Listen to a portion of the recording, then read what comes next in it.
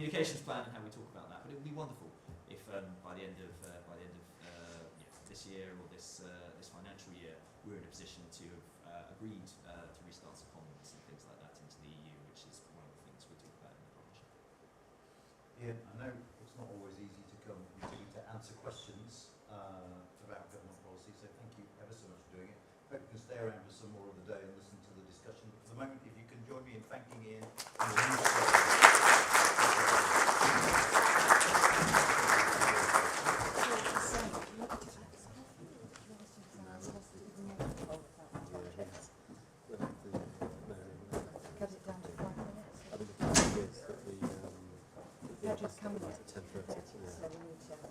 Sorry. So I'm not sure. Hi everybody, let's get going. I'm Jill Rutter. I'm a Senior Fellow at the Institute for Government and still associated with UK and Changing Europe in some way, she said. Ask Professor Mellon about that. He slightly lost even more control of the timetable in another technical fault. But we do have a sort of hard start at 10:30 with Pedro Serrano coming to talk to us. So I am, without further ado, going to ask my panellists, who I thought were going to be Pauline Schnapper and Bridget Laffman, but clearly you're not. Because Eva has arrived, I think. Yeah? Eva had arrived. So we're going to take views from two national capitals. We may not have that much time for questions to let you get a very quick coffee break, but you can always pick those up at other points during the day. So, without further ado, Eva, catch your breath and come in. Pauline, would you like to kick off with the view from France? Thank you very much, and thanks for the invitation. I'm speaking today on behalf not just of myself, but also Cleo Davis, who's here, and Thibaut Arroy, who's in Paris. We work together on this. The first point I would like to make is that the big turning point in Franco-British relations did not take place with the arrival of the new Labour government, but really before. There were years of tensions, as you know, during the referendum itself, but even more during the negotiations that followed over a number of issues, including fisheries. Of course, you expect me to talk about fisheries, so I need to mention fisheries. Migration, and even more over the AUKUS deal in 21. So the tensions were there, and the big change came with the change in government here in London and the arrival of Rishi Sunak, with this change of tone, and even more importantly with the signing of the Windsor Framework, which really paved the way for a normalization of relations with France. And of course, the second big factor was the war in Ukraine, which we already talked about. The symbol of this normalization came with the first Franco-British summit in Paris in March 23, the first one since 2018, so in 5 years, which we covered last year. And with King Charles' state visit to Paris in September of that year. Still, and that would be my second point, what has changed since July 2024? First, there has been a substantial intensification of relations between the two governments, with multiple visits at the Prime Minister, President level, but also ministerial and official levels. I would say the embassies, both the French embassy here and the British embassy in Paris, are again buzzing with work.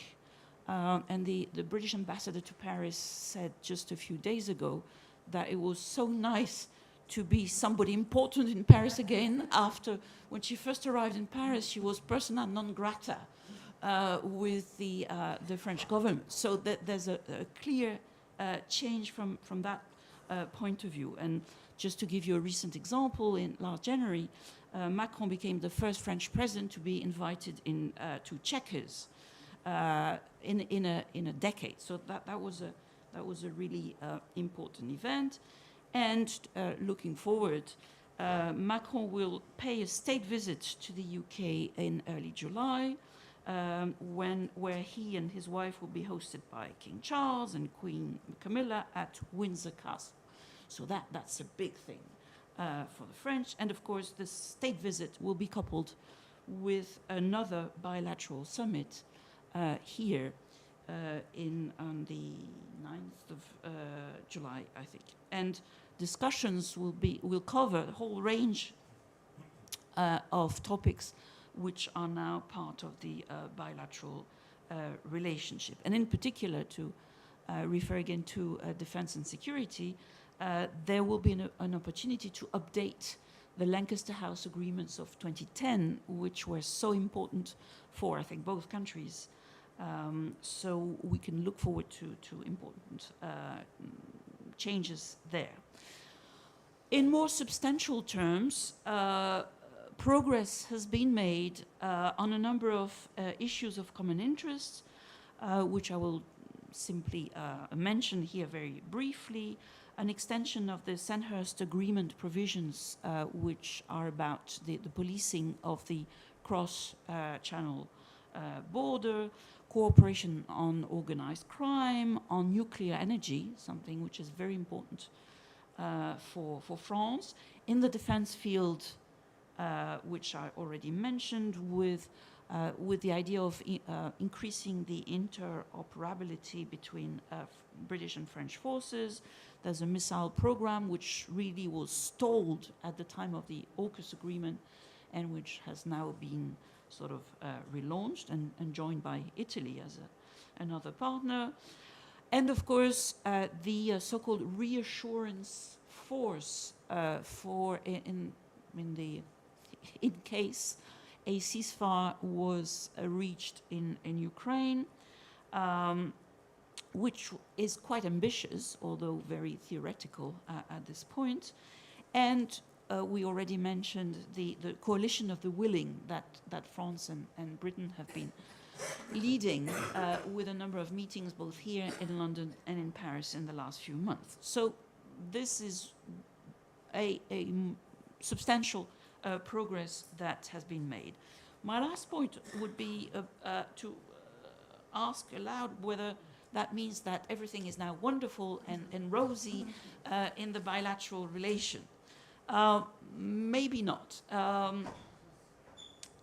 You may have noticed that in the run-up to last week's UK-EU summit, France was again presented, certainly in the British media, as once again the bad cop in the negotiations, particularly with its insistence on fisheries and on reaching agreements on all aspects and not dividing them, to come back to what we were talking about just before.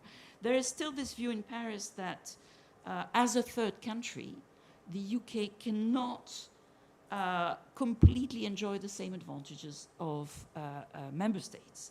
I'm afraid the word cherry picking has still been heard in Paris lately. There has to be corresponding obligations to any sort of advantages that the UK would have access to. I've heard a lot about still this enduring frustration that so much has been lost with Brexit and that we're now trying to rebuild something that was destroyed with Brexit and spending so much time and energy now having dismantled things for years and now trying to rebuild. So there is a little bit of frustration there. And also, for a while, I think it's probably less true now that the UK's EU summit has taken place, some frustration that the Starmer government had such limited ambitions and that its ambitions were not completely clear yet, which is, of course, totally contradictory with what I just said before, but that's how it is. I would say, and I would finish with that trust has been mostly restored between the two countries. But there are, of course, still questions about how far the UK is ready to go and how far British interests align with Macron's strategic autonomy rhetoric. And finally, that the UK still has a very utilitarian view of what it wants to do with the EU, and certainly does not share the sort of more political long-term ambitions that France has had for 50 years or maybe more. And I'll finish with that. Well, there are a million questions I want to ask you, Pauline, about that, but to make sure that we give enough time, we're going to move very swiftly to Germany. Very exciting times, a new coalition just taking power, Yes, etc. So reset in Germany too. Eva. thank you very much. Thank you for the invitation and this continuous effort to review our relationships here. I mean, not everything is different compared to France. Of course, the Windsor House Agreement was terribly important. That was the real turning point. The changed security context is terribly important, with Germany and France having different views on NATO, obviously. And I, together with Nicolas von Ondarza, drafting this chapter and this input, I think we took a view or we split it into several phases. So we start off with a really post-Brexit fatigue phase that is moved into some kind of pragmatic approach to some sort of normalization. But I want to take you back to the default line of the Brexit negotiations, because I think it's important to keep that in mind. We are not going back to what we had before, but we're working our way out of that situation step by step. So Germany met the referendum with, I think, real regret and massive irritation of our friend and partner who was always so rational, and that was what we valued the UK for in the EU in particular. And that was a big regret, and that was honest regret more than anything else. Secondly, Germany developed this EU-first approach very quickly, and that is still valid. And that is still valid. Also because Germany, as it is, of course, had a kind of mechanic approach to Brexit, as inverse accession negotiations, and not the vision not having an orderly Brexit was terrible for Germans, and Germany prepared. This is why industry had written off most losses, especially the car manufacturers, which if you have to mention some things, I have to mention the car manufacturer, you mention the fish, I'll mention the car industry. You see also in trade, the losses were that happened before Brexit. They were written off. So that is the second point. And thirdly, Brexit was a very inclusive process inside Germany. The Foreign Office did a lot of citizens negotiations. Citizens first was important. And therefore, I think there's a lot of unity. It is not that politicians speak differently to industry or other stakeholders and that. So that's the default line. And we get into COVID, out of Brexit negotiations, with a terrible Brexit fatigue. In the last report, we cite the expert who said, well, the UK had simply fallen off the mental map of policymakers in Berlin. And I think that captures the situation at Brexit very nicely. So I don't need to spend many more words on that. What we see then soon in 2021 and early on, that a joint declaration of intent moves to have a strategic dialogue and that, but in content, you see it completely dominated by the internal German agenda. So what do we talk about with the UK? Our problems and arms delivery to the Ukraine. How can we cooperate in that?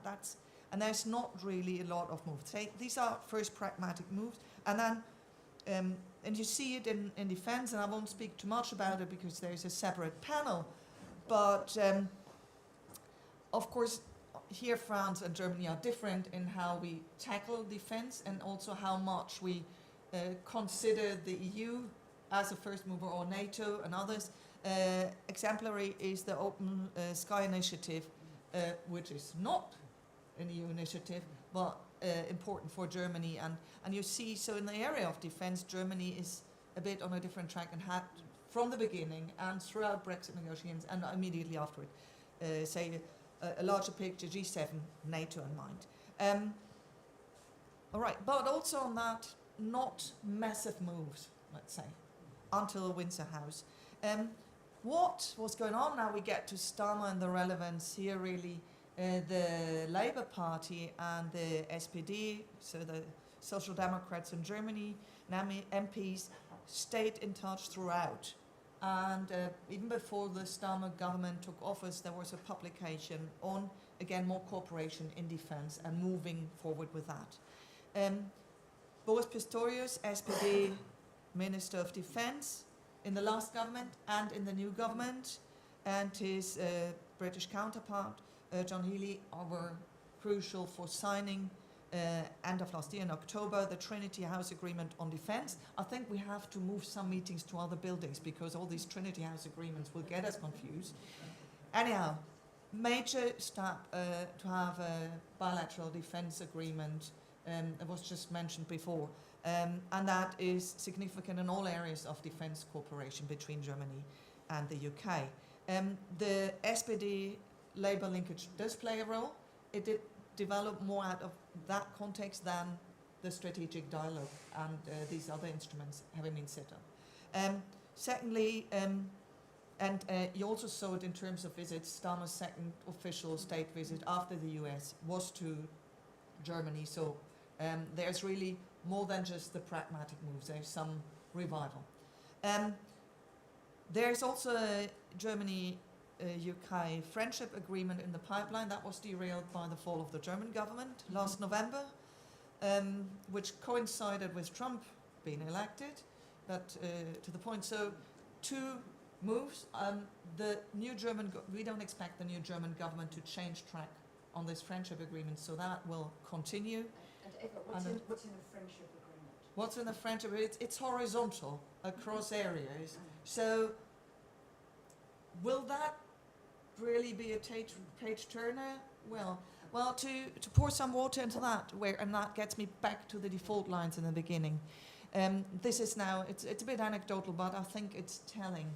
In the coalition agreement for the new government, there are more words spent on youth exchange than the EU foreign policy. So and if you go to the foreign ministry webpage, you see the UK, and that is true, and I think that's honest. It's an important part. It remains an important partner in trade, in cultural exchanges, but you don't have all the links to these bilateral agreements, right? So they're on there. So yes, you want a normalization. Germany does care about youth exchange, right? So these topics, their topics don't change. But I think there's a willingness to work on it. The EU-UK agreement of last week is important, and that gets me back to the beginning. The UK and German friendship agreement is in the pipeline, is derailed, but Germany coordinates firmly with the EU. There will be nothing in it that is behind the back of the EU partners.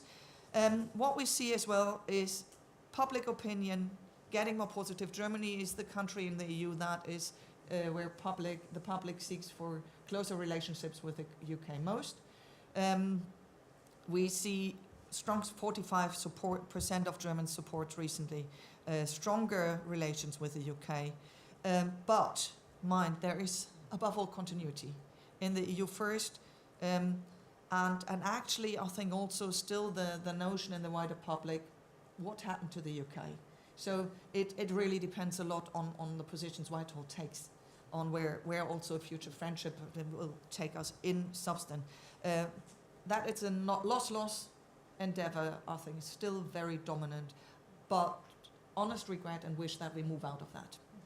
Okay, I am going to make some unilateral decisions here for Hussein and Quake, which is I'm just going to ask a couple of questions now, then we'll go to coffee. What I'm going to suggest is that Pauline and Eva join one of the later views from the nations panels, and you can put your questions to them then, which will help us get back on track after Anand took us off course very badly, combined with the computer switch.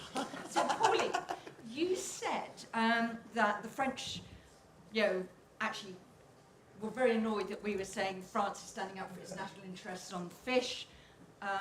I thought that would play quite well politically in France, looking at French. We assumed that was what the French were doing, but also that they wanted the UK, slightly contradictory, to be much more ambitious. So could you unpack that slightly for us so we just understand quite where the French are coming from? Not really. I mean, I totally agree that there is a contradiction there. I mean, the question of fisheries, as you know, I mean, it's France.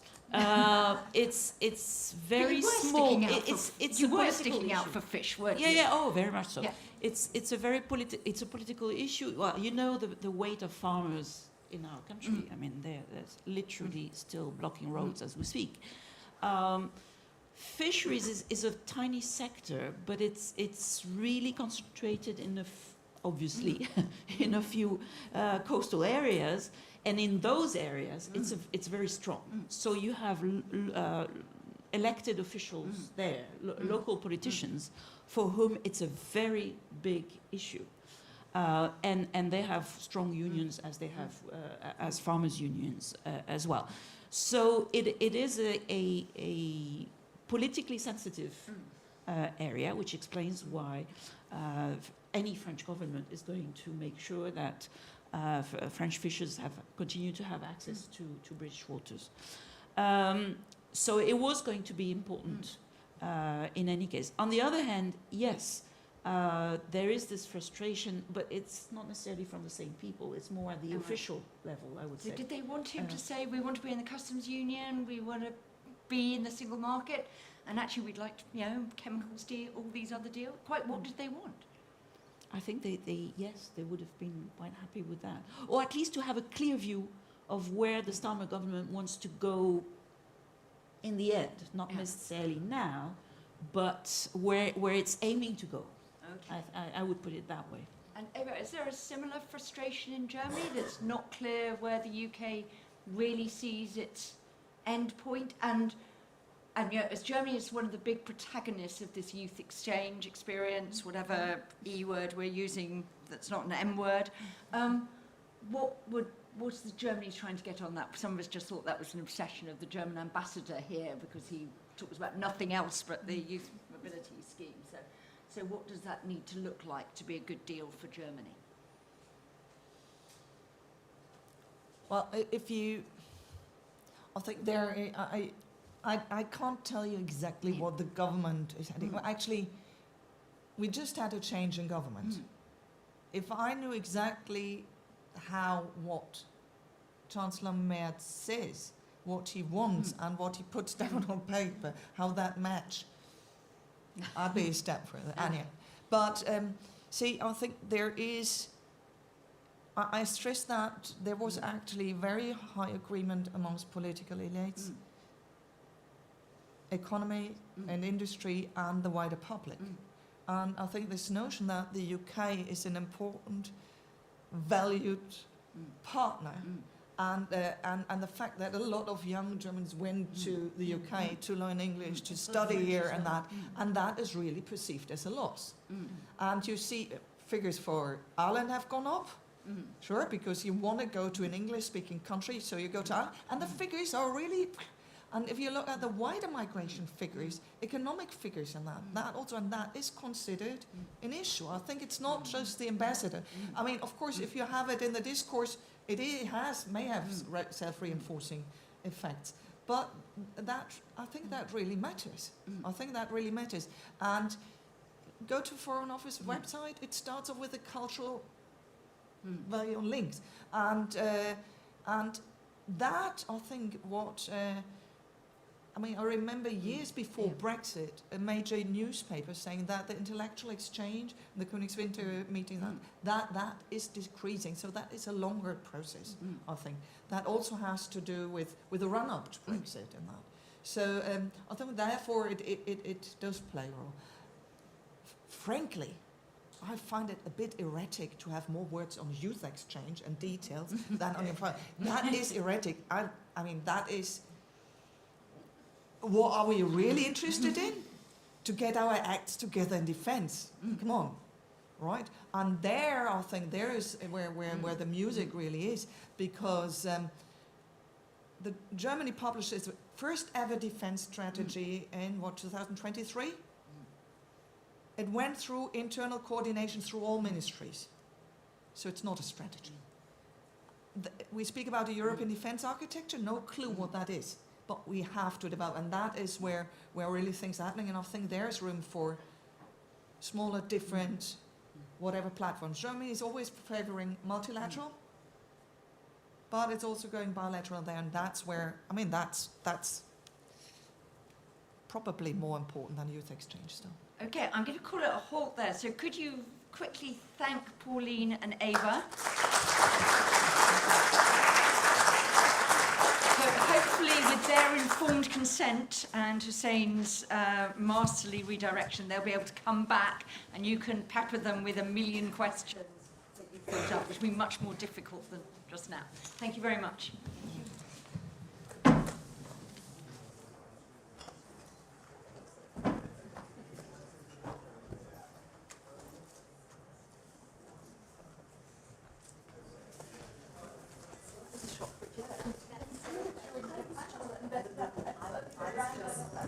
Test 1, 2. Hello, hello. Yes, 1, 2.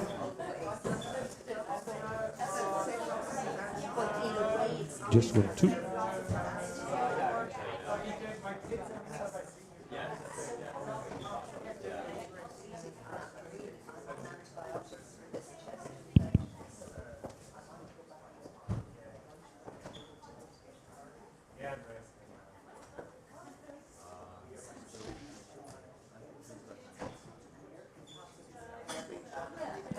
Just you 1, 2.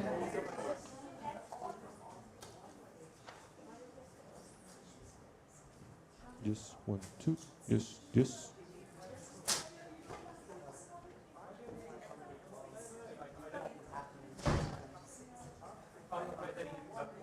Just 1, 2. Just.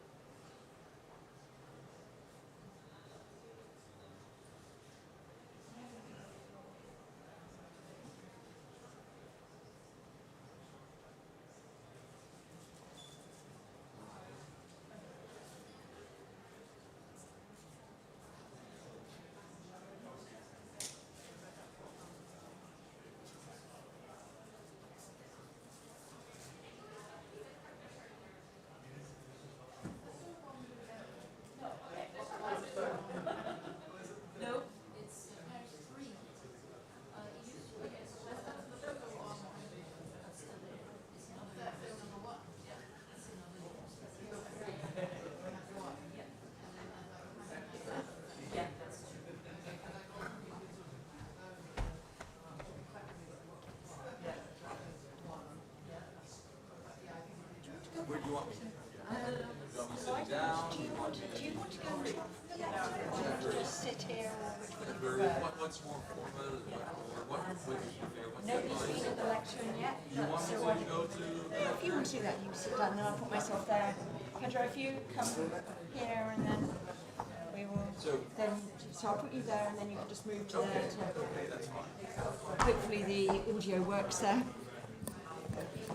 Hello everybody and welcome back. Sorry for that rather truncated coffee break, but we are now back on time, she said. Big move. I'm absolutely delighted to be joined by His Excellency Pedro Serrano, the EU ambassador to the UK. Lots of people have been dating the improvement in the UK-EU relationship from the arrival of Rishi Sunak, but I think actually we can probably date it from the arrival of Senor Serrano as the ambassador here. You know, some might say correlation is not causation, but you know, whatever. So we're going to kick off with a few opening remarks, but then very keen to have lots and lots of time for questions, or at least until the ambassador has to leave us at 11. So without further ado, Pedro Serrano. Thank you so much, Jill. What a pleasure to be here. Good that I'm not sitting there anymore, because there's a draft of cold air freezing. that It's is freezing. really It's not a metaphor for the relationship. No, that's what I was going to say. Back That into the we're in a warming phase. We're not in this freezing phase. But lovely to be here. Thank you so much for inviting me. Lovely to have a chat with all of you. And I think the best thing is to have a nice Q&A. But maybe, as Jill was saying, it is a true privilege for a diplomat to participate, to contribute to what I would call a real turning point in a relationship, and not only in the relationship, but in the way Europe has to build its prosperity and security and defense for the coming years. And I think both the Prime Minister and the two presidents from the European Union, von der Leyen and Costa, were referring to this, some of them as a new era, or new chapter, if you want to be a bit more modest. In any case, really the beginning of a new relationship amongst old friends. That's how I think President von der Leyen characterized this.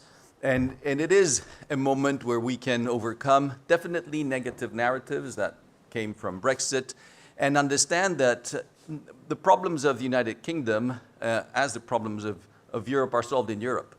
And yes, it's very important to have relationships, including trading relationships with countries that are thousands of miles away. But the biggest market for the UK is obviously the European Union, with 47% of its trade in goods and services with the EU. So the greatest potential for growth, it remains within the European Union. And some of the agreements, of course, that were reached on last Monday, not this previous week, will contribute to an enhanced trade, but also the security. And this is happening at a momentous time for Europe, and you all know it. And this is what, as well, the summit and the summit documents acknowledge, establishing a new vision based on a new narrative for the relationship, a vision in which the prosperity of the UK and the European Union, their security, their defense, comes together. And so the possibility for a new start. I've been, as you can imagine, in different radio programs and things, and then also some think tank events, and some of you in this room have been torturing me over the last few days on what is the real meaning of all this. And I get a lot of interest on implementation. And it's true. The reality of what we have, what was agreed by our leaders on Monday last week, will be seen through implementation. But sometimes I get the feeling, and when I'm pressed, is that there's a sort of sort of sugar craving type of implementation. It has to be tomorrow. And many of the things may start quite swiftly, others will take a bit longer, which does not mean that this is slow and it's whatever. It's the pace that any serious relationship that needs to be strengthened through legal instruments, which some of them are of considerable complexity, requires to be able to advance on solid ground. So yes, implementation very important, but let's not expect that everything will be there just tomorrow, as some were asking me, by the summer. Well, some things may have started by the summer, but definitely we have to understand that some of the things that have to be implemented do require a bit of time. And there are 4 pillars upon which this relationship is going to be rebuilt. And these 4 pillars are prosperity, defense, security, and people-to-people contact. And in all those 4 pillars, a number of decisions have been made that will benefit both the European Union and the United Kingdom. Now, if I'm totally honest, I think there are many things that the European Union has opened to the United Kingdom. And so the offering, I would say, is very important from the EU side. But this offering is important for the EU as well, not only for the contributions that the United Kingdom can make, but because in present geostrategic circumstances, a strong United Kingdom is important for the European Union, as a strong European Union is important for the United Kingdom.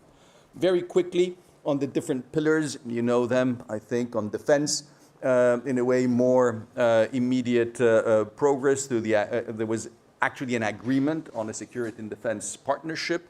We established a strategic partnership between the EU and the UK, and one of the visible elements of this is the participation of the United Kingdom in a new instrument that has just approved yesterday by the Council of the European Union, security. It's called Safe Security and what was it? Security and action. Security Action for Europe. That's it. Thank you. Security Action for Europe.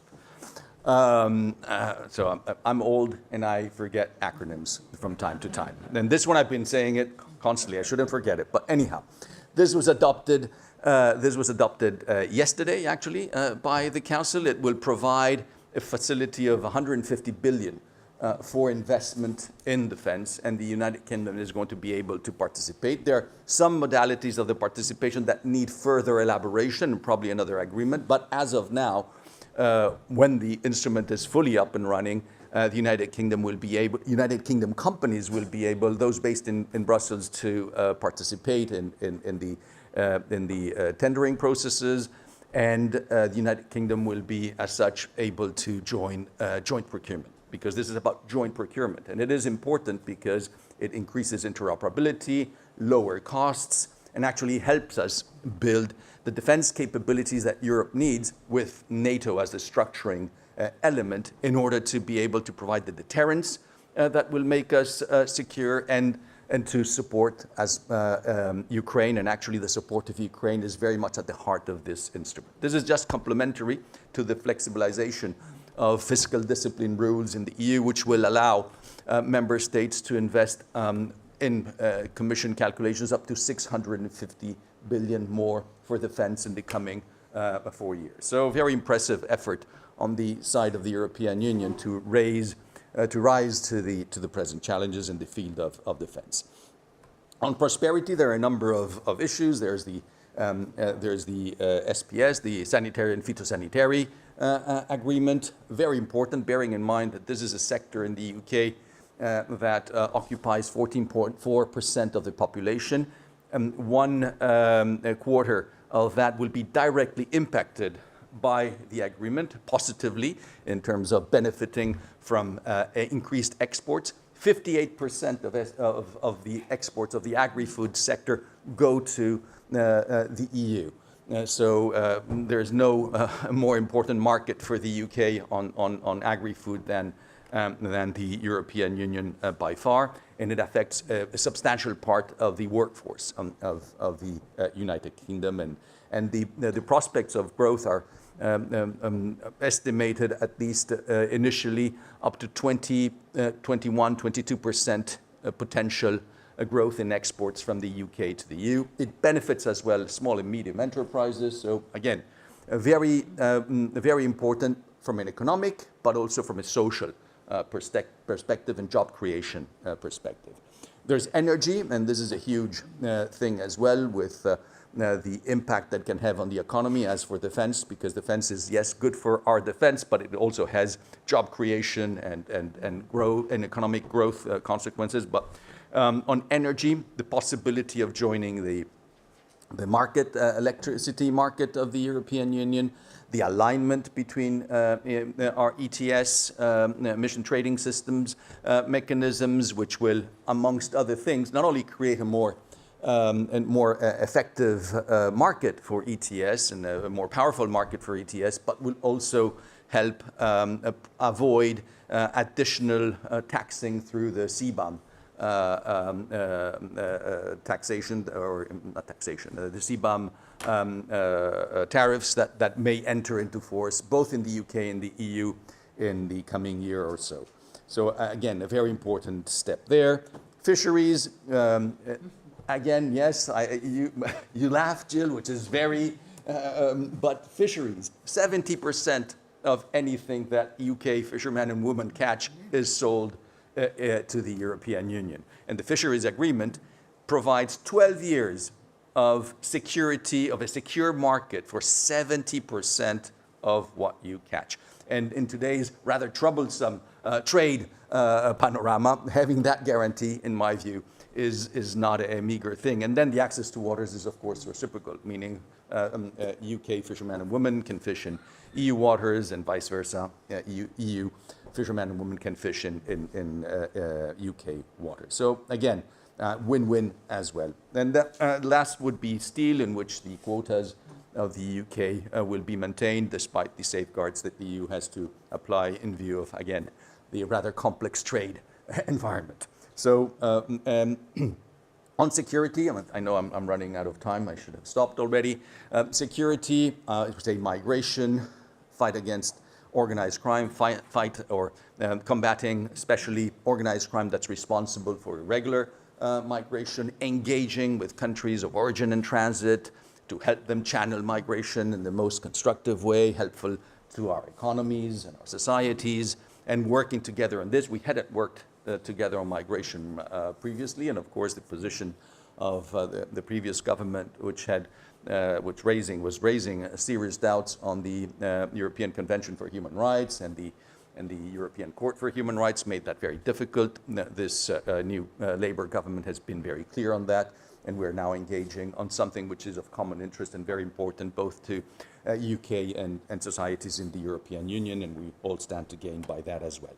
But greater enhancement as well of cooperation at Europol level with UK police agencies, justice agencies, exchange of key data, criminal records, and data for police. So all that is also a very important part of the deal. And finally, last but certainly not least, people-to-people contact. We have to ensure that our societies continue understanding each other, talking to each other, getting our young people from the UK into European Union member states and vice versa is of key importance to ensure that that connection remains strong and active. And if that's what we hope to achieve through a youth experience scheme, I think it would benefit both sides. We have to bear in mind that right now the UK is losing around 100,000 EU citizens that were living here per year. So there's a departure of EU citizens from the UK, and these were the last data published, the data published last week by the UK, but this has been a tendency for the last years. So important to keep that alive. Important also from that perspective, the possibility of the UK rejoining Erasmus+, which really is an unparalleled opportunity for exchanges among students at all levels, school, university, vocational colleges, also at the level of teachers, sports. So again, bringing our societies together, ensuring that we understand each other. So that's the big program of work. So we have a vision, we have a roadmap, some things that will have to start being implemented very quickly, others in which we will need agreements. We have agreed to meet at leaders level once a year at least. There will be meetings, of course, at ministerial level, high representative, foreign secretary, so on and so forth, and the cooperation on all foreign affairs issues will will redouble in intensity. So a very promising new start for a relationship that is that cannot be replaced by anything else, nor for the EU. The UK remains a key partner for the EU, cannot be replaced, and certainly the EU cannot be replaced as a partner for the UK either. So very happy to present this to you, very happy to comment and answer to any questions you may have. Thank you. Brilliant, thank you very much. I'm just going to ask two very quick fire questions from you. Feel free to sit down. You want me to sit down? Keep you standing, yes. Sure. So, it is quite cold, but there are other seats which are warmer, so we can warm the relationship by moving symbolically to the right. No, you seem to imply. Just want to check one thing, that the SPS deal was linked in time to the fishing deal, but that's absolutely not the impression we've got. We think it's an unlimited SPS deal if we get it, which we're obviously very hopeful will be signed off relatively quickly. But it's not time limited, it's not linked to the fishing deal. The fishing deal is 12 years and then, yeah. Sure. Good. No, I didn't link anything. No, it just came across as though there might be a bit of linkage there. And just one thing, if I'm a British tourist flying to Malaga this summer, will I get through the e-gates very quickly? Because, Malaga is a big problem for quite a lot of British tourists who find themselves in 2-hour queues, and now the EU's letting member states use those, which I think I used in Mallorca actually a couple of years ago. But are we going to see movement there? Because that seems to be a bit of a point of vulnerability for the government overhyping that agreement. Again, on my side, this is not about quick sugars. Yeah. A lot of carbohydrates that will have to be processed, and you will get Sounds very stodgy. And you will get the outcome. But there are a number of countries already that are applying e-gates for Britain, and Spain is one amongst them. Maybe not in all airports, but in quite a few airports. There are other countries as well that are already applying e-gates and allow, such as Italy, Portugal, Hungary, others. And what this agreement has done is to encourage this, and then when we have the entry into force of the entry-exit system, to encourage it further. We are, as you know, both the UK and the EU are applying new measures to protect their borders. In the case of the UK, it's the ETA. Yeah. In our case, it's two systems, ETIS and EAS. I'm happy to explain what all that means, this soup of letters. But in any case, it means that when that enters into force, it will not preclude absolutely the entry through e-gates. On the contrary, it will facilitate that. So we're moving in that direction. Some countries are already implementing it, so you may have be lucky and in Malaga be able to enter through e-gates. But this will be, it's a process in which this will be extended to other countries, and definitely, hopefully, when EES enters into force fully, it will happen more broadly. Okay. Right, questions. I've seen John Curtis.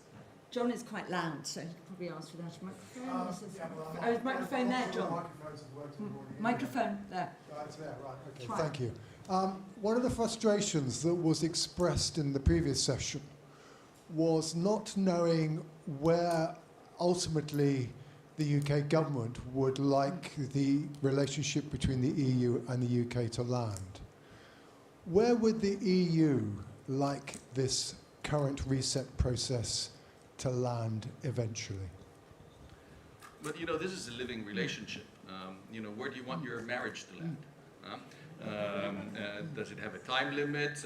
Will you do more sports together? Maybe you do any other intellectual endeavor together? I mean, it's and here we have a number of doors that are open to strengthen that relationship and to develop it.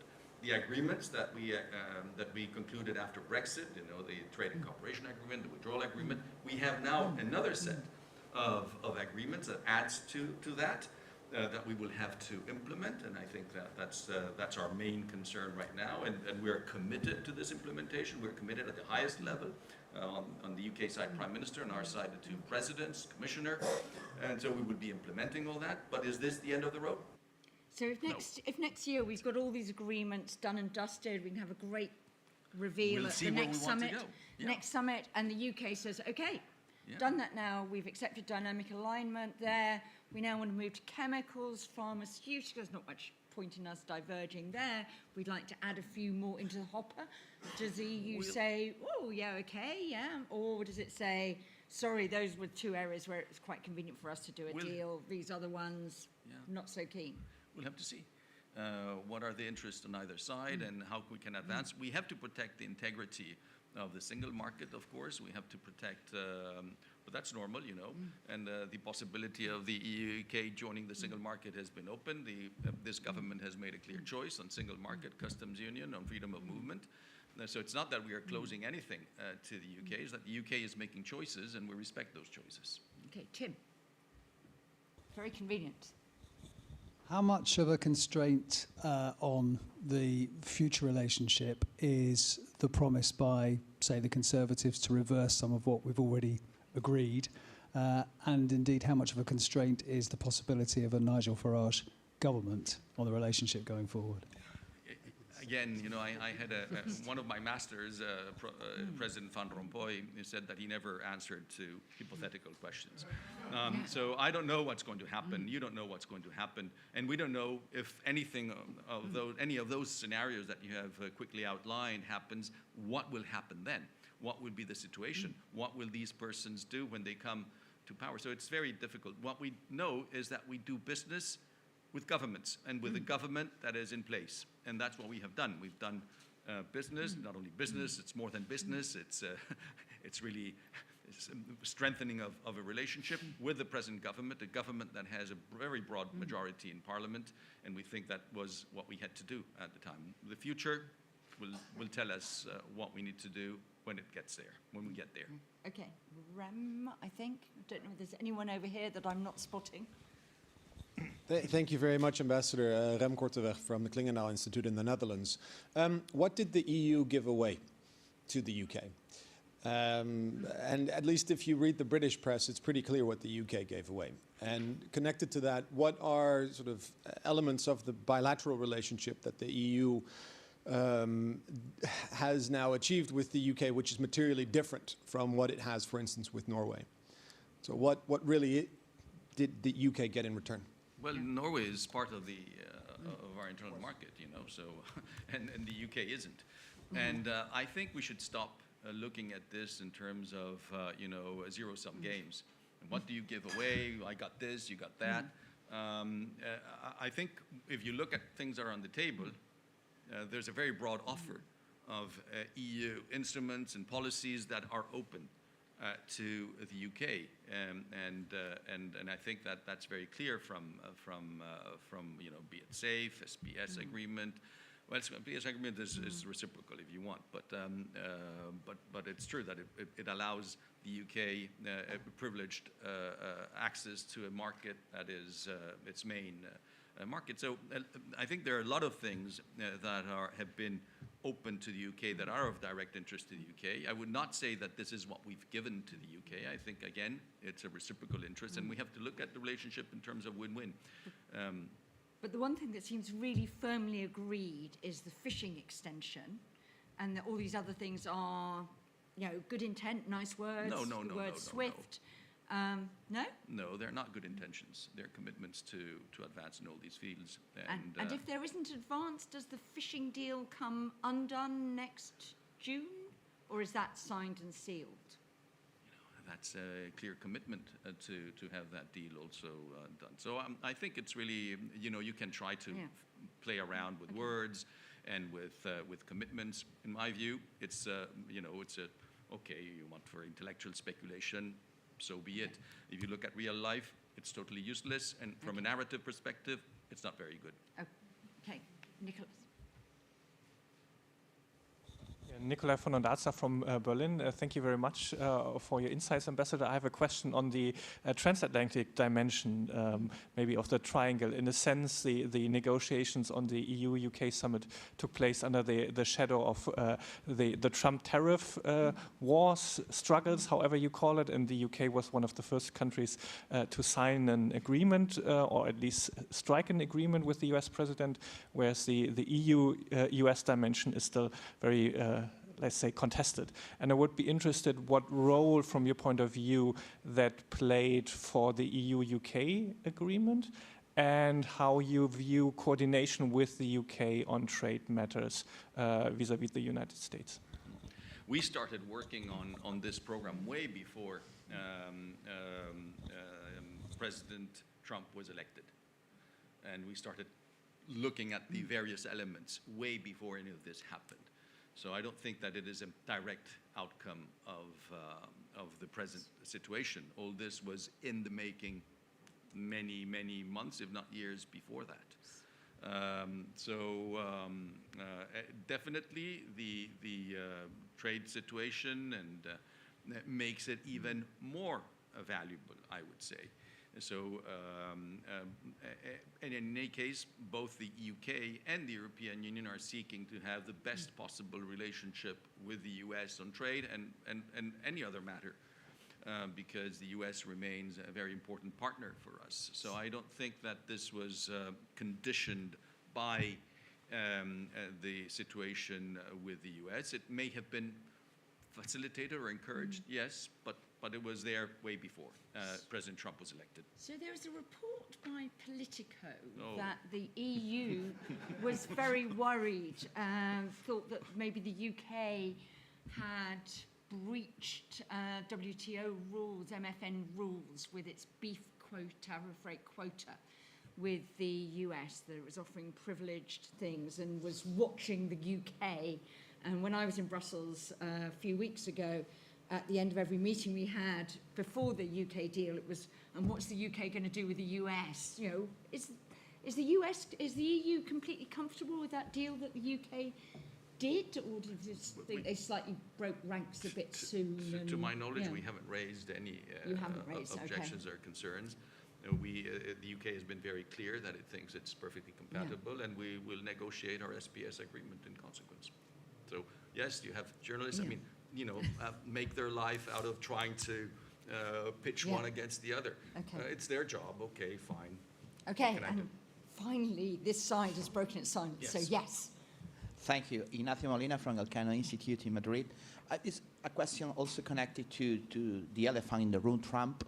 And this in the joint statement after the summit, there are some references at the end to multilateralism and development. I think it's interesting.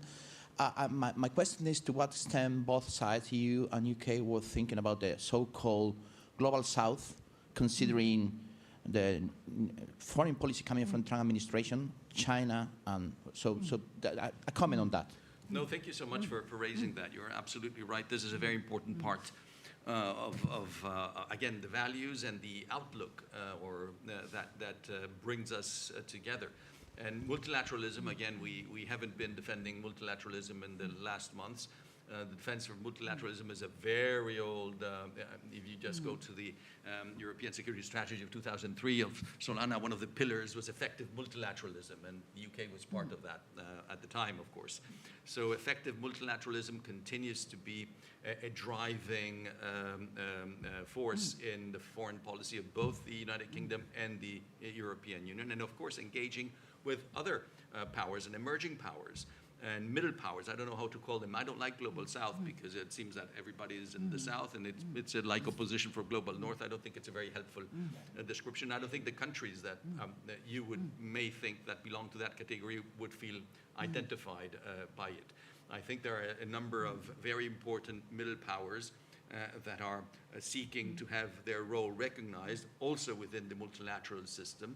And we understand this. We think it's a good thing because they have to assume responsibility for the conduct of world affairs as well. This is not only, you know, an issue for Europe or the US to decide, it's an issue for the international community as a whole to work on in order to seek to address global challenges. International global challenge, and for that we need to work together, and for that multilateralism, effective multilateralism, as we said more than 20 years ago, is a very good way forward. Okay, well, we promised the ambassador he could go by 11, and wow. I think with extreme professionals, we can always tell a professional in the room, we have landed exactly at 11. So could you all just thank... Thank you so much. Thank you, Jen. That was lovely. Thank you. Lovely to see you. Thank you. Thank you so much. Thank you. Enjoy the rest of the discussion. And assuming we can navigate the cables, we will make room for the next panel.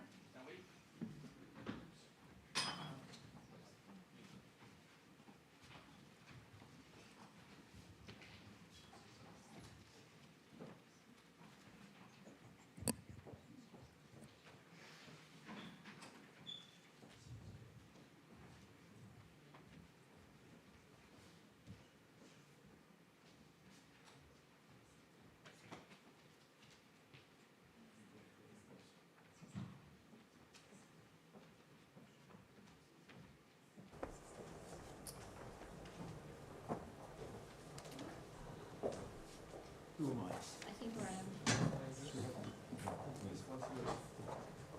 Very flexible about who we are. Oh. Where am I? You're there. Hello. I love it. Long time no see. Good to see you. You are. Hi. Leslie, you're here.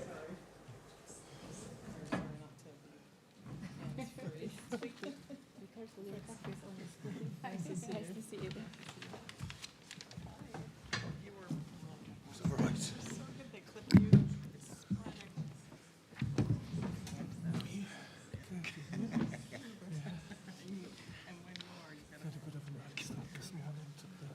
Right. Right, without further ado, we're going to crack on. This is a very Hussein conference. Very few gaps for breath in between the various panels. This is a panel about security and defence, and in a way what I wanted to do was to sort of start off where the previous discussion left off. I mean, this is a discussion that isn't just about the UK-EU reset, but let's start with what happened at the summit and just to pose a sort of open-ended question to any or all of you, which is looking at the outcome, which to me struck me as quite a vanilla agreement on security. Do you feel reassured that the UK and the EU are putting in place appropriate arrangements to deal with their current security environment? Are you enthused and encouraged? Anyone? Nikolai, Yeah. you want to go. So I can start with maybe the optimistic case. Okay. You said it was quite a vanilla agreement, and I would say that's mostly correct if you just look at the content of the security partnership agreement. But I think the real innovation came with SAFE, which we already talked about in the previous section. Because beforehand, basically everything that the EU did in defense industry integration was really only for countries that are within the EU or for countries like Norway, which are attached to the single market. And for the first time with SAFE, it said, okay, we also open this joint procurement and industrial cooperation to countries which have a security partnership agreement. And I think it was not by coincidence that it was drafted this way. It was rather beforehand, you basically, if I can be completely honest, I think member states basically said it's EU only, and then countries who are really connected to the EU and not NATO countries like Turkey, where we have our difficulties with. And now for the first time, they basically introduced this political choice. We can do a deal with countries with whom we have a security partnership. And therefore, I would end up at the optimistic case that the EU actually opened a door for UK participation that has not been there before in security and defense. Monica? I can continue the optimistic take if I may. But I want to warn you, I'll also smuggle later on some Polish perspective on these issues, if that's okay. But like just to continue on where Nicola stopped, I also do think this is something that we can call basically signaling, you know? I mean, of course, many things were possible without this agreement. I mean, we had EU-UK cooperation on sanctions.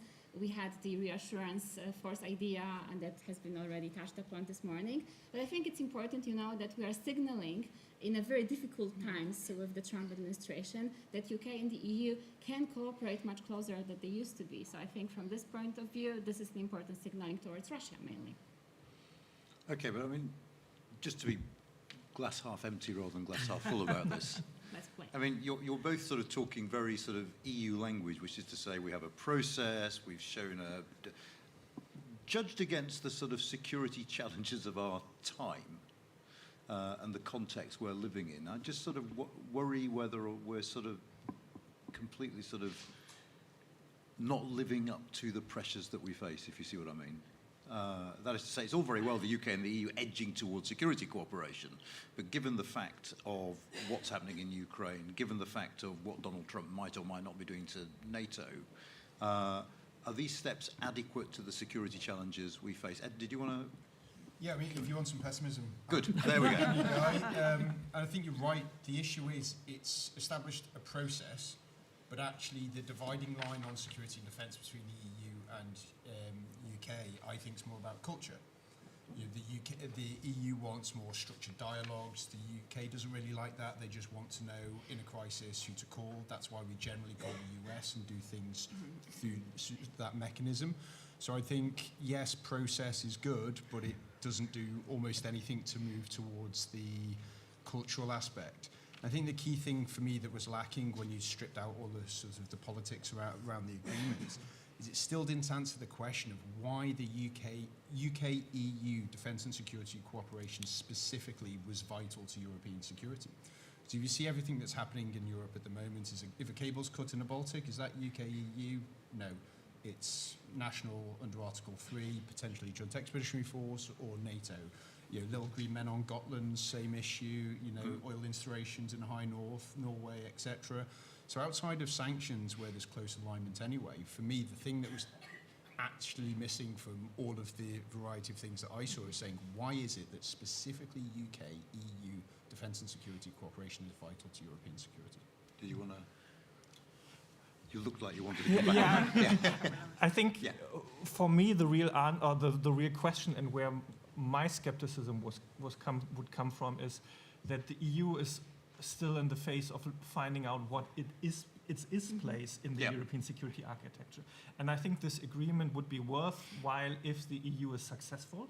So if the member states really use joint procurement, really use SAFE, spend that money that most member states now additionally invest in defense in a European manner, then I think the partnership agreement can be worthwhile because it ensures that the UK defense industry can be sort of plugged in, and it doesn't make European security architecture more complicated, because I think that would have been the real threat. Yep. If the EU sort of made some advancement in security and defense, and then the UK were locked out and would constantly try to drag these processes into NATO or bilateral forum, I think it achieved this way, that it didn't make European security architecture more complicated. And that might be sort of just glass half full, but for me it's at least half full in achieving that. I mean, I want to come back round to Ed's point about, you know, where does the EU fit? But Leslie, just to come to you, I mean, is NATO reliable? I mean, now. I mean, it's a good question. Obviously, we're all hoping it is. We're all desperately hoping against hope that it is. But I mean, can we trust this American administration? I mean, there are those. You had like 3 questions in there. So first on what we've heard, and then on your point. I mean, I thought it was.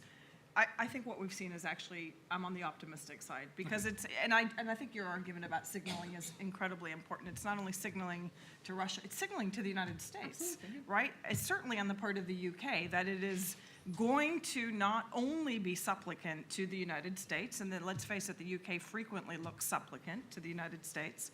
It's signaled since that meeting in the Oval Office with Zelensky that yes, the UK will find a way to work with the US, but it will also turn around and meet with Europeans and be absolutely resolute on its support of Zelensky and Ukraine, and it will, we've now seen, work with Europe and recognize that working with Europe means working through a process. Of course, it's radically insufficient for the existing security threats such as they exist in Europe. It's radically insufficient for preparing and planning for the current and future moment that the United States is in.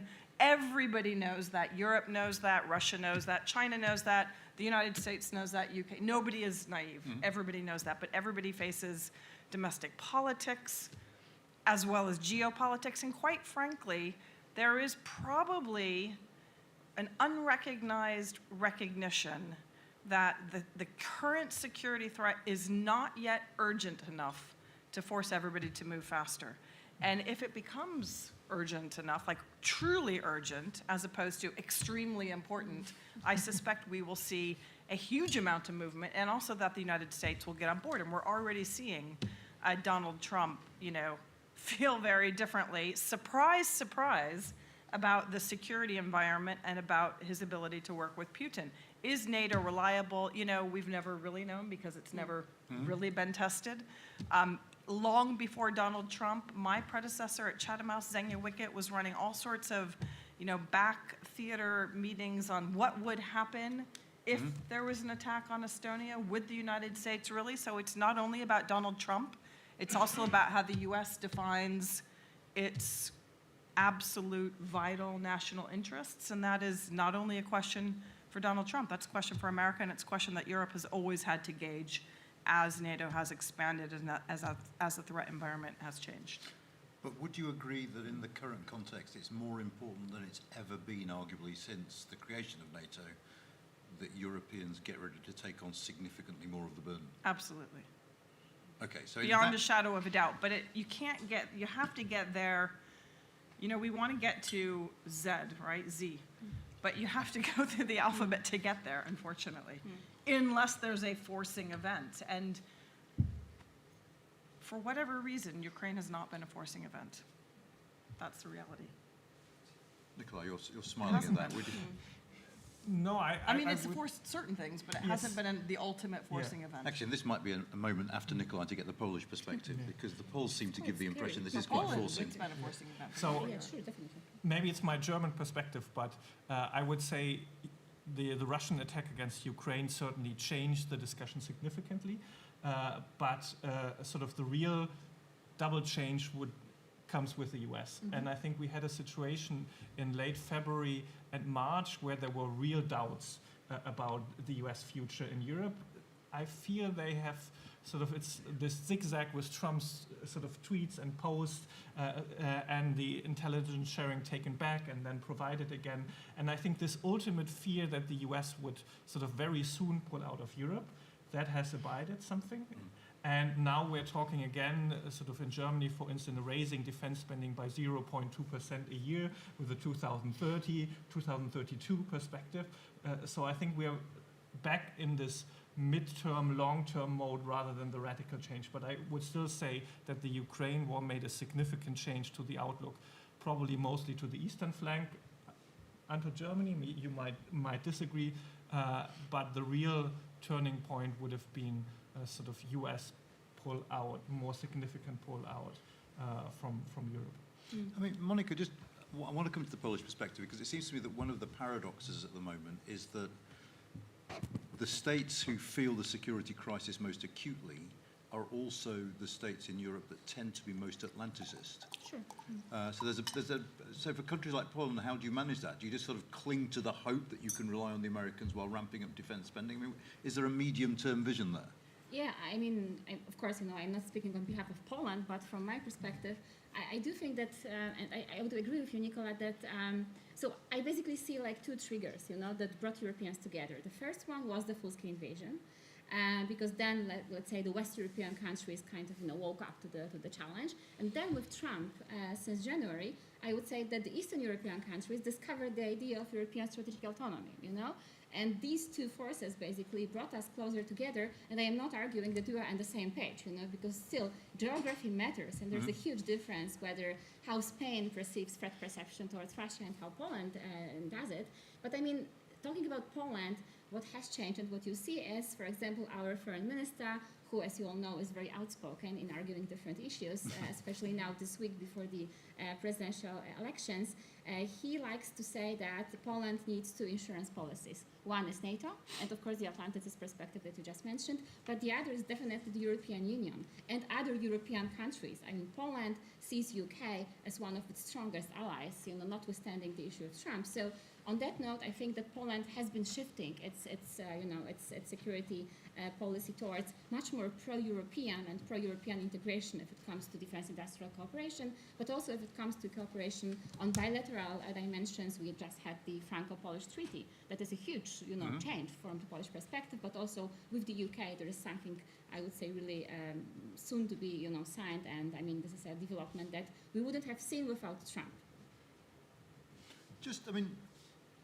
So the conversation always comes back to institutions in a way, and I'm just quite curious about, in this sort of current context, given the threats facing Europe, what is the role, is the European Union's role limited to sort of defence industrial stuff? Is that its part in all of this, or is it bigger? Nikolai? I would say largely yes.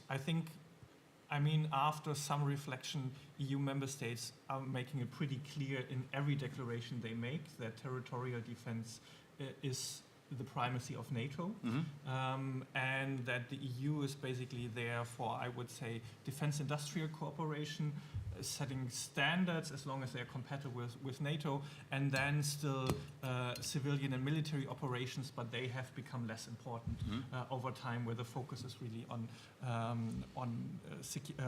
defense industrial. So I would say that that is the most important part, unless again we see a drastic change. I think the sort of silent agreement between European heads of state and government has been that no one from the European side will hand in the divorce papers to the Americans, and that this really would need to come from the US.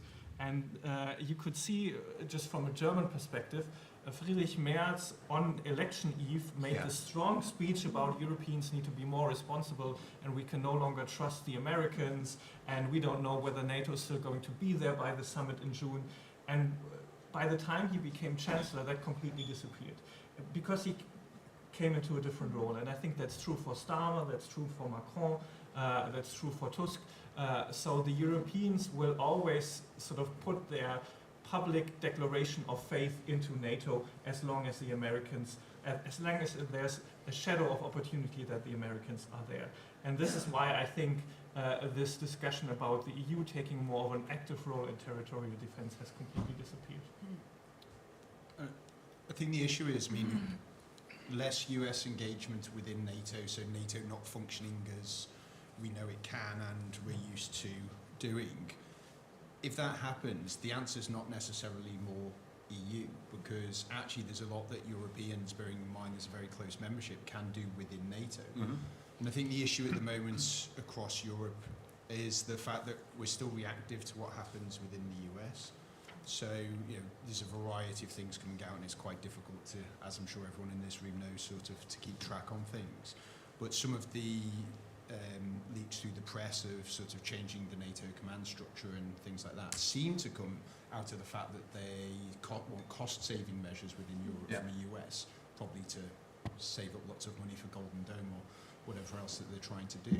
But the Europeans just seem to react to that and say, well, what if Sacco was a European? How would that work, etc. But we're very poor at actually offering solutions to the US, saying, noting you want to draw down in Europe, well, we've done some analysis and this is where we think that we could help. If you want to change the NATO command structure and actually start to shape it for the benefit of Europeans, because NATO can still work without the US. But can you use NATO if you can't trust the US? Yeah, you can. But also, the issue again on NATO and unanimity, I think it's, in some ways it can be slightly overblown. So prime example, Finland. Finland, its entire defence planning process, outlook, etc., is Article 3. It's not Article 5. If the rest of NATO come in to support them, that's great. But actually, they look at national defence as their own prerogative. They also now have a Swedish presence in the form of the lead for the NATO Future Land Forces. So Sweden's in. Most of the Baltic states would be in as well. The Finns are not going to wait for the NAC to convene and wait for Article 5. It will just happen more organically, and you'll start to see that potential breakdown. And that's the way that NATO, I think, is going to fight. And I think we focus too much on how the Russians might fight and a sort of slight false confidence into how something might progress within the Euro-Atlantic. But there are two sort of scenarios, aren't there? The one is the sort of self-defence that you were talking about there. The other, of course, is around Ukraine.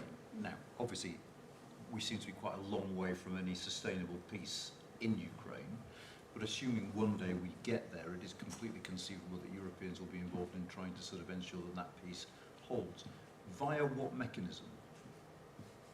Via unilateral or bilateral cooperation. So this won't be NATO, this won't be EU, to my knowledge, from my perspective. So I think, and that's why I think, the EU can also have a role. I mean, I agree with Nicola, it's mostly, of course, about, defense industrial cooperation, regulatory measures, financial aspects, but also I would argue that the EU can also be a framework of cooperation for all these other formats that go beyond NATO and the European Union, I mean, simply, we mentioned also today Weimar Triangle Plus, the reassurance force and so on. I mean, the EU has been on these talks as well, and was participating in that. So I would hope there's also a role for the EU to play there, because I can't see NATO or the EU being engaged with troops on the ground in Ukraine after we have a ceasefire. So, can I come in on this, but also on the trust question? And I tend to agree with your argument about how this would work, and I would add, everybody's talking about trust. When I was in Washington, I've been multiple times since the election and the inauguration, but on one of my trips, every single conversation, of which there were many, unsolicited, unprompted, everybody raised the trust question, and many of them were Americans, most of them, but not all of them. But I think we're talking about trust in really superficial terms. So first point, there's a difference between trusting that the U.S. would, or not trusting that the U.S. would come and play ball through NATO if there were a serious threat, in addition to what we already have. But then there's also the concern that, America would actually not only be absent, but would be disruptive. But on the trust question, we have worked over the course of the Cold Year to develop structures and systems and mechanisms to work with partners, allies, and adversaries that we don't trust. That's what it was all about. Verification, right? We worked with the Soviets throughout the Cold War on arms control. We didn't trust them, but it didn't prevent us working with them. We didn't always trust each other, but we still worked together. We created mechanisms for monitoring compliance, confidence building, trust building, and just checking up. We don't always trust our children are doing what we tell them to do, but we still work with them, and we kind of, decide how much latitude to give and how much to check up. So I think this whole trust thing is, it would be great if we, trust me, there's nobody in this room who would love more than to trust the President of the United States of America. And I have to say, I'm not there right now. However, that doesn't mean that we can't work to make the government more effective, more productive, to use our institutions, to call account, to do all the things that are happening right now, and Europeans can do it also. So in a sense, sort of hope for the best while preparing for the worst is... I think it's actually more sophisticated than that. We have mechanisms, we have institutions, we have civil society, we have processes, we have monitoring, we have a whole toolkit that we've used to, my first graduate seminar with the phenomenal Professor Bob Jervis was on cooperation in a state of anarchy, the name of one of his articles. It was all about how do you cooperate when you have, a not only a system, but a number of other reasons why it's just not easy to get to that outcome. And that was the name of the game for so long. And suddenly we're in this world where we think we're supposed to like each other and, feel good. No, that's not how it works. That's certainly not how it's going to work right now, but we still have to work for cooperation. But one of the answers to that question he posed is institutions, isn't it? And it is remarkable to me that Europe, where we often used to laugh about the sort of alphabet soup of institutions that we've created post-Second World War, and all of a sudden, faced with this conflict situation, it's like, oh my God, we haven't got an institution that will work. And I find that curious. And I'm still no nearer understanding that if Europe is called upon to play any sort of role in overseeing whatever kind of ceasefire in Ukraine, I don't fully understand how. You said sort of minilateral, bilateral. Can you flesh that out for me? I'm struggling to conceptualize it. Well, I think in the end, and I'm curious what you, Nikolai, have to say about that, but I do think it will come to, it will be national cooperation within a framework of something bigger like the European Union, but it will have to be labeled nationally, because I don't see any other way. And then, of course, as you say, it's not going to be easy, because we have different perceptions coming from different member states on that. But I think there are countries in Europe, within the EU or NATO, that will be willing to put force behind such a measure, securing the ceasefire. But for many countries, and that's where I smuggle again my Polish perspective, it's too soon to talk about that, to be honest, you know, because I mean the idea about a reassuring force came, of course, from France, and I mean Poland thinks the idea is brilliant, but this is not the moment yet to talk about that, because first we have to secure that there is a ceasefire and there are peace talks, and from the perspective perhaps a bit broader of the eastern flank, what counts now beyond trust are capabilities. You know, I mean, it's good to have coalitions of the willings, but we need to have coalitions of able, actually, you know, countries that are able to act. And that's why Poland puts so much perspective on defense cooperation that enhances capabilities and not only, you know, talking about future coalitions. I think in terms of, yes, we look at Ukraine because that is a critical challenge, and it is, you know, at the higher end of what the Europeans might need to do operationally. But actually, I think you need to look back in the past a little bit about coalitions of the willing. So we, you know, the alphabet soup that you talk about, there's so many different frameworks and initiatives that have an operational capability, either bilateral, trilateral, minilateral, within NATO as well, like NATO Response Force, the EU's new crisis mechanism, you know, the EU battle groups. I could list a lot, but it's really quite boring. But the issue is, when push comes to shove and an operation is required, it almost always breaks down to national/bilateral. So, example, withdrawal from Afghanistan. Biggest NATO operation ever, longest US operation since the Second World War. It was a national evacuation effort. The US said, we are going to open the airport from this time to this time. If you want to get your people out, get your people out. If you don't, don't. You know, some Irish people went, oh sorry, that was cartoon, next example, but sort of, you know, some, you know, French flew in, they just sort of pulled other nations in. It was a complete national, and it was also chaotic. Khartoum evacuation in 23, exactly the same detail. US went with the UK, again my culture point, to get their people out. The French then went in, took the Irish contingent out with them as well, and it was just a lot of national aircraft in. So it's kind of, when that operation happens, what is actually very interesting is not even at that sort of macro layer on NATO EU, very specifically designed things. You know, UK-France Combined Joint Expeditionary Force, never deployed. It's been operational for 4 years, discussed and sort of built up for 15 years. Again, Khartoum evacuation, that would be the perfect opportunity politically and militarily to test the concept, and we couldn't even agree on that. So I think we need to sort of, when we talk about these operations, coalition of willings, just look back a little bit. You know, again, the Balkans, yes, like KFOR, etc., was a NATO mission, but actually it was the US, France, UK, and a bit of Luftwaffe in that case. So that is the real issue, and I think we're kidding ourselves when we come up with a new task force, create a new badge, that actually what happens is it's going to be, you know, a couple of politicians phoning each other up and saying, we need to get in there, we need to get in there now.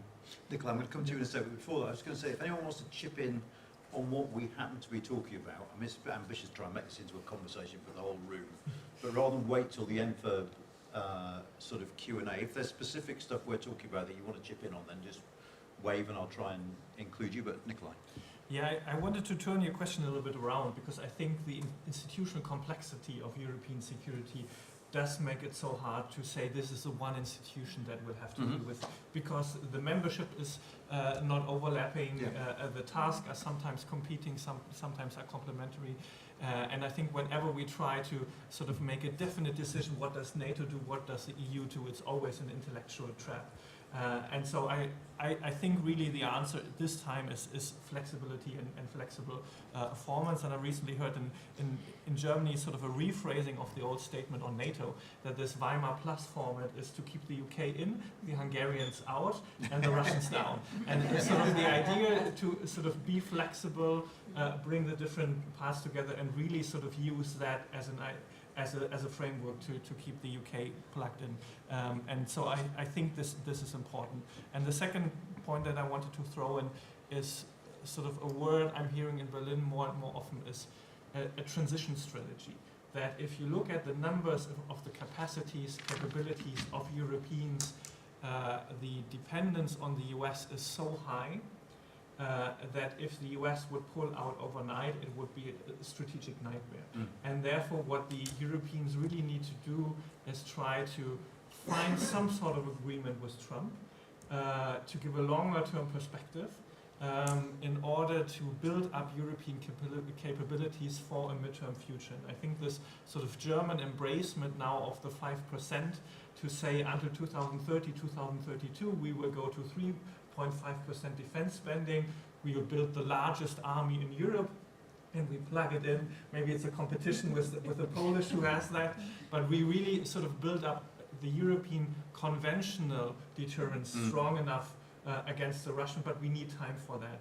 And I think this is the strategy that they're trying to develop in Berlin to find a sort of agreed transition with the Americans rather than constantly looking at sort of what Trump's tweets on the day and changes the strategy to that. I think that's really important, but I also think it's not just about numbers, is it? It's about a hegemon, because actually decision making is so much easier when you've got the Americans there, because ultimately they'll just say, this is what we're doing, lads. You can like it, you can not like it, we don't care. And actually doing it amongst Europeans is a lot more difficult because we don't think any amongst us is a legitimate leader. But Ava wants to yeah, directly on that, and putting a few things together and the importance of the EU and all that, if I had put out University of Magdeburg. Isn't it that this hollow word of the European security architecture is taking shape now? Now, if you look at the EU, if you look at the beginning of the war in Ukraine and Macron's strategic agenda on that was in the pipeline, that was there, it was basically meaningless. But what we see now with the white paper von der Leyen is bringing up is it's all about national capacities, right? And now there's a commitment and an understanding we need national capacities. And that is a turning point. I think that is a turning point, enabling the creation of national capacities, and to have the UK on board in that is really at the base changing conditions. And it's the whole thing about strategic capacities, and that's a different story. But enabling it should be connected, but enabling to build capacities, I think that is the big EU role in that. And that is, of course, we've talked about that. I don't know, I've read your stuff on that. It's age old, but it has a different meaning now, I think. And this is a real EU role, because knowing that it is in the end about the states and whether they can. And we know they can't. And I think speeding up there and having the UK on board, that is a real game changer. So it's not about, we should stop asking these strategic questions or this horrible European army stuff and that, and see, are we capable of that? I think von der Leyen is really pushing it into that direction, and the capitals are behind that. Are you convinced by this, Monica? I mean, it's Ignacio after Ava, and then Paul, and then Red. I am just one question. Just one sentence. I totally agree with you, but I think that we really should be aware of what the EU can do and what it can't do, and that's exactly what you said. So I mean, in the end, really, it boils down to member states, right? And we haven't touched about a very important, I would say, issue, and that's citizens. How do we convince citizens that we need 5% spending on defense? And that's something that EU can perhaps, help indirectly, of course, but in the end, it's really about national leaders convincing their voters to actually agree to that. And I think this is another huge homework to do. Absolutely. Ignacio. Thank you, Anna. Two short questions on decision-making on CFSP or institutional design of CFSP, and particularly qualified majority voting. Nikolai made the joke about Weimar Plus with Lord Ismail goal of NATO. As you were very active in this exercise 2 years ago about reform in the European Union, the question connected to relations with the UK is to what extent you think that to have qualified majority voting instead of unanimity in CFSP could be worse for engaging UK in European architectures. If you have qualified majority voting in the European Union and the UK is not part of decision making for obvious reason because you are not member states, this could be worse for this flexible arrangement to have UK. And to Monica, as Anna asked you about, you agree that now Poland is more pro-European, precisely on that about, it is not connected to UK, sorry, but it's this to the Poland is now more pro-European, but at the same time, the last statement coming from the Polish Foreign Ministry is that unanimity is not on discussion, so that we no, that qualified majority voting is not. Well, perhaps it was 23 was with the previous government, but but that's my question is if there is some progress on that. Thank you. Do you, either of you two want to? Yeah, shall I start? So on QMV, I continue to think that it would be a very good step for EU foreign and security policy, and I think there is a development that more and more other member states see it this way. But on the other hand, the Hungarian position is completely entrenched, and countries like Poland continue to be skeptical. So I see it as a far long-term perspective, and it's really, to me, this reform continues to be circled around Ukrainian EU membership, which I think on the one hand remains a realistic possibility, but the obstacles are huge. And therefore I think we will see a two-track approach in the next 5 years of the EU institutions trying to push forward Ukrainian accession process. The Polish presidency, maybe you can also say something to that, is trying that very hard. But at the same time, increasing gradual integration of Ukraine, so more flexible plugging in. And if there's one non-EU member state that has more benefited from SAFE than the UK, it's Ukraine. It's basically treated in the SAFE legislation as an EU member state. And I think we will see more and more of that thinking in Brussels of gradual integration of Ukraine and Moldova and possibly countries of the Western Balkans into part of EU policies. And therefore, I think this could actually be something that benefits the UK, because the EU is becoming more flexible, and this open up venues also for the UK to become plugged in. On the QMV, briefly, Poland has shifted on that. I mean, it was last year already when Sikorski actually said that. I mean, and we can say a big thank you to Orban, because I mean, Poland shifted because of Orban. So because not only the whole issue of sanctions that have been dragging along because of that, but also Orban has been blocking money from the European Peace Facility, which is quite essential for Poland. So and now the official line of the Polish government is that we support QMV in sanctions policy among others. But I agree. I mean, there's a long way to go with QMV. Final sentence on that. I mean, what is also something that I just went to Copenhagen because I also think that Denmark is also quite important now. If we speak not only about the presidency but also about shifts in positions, and I do feel, I'm not sure whether you agree, that there is something coming up like the spirit of let's do it like the Euro started. So let's have a small group of member states wanting and willing to do something more. With the UK coming from outside and Norway, obviously, and let's start, talking about integrating defense policies with. I mean, it won't be really within the framework of the EU, but we can still use some of the EU instruments in order to do this. But this is like a very initial discussion. But Poland is definitely trying to push this via, among others, Weimar Triangle Plus. I do think that question about persuading publics that they need to make the necessary sacrifices work. I mean, certainly in this country, we're many miles away from having that conversation at the moment, as far as I can see. Paul. Thank you. Leslie's earlier point about does Europe realise this is really urgent, not just very, very important? And then Ed's point about the US ongoing relationship commitment with and commitment to NATO. The new US ambassador to NATO, Matthew Whitaker, who's only been in the job about 8 weeks, is a great pains to say on the record that when it comes to membership of NATO, we're not, quote unquote, we're not going anywhere, which at one level sounds reassuring, and therefore your point maybe, does that relieve the pressure on the Europeans, they can relax, quote unquote. But then, however, and this is the complication, he's much more equivocal about US support for Ukraine. So it just strikes me we have this dynamic, should we call it? I'm trying to choose my words diplomatically, this is being recorded, whereby the Europeans and NATO want unambiguous support for Ukraine going forward, whereas the US, still inside NATO, despite rhetoric we hear occasionally in Washington, committed to NATO, quote unquote, in the words of Matthew Whitaker, but not at all clear about the US commitment to Ukraine. I just wonder how that's going to change the dynamic. I mean, I don't find those two things to be inconsistent. They might not be where I am, but I don't think that they're inconsistent.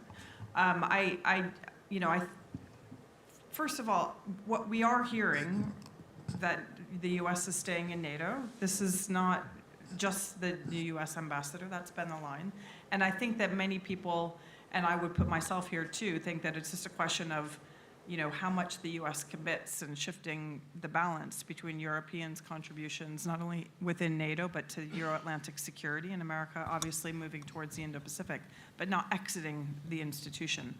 On Ukraine, I mean, I think we all know that the U.S., President Trump sees himself as being in a moment of negotiation. And so he's not going to allow anybody on his team, and nobody who wants to stay on his team, is going to state unequivocal support for Ukraine in the middle of a negotiation. His view is clearly that you have to leave many things on the table in order to get to a solution. He has so far proved to be unsuccessful in his ambition to get a deal. And he's, as we've all seen, he's getting very frustrated. And now, in the background, I haven't read in the last couple of hours the news, but He has Putin today. well, but now, you know, there's more of a conversation about will the U.S. actually double down on sanctions against Putin as a result. So that's a shift from the last 100 and however many days. And I suspect we're going to see more of that as he, you know, clearly gets frustrated with the fact that the drones are still flying, people are still being murdered in Ukraine by Russia. It's clear that he's very dissatisfied. He's dissatisfied in a couple of different theaters. And I suspect it will mean a movement back to where I think many of us thought he would land, which is actually closer to some of Biden's policies than what he said he was going to do. But skipping ahead a couple of stages, I will come to you in a second, but skipping ahead a couple of stages, which Monica told us we shouldn't do, and imagining a peace deal, is it conceivable that this American administration would do anything approaching the backstop function that the Europeans seem to be insisting on? I mean, it seems to me really hard to imagine. Can I just say one thing on that? I'm sure many others have. I mean, I am relatively pessimistic about, you know, the idea that we're going to get peace and a deal and stability in Ukraine, and then we're just going to help the Ukrainians to rebuild their state. On the current trajectory, and many things could change, but it feels like we're going to be in an ongoing situation of some sort of war. And so this kind of reassurance force backstop, it all feels incredibly notional. It feels much more like we are going to be, for a very long period of time, discussing and debating what support to provide, at what level, with what conditions. You know, we've seen some pretty significant decisions made just in the last 36 hours about what Ukraine can do with the weapons that are being provided. So it's an actively moving space, but the idea of, you know, a stable ceasefire, and I mean, I just think that's just not where we are anytime soon. Just in terms of the US and NATO, I think it's a bit of a red herring when we talk about NATO, the US officially withdrawing from NATO. The US can do a lot of damage to NATO by still being in, but just giving it a bit less attention, blocking things, and that's actually potentially a worst case scenario for Europeans. I also think it's a really important time to go back to the founding document and actually genuinely read it. I'm very surprised by the amount of sort of talk, especially around Article 5, which is just nonsense. I mean, it's always talked about the Musketeer clause and attack on one's an attack on all. It actually doesn't say that. My interpretation of Article 5 is effectively it's just a bit more, it's a consultative mechanism which is enhanced from Article 4, which may include the use of armed force. So if Estonia, part of Estonia was attacked by Russia and the US sent a single AWACS surveillance plane, the US would be living up to the letter, not the spirit of Article 5. And that's under Trump as a president or others. So I think, again, that's what European governments need to do. They really need to understand actually what Article 5 is.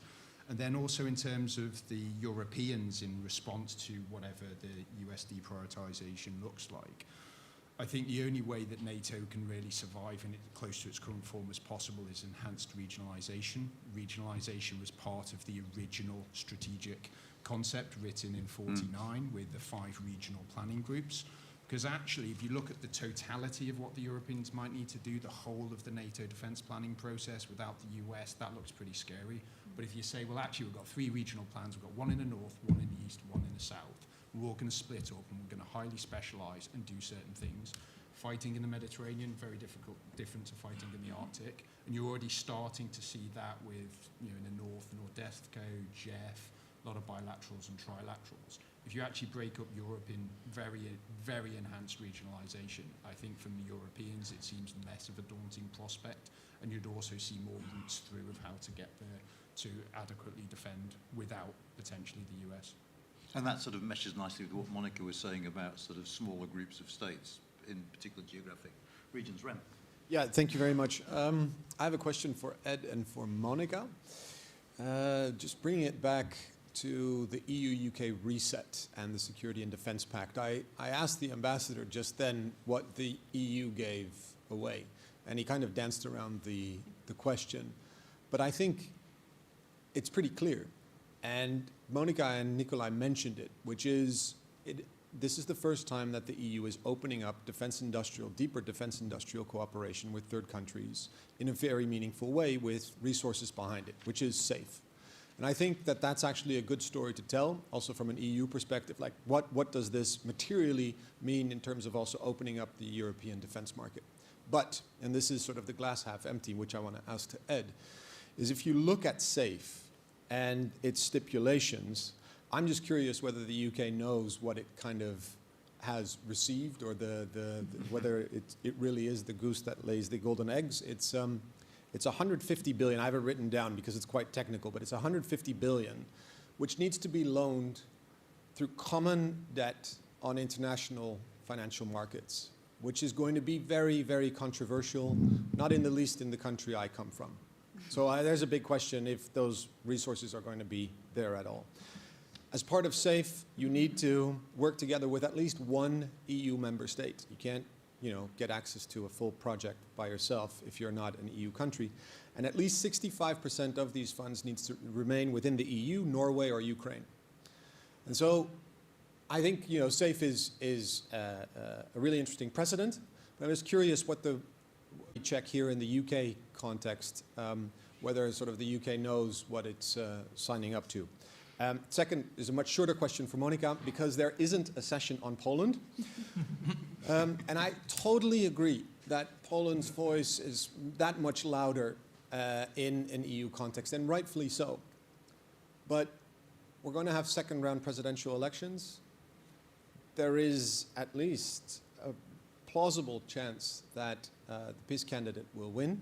What does that then mean for potential political gridlock in Poland and doing the things that I think we all sort of agree here in this room that Poland can push for and continue? Thanks. Ed, do you want to? Yeah, I mean, I think it goes to where the governments are on the wider EU reset. They wanted to achieve a deal, i.e. on a range of policy areas, and it is incremental progress. I mean, for me, being fairly pessimistic, I mean, you had a very high-level summit. You had great political opportunity to talk about some of these issues, and the fact that so many deals were left on the table, despite the language of close alignment that got into the security and defence partnership, shows how much more difficult this is going to be to agree on certain things which are both within the interest. And I think there's a lot of technical measures there that you've highlighted that will be more difficult for the UK, but also 150 billion isn't actually much money when you're talking about rearmament, and the UK's never going to get a huge slice of the pie. There'll be political issues down the road where UK firms might not be down selected at the very last minute, and that will potentially cause quite a lot of friction. So that's a way that the EU could manage it. But there's going to be funds in the future. This is just it's a small part. So it's part of the step in the process of getting closer to that EU alignment. But I think from a UK position, I mean, there's so many other options available as well.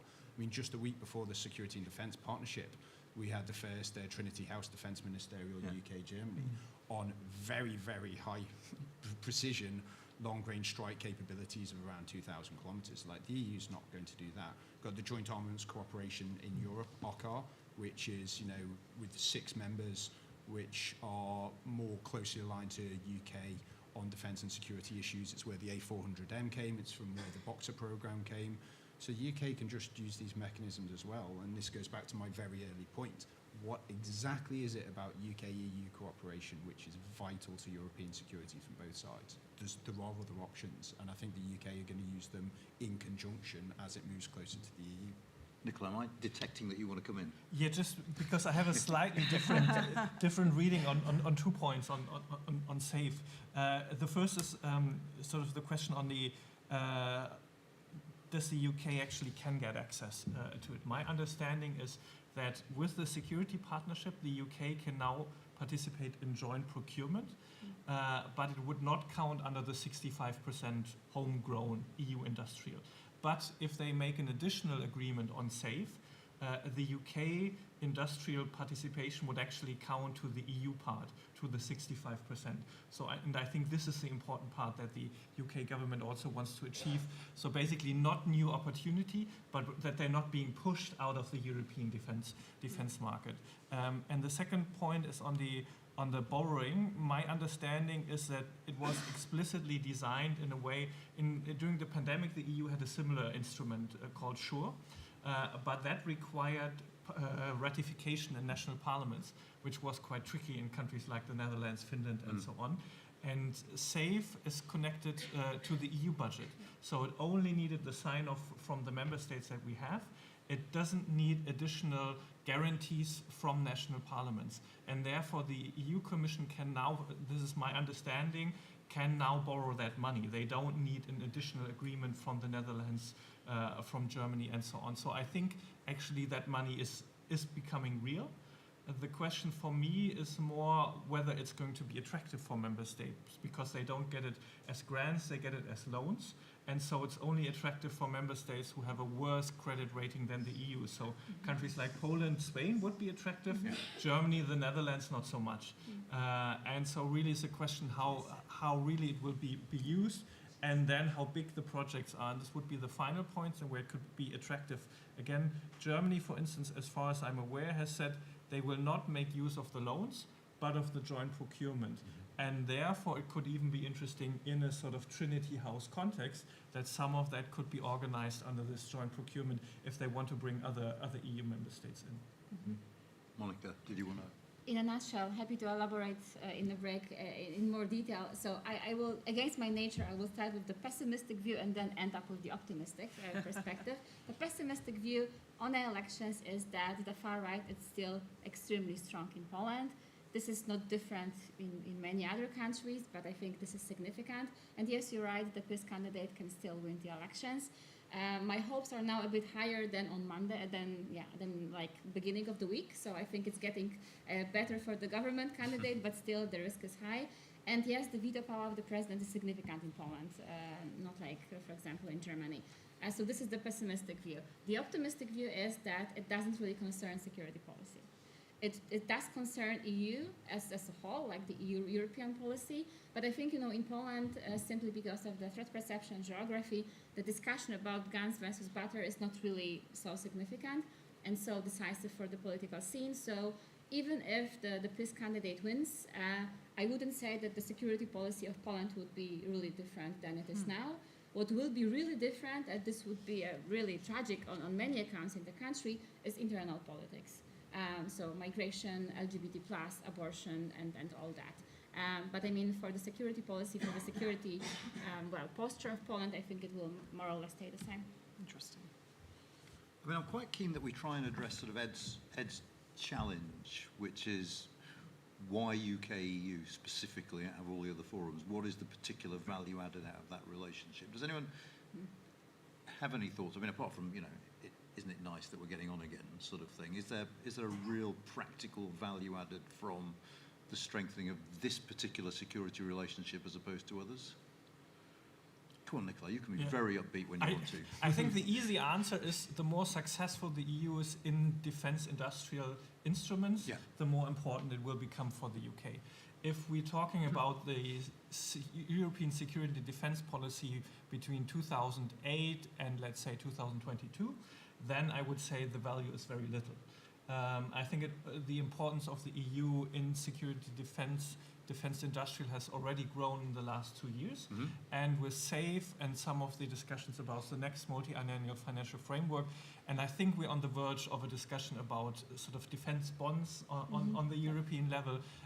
Then the EU will grow in importance, and then it will matter for the UK to be in there. And I think this is really sort of the equation. It's a bet on the future.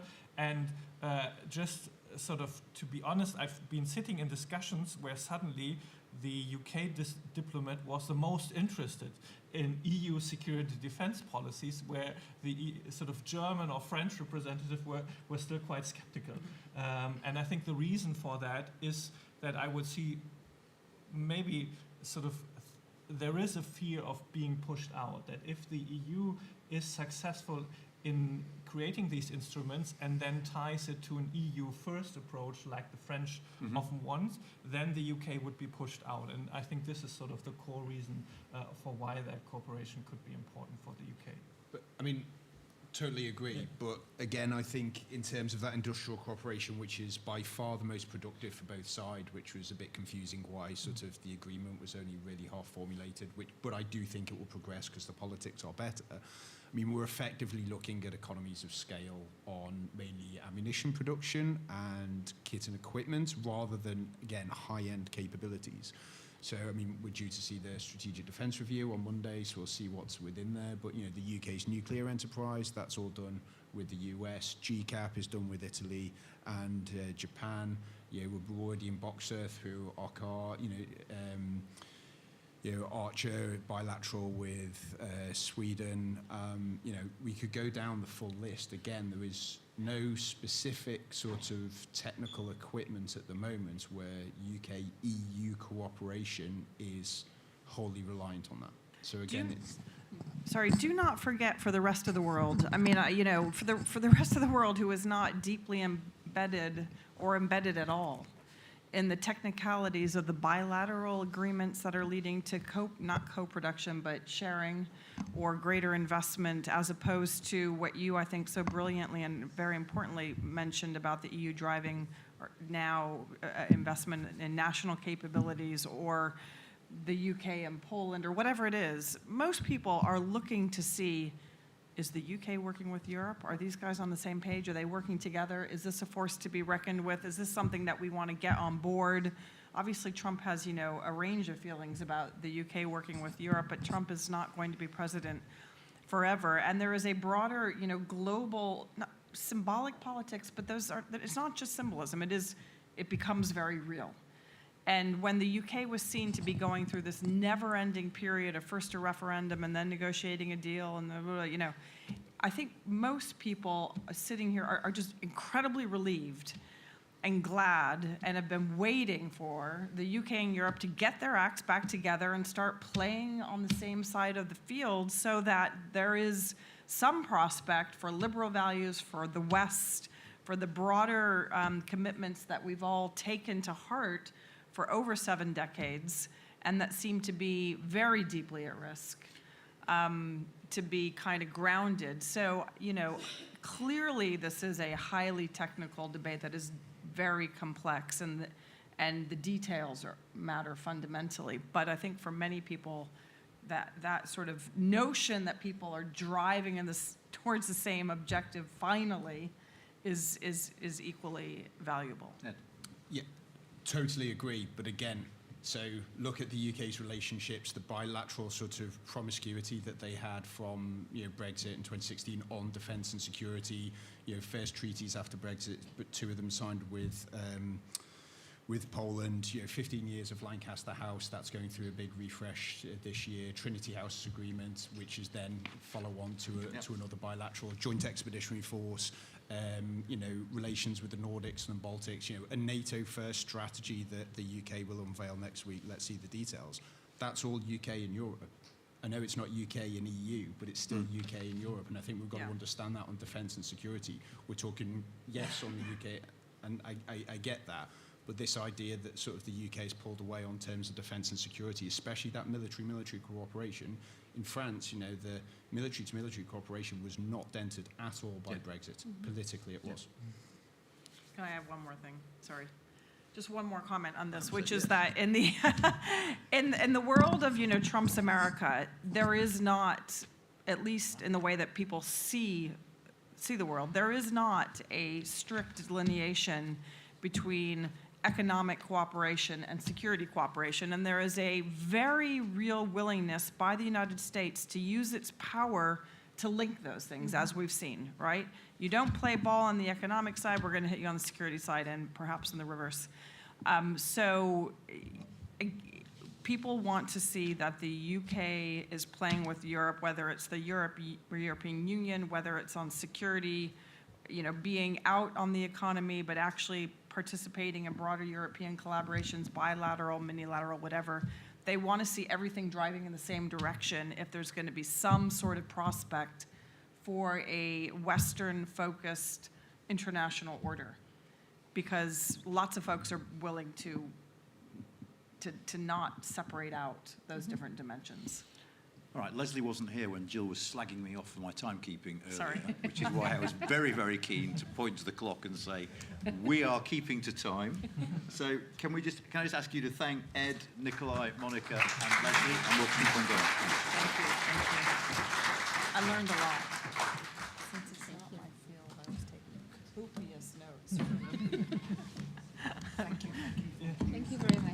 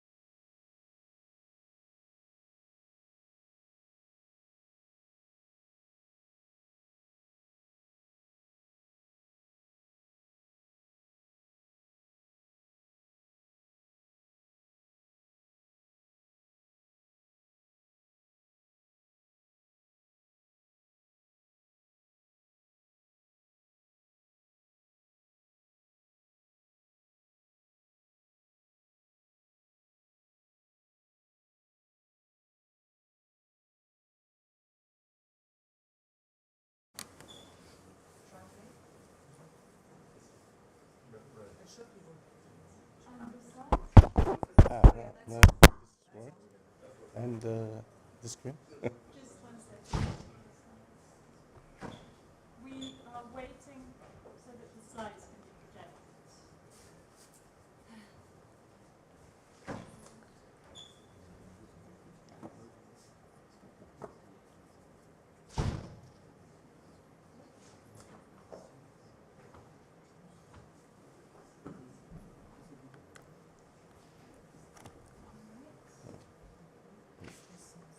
Still nothing?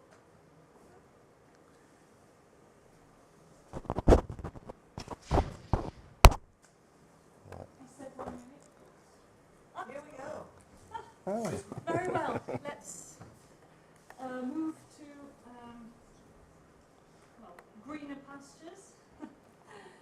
To quote Anna, we are the last session between you and lunch. But it's my great pleasure to welcome Professor René Schrock from the University of Geneva, who's going to give us a bit of insight into the Swiss-EU relations, also I'm hoping bilateral relations between the UK and Switzerland. So much more back to domestic politics here, and in relation to the EU. And without further ado, So thank you for your invitation. It's quite an exotic issue, Switzerland, but I hope I won't bother you with this issue. As I have more time than anticipated, I will make a longer introduction. We can leave time for discussion too. Oh, yeah. Just three words of introduction. First of all, just to refresh your memory that Switzerland is a very peculiar political system. There's a government of coalition between the Social Democrats, the Liberals, the Christian Democrats, and the far-right party. So almost all the parties are members of the government, except two tiny green parties, but they are all members of the government. But paradoxically, you are never sure if there will be a majority in the parliament. This is the huge paradox. And also, another paradox, there's always the threat of a referendum. It's very easy to organize a referendum. So, on the one hand, clear majority, a huge majority, a kind of unanimity in the government, but no real power of this government. Second point, towards the European Union. In the last 50 years, it has always been the same policy. In order to avoid marginalization from the EU internal market, and at the same time to avoid satellisation from the European Union. So the Swiss government always tried to find a way between those two extremes, which is very difficult. The Swiss are obsessed with sovereignty. Most of the Swiss, not myself, but most of the Swiss are obsessed with sovereignty, so they don't want to be satellites of EU rules. So it's very difficult to find a way between those two extremes. And third point, it has been 20 years of process of getting closer to the European Union. Starting in 2008, there are several parts in this process. Now, finally, last December, Switzerland and the EU got an agreement called the Global Package, not a very nice word, but a global package about Switzerland getting closer to the European Union. But there will be referendums in Switzerland, so the last referendum will be in 2028. So you see, it's a very slow process. Now to what I wanted to tell you today about the relationship between Switzerland, the UK, within the framework of the European Union. First of all, this notion of snowplow theory, which is a very Swiss notion.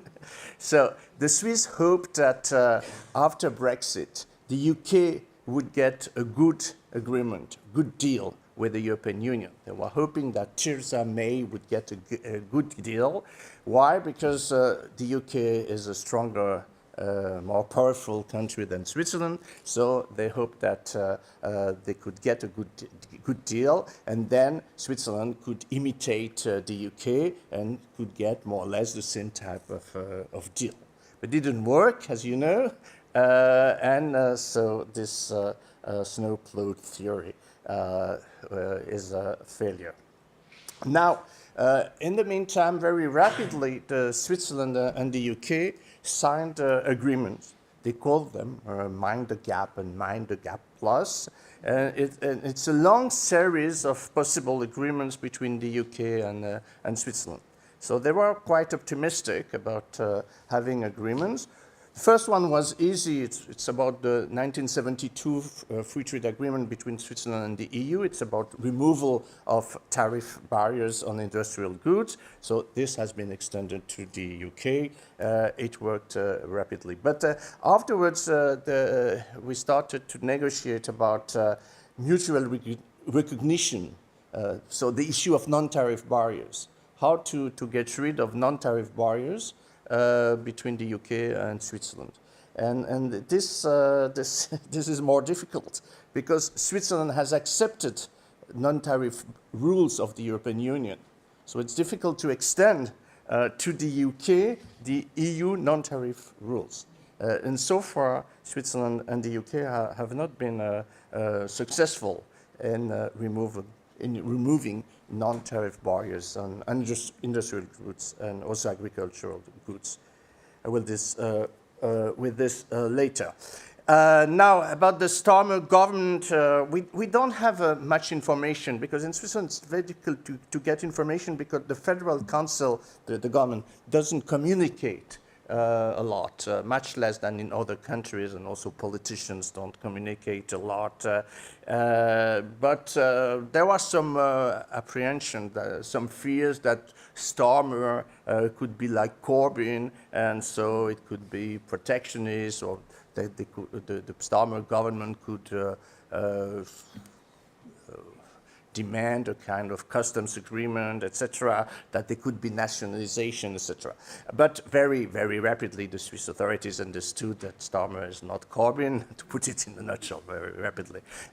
So they were more relaxed, and broadly speaking, in a nutshell, it's from the Swiss point of view, Starmer is a continuation from the previous conservative governments, so nothing very special, and so they are happy with the situation, with the process. So they had 2 rounds of negotiation in October 24 and March 25. They didn't lead to any significant breakthrough apart from the financial services sector, which is very important for both countries, for the UK and Switzerland. As you know, there are 2 major sectors. And so there's an agreement between the UK and Switzerland on financial services. It started before the Starmer government, but it continued with the Starmer government. And it is very broad. Covering banking, investment services, insurance, and asset management, so it's very large. Very interesting is it is based on the principle of equivalence between the regulatory frameworks of the 2 countries. So if I can make a joke, it's a kind of Cassis of Dijon principle, mutual recognition without previous harmonization. So there's no previous harmonization based on EU rules. And so here you see the traditional and famous pragmatism of those 2 countries. They are known for that. So this agreement from a UK point of view should be a model for a pilot for future agreement on financial services. So this it will be interesting to look into details of this agreement to see how it could be extended to other countries in the future. This agreement could not have been possible if the UK had remained in the EU or if Switzerland had been part of the European Economic Area, because you have regulations within the EEA about financial services, and so Switzerland would not have had this margin of maneuver if Switzerland remained or joined the European Economic Area. So this agreement has been approved by the Swiss Parliament. It is in the process of being approved by the UK Parliament and should enter into force on the 1st of January 26. Now, I looked at the UK-EU agreement, sorry, not EU, I made a mistake, EU agreement of last week, the common understanding, and I didn't find any comments in Switzerland, but from my point of view, it's interesting on 2 issues, maybe a third one about armament procurement, but mainly common sanitary and phytosanitary and about electricity, so SPS. Why it's interesting? Because it is written in the common understanding that those 2 sectors will be based on EU rules and on the notion of dynamic alignment of the UK on EU rules. This is precisely the nightmare of the Swiss, as I told you in introduction, how to avoid to align to EU rules. So this is a first point which is interesting. And the second point is famous arbitration panel. So there will be an arbitration panel, but this arbitration panel will be linked to the European Union Court of Justice, which will be the ultimate authority. So in other words, there will be binding considerations by the EU Court of Justice on the arbitration tribunal. So the Swiss, they don't like this, but they accepted this in their global package, but they're negotiating something which I didn't find in the common understanding. So they're negotiating that they could not accept the arbitration ruling. So they have accepted the principle of the arbitration ruling, but at the same time they negotiated how not to put it into effect. So you can say it's contradictory, but this is diplomacy. And in the global package between Switzerland and the EU, it's written that if Switzerland doesn't want or can't abide by the arbitration ruling, they can do it, but there will be countermeasures taken by the European Union. And they also put that those countermeasures should be proportional, and the proportionality of those countermeasures should be assessed by the arbitration tribunal. So you see, this is the way. So this is why I made this introduction in the beginning about the Swiss obsessed by sovereignty and etc. But so the Swiss negotiated for almost 20 years to get those type of details. I wonder if it will be the same between the UK and the EU. But this is typically how the Swiss view UK-EU negotiations. So maybe on public procurement, on an access of the UK weapons industry to EU public procurement, what has been said just earlier in the previous panel, the Swiss could be interested also to get the same type of entrance to those public procurements. So this is about SPS and electricity. So in the UK you call it SPS. In Switzerland, EU agreement, they call it non-tariff barriers on agricultural products. So in my view, it's quite better from a communication point of view to call it sanitary and phytosanitary measures, because everybody agrees with sanitary and phytosanitary measures. So it's less polemical than to speak about non-tariff barriers on agricultural products. But this is en passant. Now about Trump and the US. Of course, the most conservative parties, sectors in Switzerland who are very hopeful about Trump doing a good policy. Now, as Trump announced that tariffs against Switzerland would rise to 31% compared to 20% in the EU, so of course those in favor of closer ties with the EU have regained the upper hand. But this fluctuates a lot every day because it fluctuates always with Trump.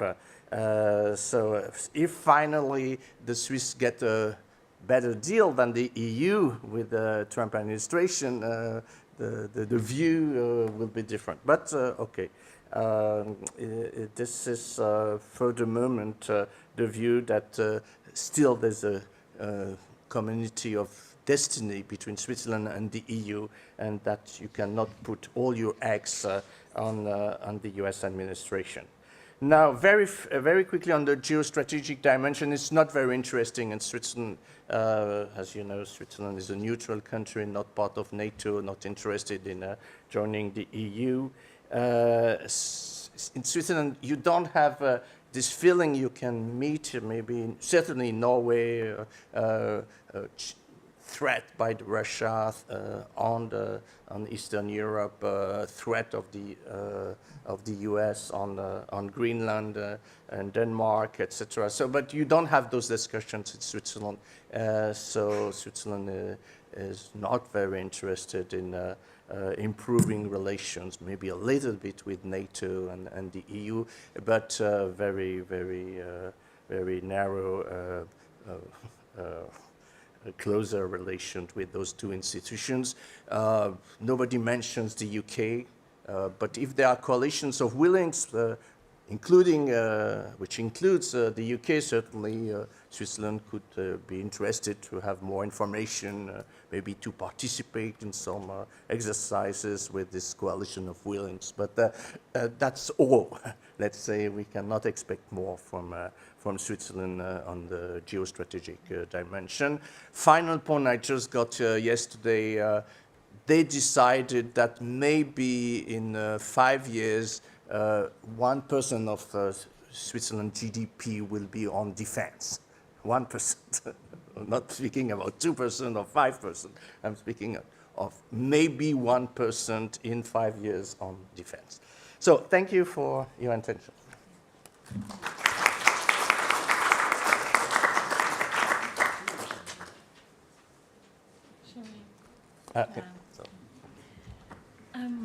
Thank you very much. I wondered if there were any questions in the room to start off with. Ah, yes, we have one at the back.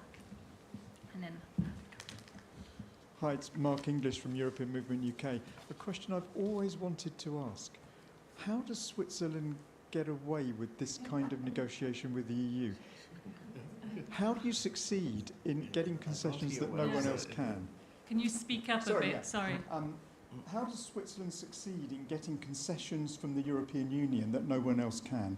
Is it because you have 5 land borders with the EU and the single market wouldn't work very well if Switzerland wasn't easy to get to and fro across? How does it manage to get concessions from the EU that others don't manage to, i.e. the UK, I'm assuming? And is this to do with the fact that it has 5 land borders with the EU and there needs to be some circulation? So does geography matter? And how do they manage to get the EU to bend to its will? No, because Switzerland is an important partner for the EU, and also because Switzerland negotiated for almost 20 years. So finally, the EU, which is interested in agreement with Switzerland, considered that they could make small concessions because they understand that the Federal Council doesn't have the possibility to impose its will on the Parliament and on the population. So they understood this two-level game dimension of Switzerland. Yeah, Ignacio and then Bridget. Yeah. Question, and I would like a clarification about snowplow theory. The common wisdom would be that as UK is larger than Switzerland, that UK is going to be more powerful in negotiating with the European Union, a better governance, for example, of the. But it's well, for some reasons, I was analyzing the association agreement of the European Union and Andorra and San Marino. It's interesting, there's very tiny countries that probably, because they are very tiny, they get a better framework. And could be that it is, there is a trade-off between the size, contrary to we may expect. So for the European Union, it's important to be tough with UK precisely because it's very large. We'll take Bridget first and then, yeah. So my observation was similar to that we need to look at scale. And you began your presentation by saying Switzerland hoped that the UK would get a better institutional model and Switzerland could piggyback. But in fact, scale operates precisely in the other way in the EU, because firstly, the EU within itself has a lot of small states. And small states can be bought off relatively easily. The systemic consequences of concessions to small states are entirely different. And one of the problems for the British negotiators at the beginning is that they assumed, because they were large, that there were certain consequences, but not the consequences that actually materialized, and that is precisely that scale mattered and was not and did not benefit the UK in the EU-UK negotiations, whereas Andorra, Liechtenstein, even Switzerland, you can buy off small states with relative ease. Yeah, sorry, but Andorra and Liechtenstein are tiny states. I mean, I'm not putting that Switzerland is 10 million people, almost 10 million people, and Liechtenstein is 30,000 people. So, for instance, from the beginning, Liechtenstein got an exemption on free movement of people, but because the EU thought, okay, no free movement of people to Liechtenstein. But Switzerland, there are millions of EU citizens in Switzerland, and cross-border workers. So it's very difficult for the EU to accept the principle of discriminations on their citizens. I had a question. The snowballing is in snow ploughing theory. There are some in the UK who hope that it's going to be the other way around. Now that the Swiss have this great deal, maybe the Brits can benefit from the snowplow theory and get access, privileged access, and so on. And I wondered, it's linked, but if you could say something about I'm struck about the domestic politics, and it's a highly polarizing issue in both countries, whether the UK or Switzerland. Would you have any advice to the UK on how the Swiss manage this hyper-polarization of the relationship between their country and the EU? So now about the first point, I remember I've been interviewed here by the House of Commons, by BBC, about how Switzerland could be a model for the UK in the time of Brexit negotiations. But now I'm thinking about one point which could be interesting. Maybe slowly the UK will get access to the internal market without free movement of persons. And this would be the dream for the Swiss. Because from the beginning, the EU told the Swiss, if you want to get access to the internal market, and mostly getting rid of non-tariff barriers, you have to accept free movement of person. And this is the thorny issue from a Swiss point of view. This is always, there are the difficulties.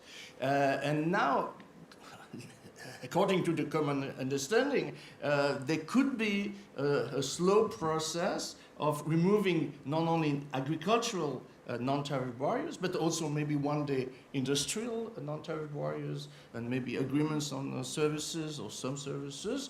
And so in a sense, it would be a kind of integration of the UK on the internal market, in the internal market, without free movement of persons, because nobody is talking seriously about free movement of persons.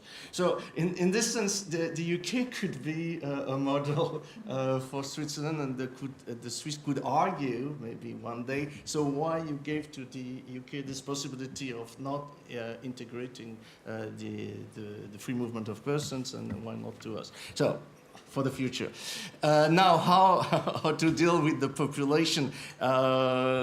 Switzerland it's a country of negotiation between all the sectors, all the time, all the political parties. You need to build a consensus. So it takes time.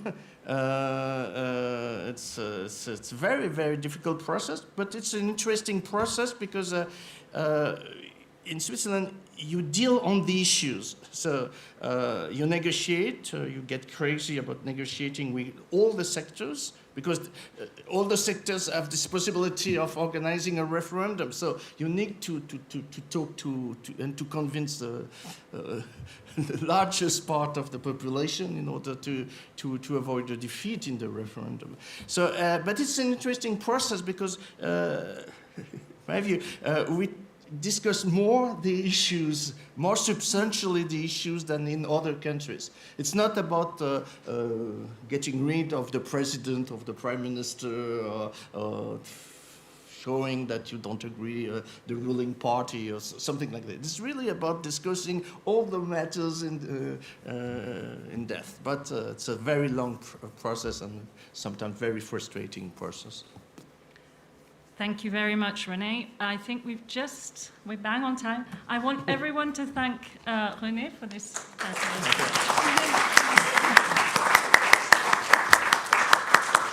and to lunch through the door, this one.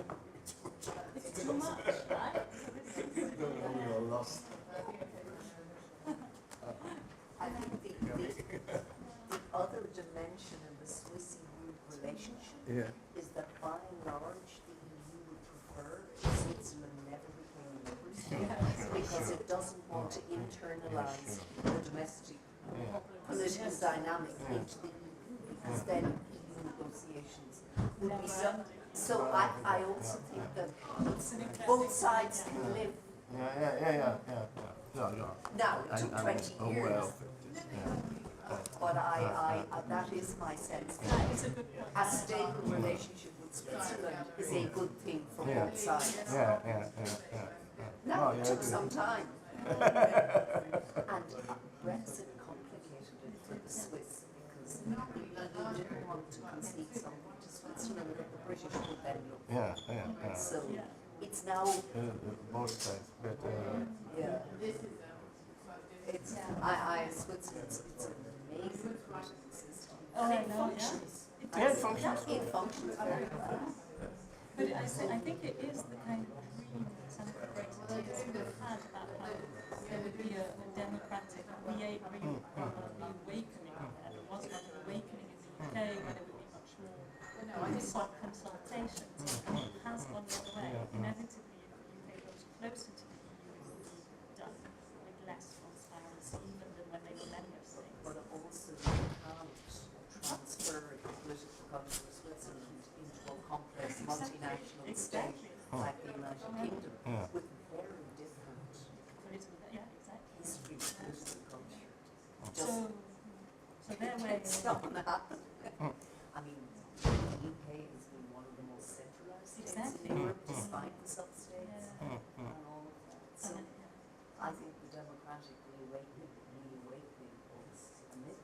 Completely, yeah. And if it were to happen, if you did decide to be very transparent about how the government is dealing with EU stuff, you'll be taking years. Interesting.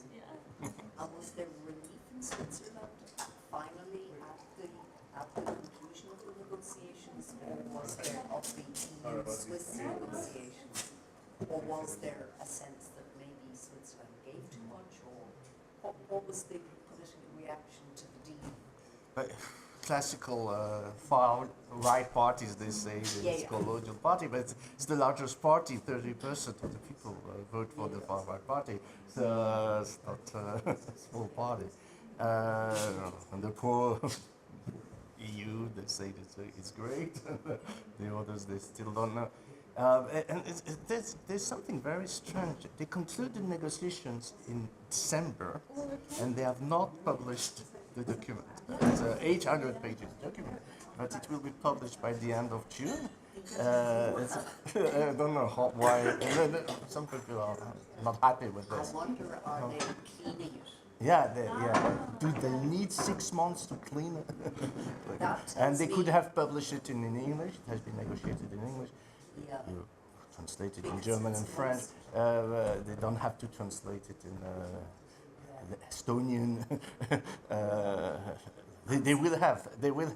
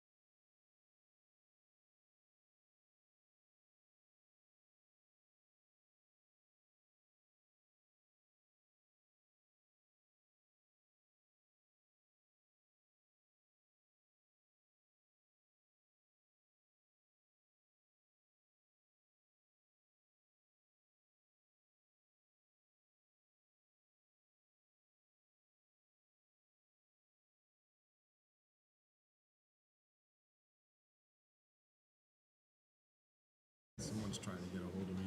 Okay, well, whatever. Oh no, not as we start.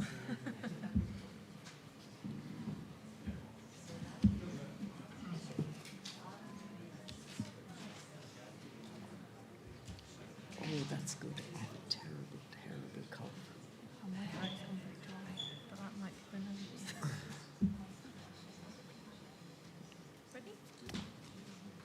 Okay, so good afternoon, everyone. As I'm sure you've already noticed, I'm not Hussein. My name's Kirsty Warner, and I'm an assistant professor on the Living with the Neighbours project. I'm pleased to be stepping in to chair this third session on the views from national capitals. So this afternoon, we turn to perspectives from Dublin and The Hague. First, we'll hear from Professor Bridget Laffan, Chancellor at the University of Limerick and Emeritus Professor at the European University Institute. And then we'll hear from Dr. Rem Korteweg, Senior Research Fellow at the Clingendael Institute in The Hague. So, Bridget, if you'd like to kick us off. Great, thank you. Good afternoon, everyone, and thank you for the invitation to be here. I remember with great fondness all the various conferences that were held in this building as Brexit progressed over many years. So just to recap on, and this is not the Dublin view, it's just my Dublin view. Let's recap on Brexit and Ireland. Ireland was the member state of the EU that was going to be most impacted by the decision of the United Kingdom to leave, and by a large margin. Why? Firstly, because of the border on the island of Ireland would become the United Kingdom's only land border with the EU, and land borders are very different to sea borders. Secondly, there was a high level of economic exchange across the Irish Sea between the two economies, and there was real fears at the beginning that in fact did not materialise, that Brexit would be economically very damaging to Ireland. That was not the case. Thirdly, since the foundation of the state, there was a common travel area between the two islands. The Irish can move, can work, and the British can move to Ireland and work. And so to protect those societal links was also very important. The added problem, what made Brexit existential in an Irish context, was that the Irish border was not just a land border, a trade border, but it was a highly contested border. And Ireland had just been through 30 years of communal conflict, predominantly in Northern Ireland, but as we know, it did not remain just within the confines of the geographical area of Northern Ireland. It impacted on Great Britain and also on the Irish state itself. So that communal conflict had been brought largely to an end in 1989 with the agreement on the Good Friday Belfast Agreement, which did not solve the conflicts in Northern Ireland. It's often seen to have solved them. It simply moved them to largely to a non-violent phase. But that was a very good and great thing after 30 years of very serious communal conflict. And the Good Friday Agreement, the two guarantors of that agreement were the British and Irish states. And largely, it took until 2011, when Queen Elizabeth visited the Irish Republic, for relations between Great Britain and the state of Ireland, what Ireland had become, to be normalised. So within 5 years of almost 100 years of normalisation, suddenly the Brexit shock. I would say that from the time David Cameron gave his speech, there was concern in Ireland, and Ireland was watching the Irish state and its state elite were very carefully watching what was happening in the United Kingdom. And as a referendum-prone country, Ireland, and particularly on the EU, the Irish were fully aware that Cameron could lose this. So I would say the Irish began preparing for Brexit long before this state prepared for Brexit, and was much better prepared for the outcome of the June referendum. It immediately had a strategy, and it was a whole of government, whole of society approach, not unlike what Eva described for Germany. So what was the core Irish strategy in relation to Brexit? It was to upload the border on the island of Ireland and make it not an Irish issue but an EU issue, to educate European institutions, member states, and to remind the Americans of the Good Friday Agreement. So there was a major diplomatic offensive, and for a very small diplomatic service, it's a test case of how you actually do a diplomatic campaign. It was relentless at every level, at political, it was relentless at political level, at official level, at civil society level, right across Europe, but also in the United States. Another important part of Ireland's Brexit strategy was to make sure that Ireland would not be disconnected from the single market. In other words, that its membership of the EU would not be undermined in any way by the fact of Brexit. And it wanted the border on the island of Ireland to be addressed in the divorce rather than in the TCA, because it did not want Ireland to become a bargaining chip, the Irish border to become a bargaining chip. We know from the Brexit negotiations that probably the single most difficult issue to solve in those negotiations, not just in the negotiations, but in the ratification process, was the border on the island of Ireland. So we had the failed May Agreement, where you had a backstop to deal with Northern Ireland, where Northern Ireland would broadly stay within the single market and adhere to EU law. Johnson wanted to get rid of the backstop. He thought he could. He thought that the issue could simply be taken off the table.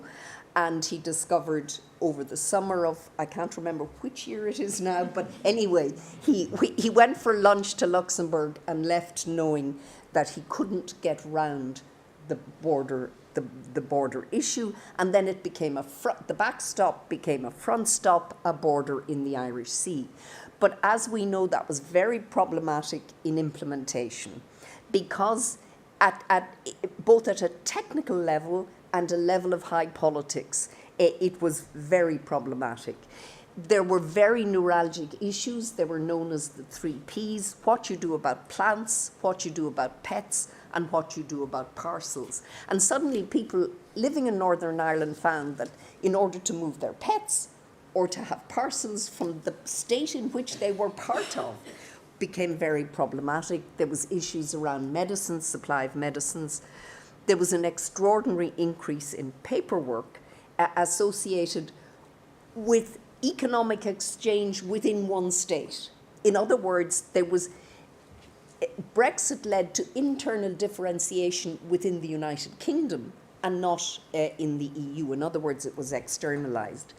But from an EU perspective, that border was a nightmare, because the EU, it likes lawfare, it likes to know what's coming into its market, and it likes to know what conditions they're coming in on.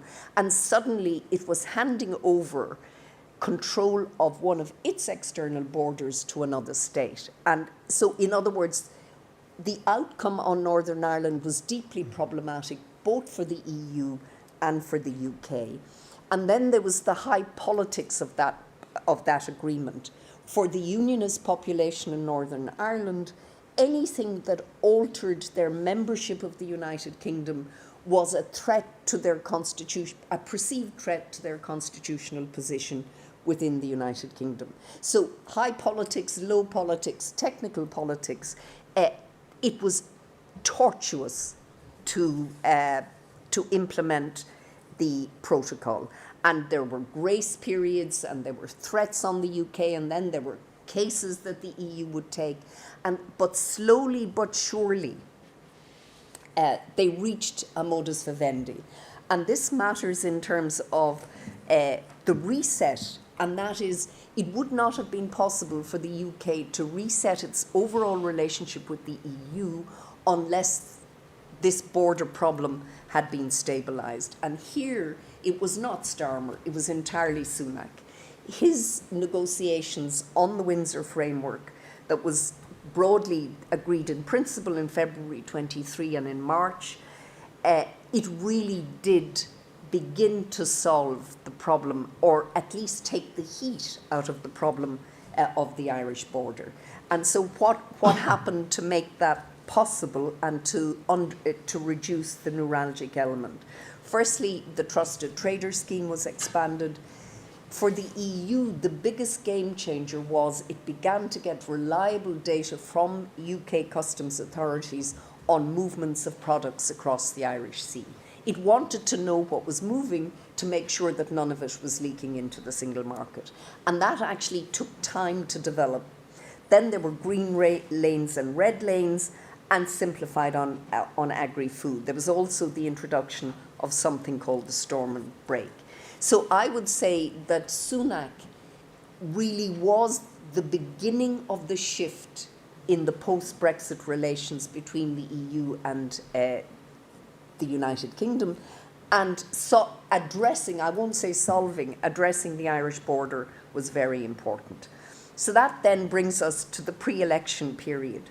I would say British-Irish relations were at the lowest ebb since about 69-70, when communal conflict broke out in Northern Ireland. There was considerable distrust. There was very little contact, and there was almost a sense in which what had been a normalised and very close political relationship was simply now non-existent. No British Prime Minister visited Dublin for 5 years. This was exceptional. So there was great anticipation of a Labour government. Hilary Benn was the Shadow Secretary of State for Northern Ireland. He was seen as a serious politician who knew Northern Ireland, and Starmer himself had advised the Northern Ireland Police Force on human rights. So both the prospective Prime Minister and Secretary of State for Northern Ireland had some knowledge. Interestingly, the first bilateral that Starmer held with a foreign leader was with Simon Harris, Irish Taoiseach, on the 17th of July. So very quickly, the re-knitting of the relationship happened. They pledged to reset the partnership, that they would hold an annual summit. And what is not widely known is that the existence of the European Council had contributed enormously to the normalisation of relations between Britain and Ireland. They always had a bilateral, a quiet bilateral at every European Council, and that was now gone. So very quickly Starmer indicated that he wanted to reset the relationship. He came to Dublin, the first Prime Minister in 5 years, in September 24. The two governments identified 4 areas of cooperation: security, justice and global issues, climate, energy, technology, growth, trade and investment, and people-to-people engagement. More importantly, they established at that time a steering committee, an official steering committee called UK-Ireland 2030, led by both the Cabinet Office and the Taoiseach's Department in Dublin. In other words, it was at the core of government that these meetings would be serviced from the core of government. And so the first bilateral summit under this new regime occurred in March of this year. I happened to be at a lunch in the British Embassy in Dublin the day after, so I got a full free debriefing on what happened. And it was a sea change from the kind of relationship that had, that kind of sullen relationship that had beset the Dublin-London relationship. So I think it's important that the institutional capacity some institutional capacity has been put in place, that areas of cooperation have been identified and an agenda has been set, and now you will have the functional ministers connecting on all of these issues. The tone of engagement has been absolutely transformed. It is regarded as a strategic partnership. I think in Dublin, there is a concern as to what a future UK government might, its complexity or its composition, I should say, and therefore there's a real desire to push this through now in the next period. And so the other, I would say, is that the reset between Dublin and London interacts and intersects with the reset between London and Brussels. And the better the relationship is between London and Brussels, the better the Dublin-London relationship will be. But because of Northern Ireland, neither government can ignore what's happening. And one would hope that the SPS agreement, which should emerge from the reset, that will actually make things much, much easier on the Irish Sea. And the Unionists still fundamentally object to the protocol, but there's what I would describe as a sullen acceptance of its need. And the British, the Unionists tried to use the Stormont break, which is they tried to prevent a piece of EU legislation getting through in Northern Ireland, and Hilary Benn absolutely refused it. So again, but there's going to be constant testing of this. So I would say British-Irish relations are back on track, but we shouldn't underestimate the challenges that Britain's exit from the EU, from its policy regimes and from the casual interconnectedness, the deep interdependence that membership brings. So you're resetting institutional relationships that are still much thinner, much, much thinner than they would be if both states were members of the EU. But of course, no Irish government has any views on Britain's membership of the EU. It would prefer if the United Kingdom was a member, but if it's not going to be a member, it will live with it. Thank you.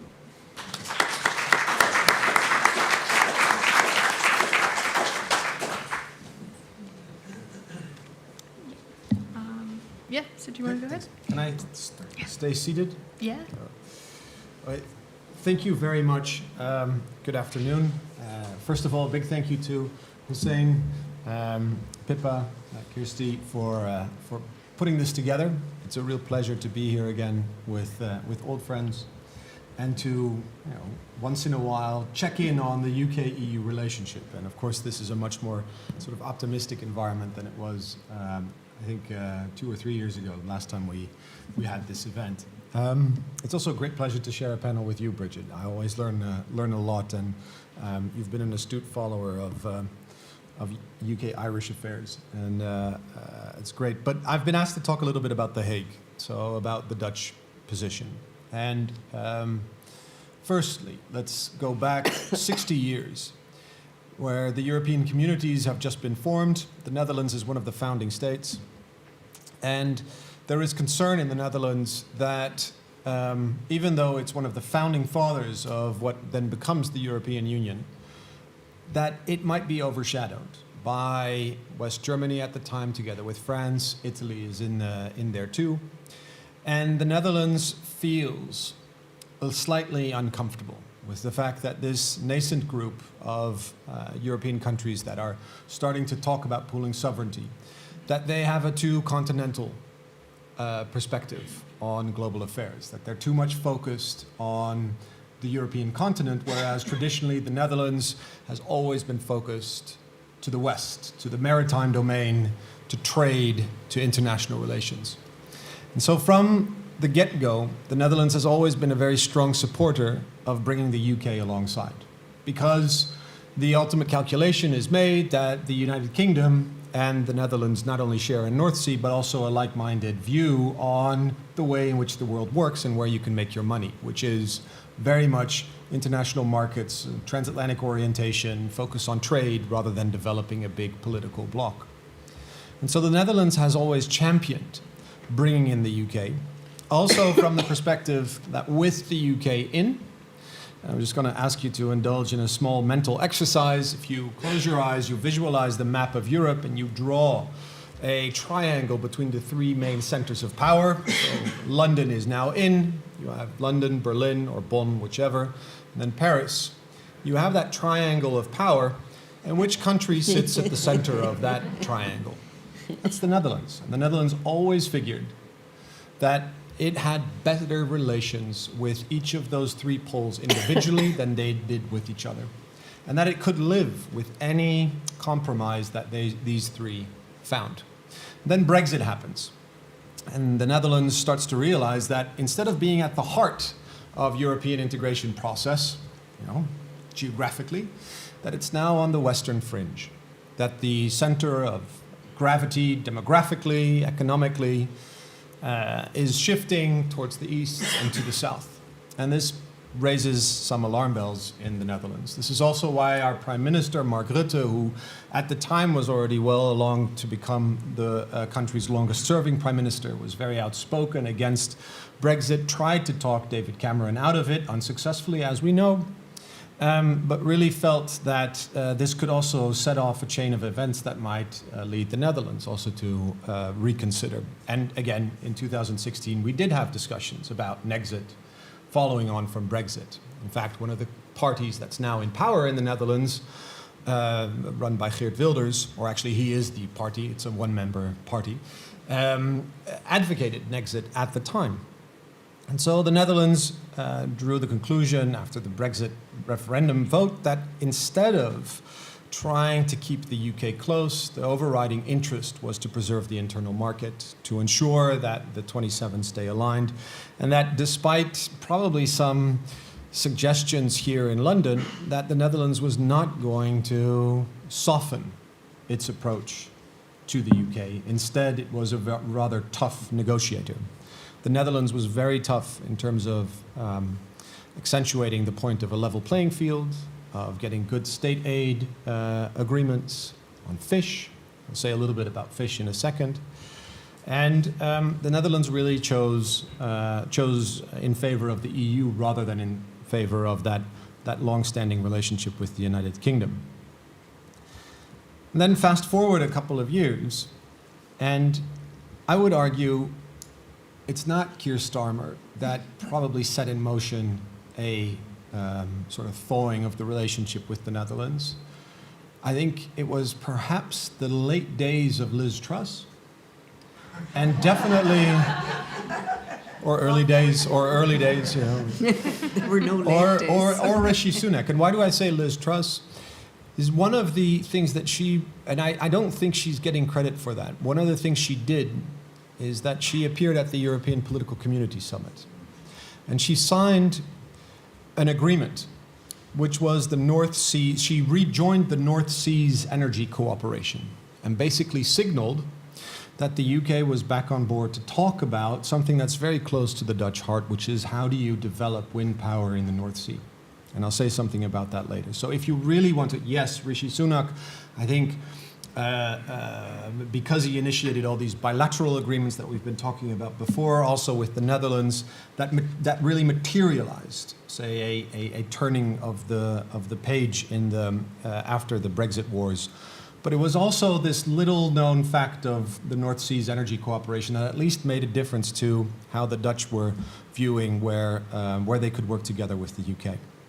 So, with the EU-UK reset, I think in the Netherlands there is tremendous support for renegotiating or negotiating an SPS agreement. I mean, that matters to selling more tulips in the UK. Fish, very important, particularly also because we now have a coalition government. One of the minority parties is the Farmers' Party, which you could also call the Farmers and Fishermen Party. On the defense issue, I think bilaterally the Netherlands and the UK have really been staunch supporters for stronger support for Ukraine, and have also really tried to push the envelope together, most notably the Netherlands making, as first of other European member states, F-16s available, and then allowing them to be trained here in the UK. But I have to say I'm not really sure, because the debate about Brexit really has stalled in the Netherlands since 2021. After the deals were struck, you saw that there was no longer any parliamentary attention for the UK-EU relationship. Brexit task forces were dismantled. Media started to look elsewhere when initially Brexit kind of competed with The Crown as sort of attracting entertainment or having that entertainment value. That receded. And it was left to technocrats, and those technocrats are oftentimes in Brussels rather than in The Hague. And so generally, I think there's tremendous support for this growing rapprochement between the EU and the UK, but not because the Netherlands has kind of been beating that drum. Instead, the Netherlands has really tried to emphasize a number of key bilateral issues with the UK. And this brings me back to the North Sea's energy cooperation. And it also has to do with an important change which happened in the Netherlands. We focus here on change from Tory governance to Labour governance. But the fact that Prime Minister Rutte bowed out, he now runs NATO, as we know. And since last summer, we have a new Dutch government, which is run by a little-known official turned politician called Dick Schoof, who has no political family in Europe, has no political expertise to speak of, and he runs a government where the largest party is Geert Wilders' Party for Freedom, which has a staunchly Eurocritical stance, and that makes the position of the Netherlands very different than when it was under the prime ministership of Mark Rutte. And so what you see in the bilateral relationship is that it's all about the national interest. What can the Netherlands get out of that relationship? And it's focused on a couple of things. These are also important to the Labour government, I have to say. One is electricity generation on the North Sea. It's wind farms, it's also hydrogen perspectives, and it's about how to defend that critical infrastructure from sabotage or attacks. And this is where probably the most noteworthy element of the EU-UK reset comes in, because if the EU-UK reset is able to unlock easier development of bilateral energy initiatives in the North Sea, that's going to be a real benefit from a Dutch perspective. And secondly, what are other issues alongside so critical infrastructure and energy? It's cooperation on law enforcement, how to deal with irregular migrants that also use Dutch ports to go to the UK, and how to move forward with the defense relationship, but that already took place before the reset happened. So what I would end my note on is that there's a clear appreciation that the Netherlands and the UK are neighbours, important neighbours, have interests to share, particularly as the geopolitics mean that we have to become more or less dependent rather on outside sources of energy. So the North Sea again stands tall. And connected to that, there's one concern, is that it's great to have greater rapprochement now, but how to ensure that on issues such as electricity, that also materializes into real tangible efforts to tie in the UK to European regulations, because that's going to make life all that more easier, or phrased differently, the concerns about slow divergence in a number of these areas. And that's, I think, still left unattended. Thank you very much.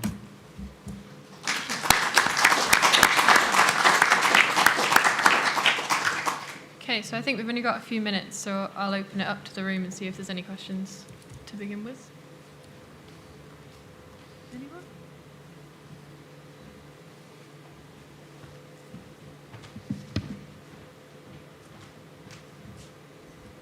Okay, thank you very much. Monika Brusenbach-Majstwa from Masaryk University, the Czech Republic. Thank you so much for excellent contributions. And I was wondering, so if you could advise the current British government on how to rebuild trust with your country, what would be your single most important recommendation? Thank you.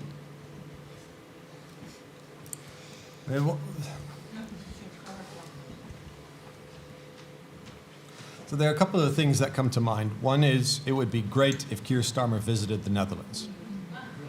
Because we don't have a summit like you have with the Irish, or we don't have a fancy something house agreement. And if you really want to rebuild that or not rebuild, but like sort of revamp it And I think the Dutch are modest enough to understand that they're not. They can't compete with France, Germany, or Ireland in terms of that type of attention. Secondly, one of the real problems, and this is a more serious comment, one of the real problems I think the Dutch-UK relationship faces is that on the one hand you have a British government that seeks greater alignment with the EU, and you have a Dutch government that's depending which side of the political aisle you sit on, very or extremely Euro-critical. And that makes things very difficult. It makes it very difficult to develop new initiatives. It also makes it difficult for Keir Starmer to be sold on why it matters to engage with the Netherlands at this point.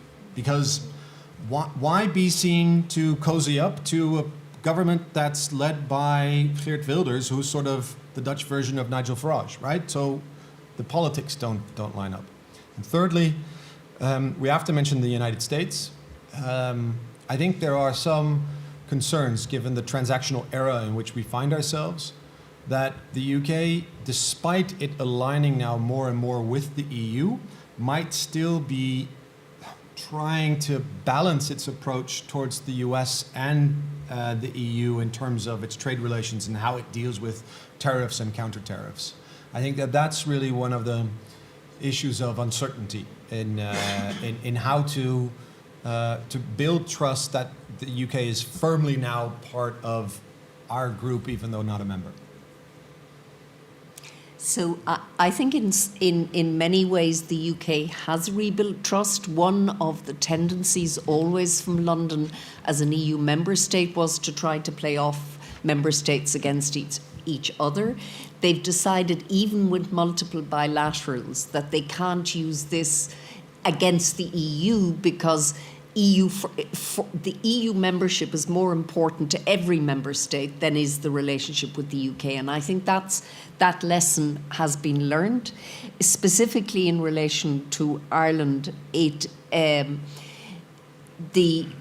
A succession of Conservative governments broke the norms of the Good Friday Agreement in that the commitment is that the United Kingdom is neutral between the different communities in Northern Ireland, whereas it was clearly seen, particularly under Johnson, as being basically talking more to the Unionists than to anyone else, and being led by, and that was also a problem for the May government because she was dependent on. So I think how the two governments can handle and try to move reconciliation, legacy issues in Northern Ireland, because despite the fact, firstly, the institutions are up and running, relations at a political level between the deputy, the deputy minister, first minister, and the deputy in Northern Ireland are very good, but Northern Ireland is not a well-functioning entity by any stretch of the imagination. And so I think it is a question of how Northern Ireland, how its governance can actually work to the benefit, because again, the data is very damning at the moment in terms of life expectancy is now better in the southern part. There really is a divergence going on, which long term is very serious. But I do think there's very strong trust between the current Dublin government and the current London government. And of course, there would be an underlying concern about the emergence of a reform-led government in London, and probably a deep fear that the Good Friday Agreement might not survive that. And that again goes back to the existential stuff on the island of Ireland, because although it's non-violent, it's not solved. Okay. Yeah. There's a... Martin Donnelly. Could I ask how you both see the likely position of the UK as well as the EU if there were difficulties in trade relations with the United States, for example, in Ireland over pharmaceuticals, companies taxation, or perhaps in the Netherlands in terms of diversity and equality legislation for companies, and whether you'd expect the UK to respond in the same way as other EU allies. So the UK has not responded in the same way. That's an empirical fact. The United Kingdom decided early on not to retaliate in any way. I think that was a function of scale and size, a decision that it couldn't. It has reached an interesting agreement with the Trump administration, the first page of which says this is not legally binding, which is not what one expects in trade agreements. The one slight concern, and it depends on who you speak to, is the most favoured nation.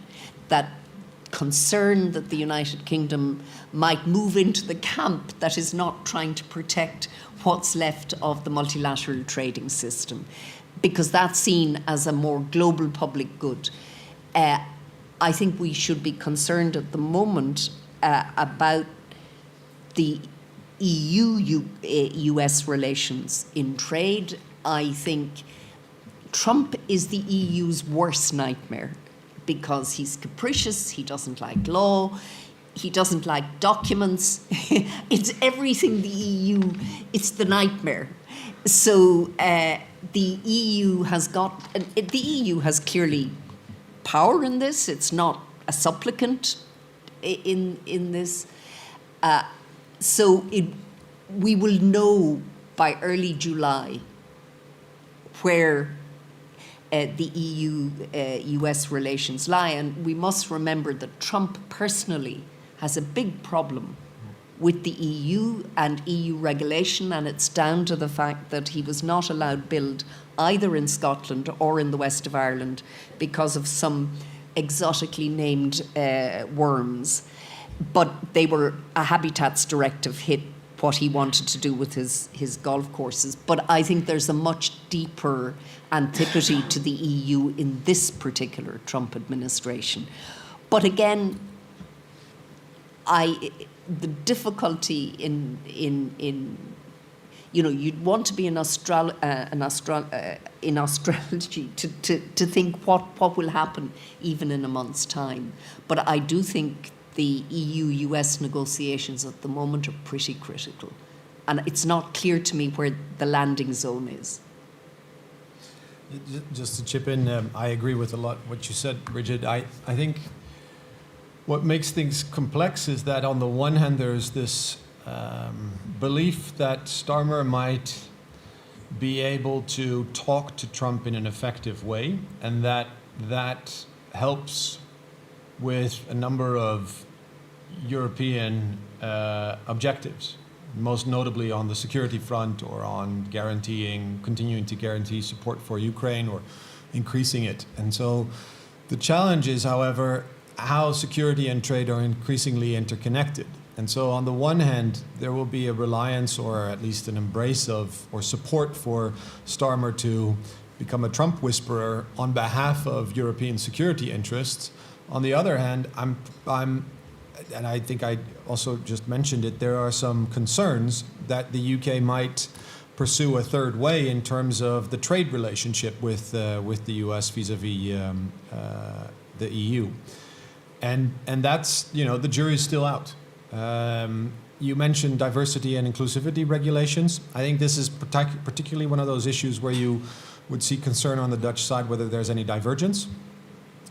Because again, sort of drawing a page from the Brexit playbook in the Netherlands, I've been positively surprised that despite the fact that we have a somewhat Eurocritical government, that we have not seen voices from within the Dutch government saying we should lobby separate carve-outs with the US as part of the EU-US trade negotiations because we, as the Netherlands, do not have a trade surplus with the United States.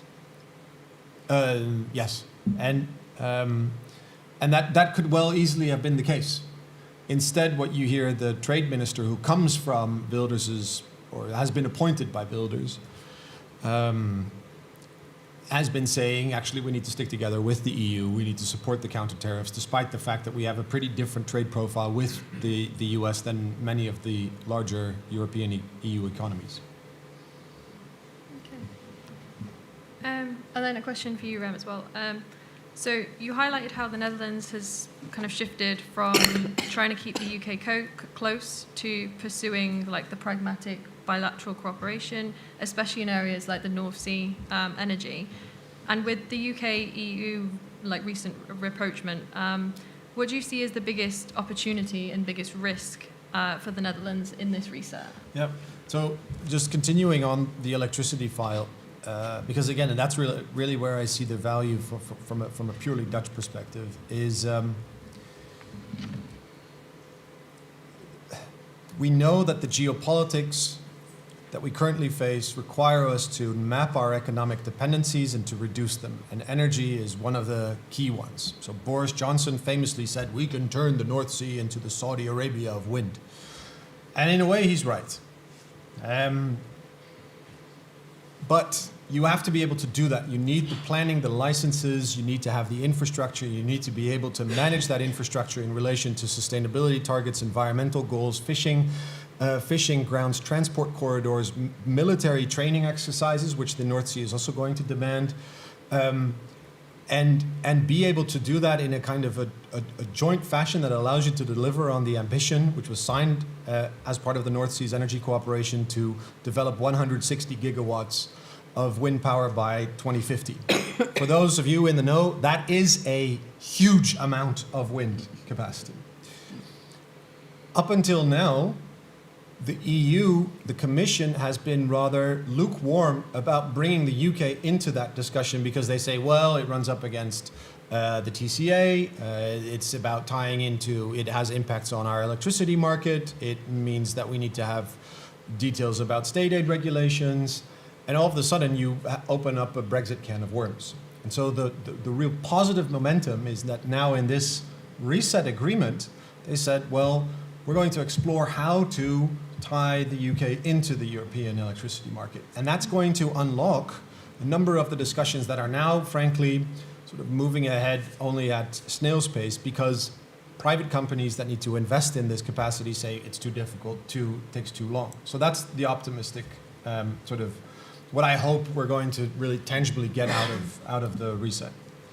Can I just say in relation both to energy and fish, that those EU negotiators stitched this up in the TCA. One date, 30th of June 2026, fish comes to an end and energy comes to an end, same day. It was issue linkage that was, the British just didn't respond to it. And so there was always a linkage. The EU felt it had given what it was ever going to give on fish, and that was it. And in case that didn't wear, it was holding back the energy, the issue linkage to energy. And so for Britain to, you know, all that I've read, the narrative about the fishermen and everything, it was the Johnson government agreed to what has happened because it was always going to happen this way, one way or the other. The EU had disproportionate negotiating power in fish because of the linkages and market access. So it's interesting that it was the one that seemed to absorb so much of the public discourse after the reset, whereas the government should have simply said, well, blame Boris Johnson and David Frost. It was there all the time. It was a done deal for anyone who read. Okay, we've got time for one more question, if anyone.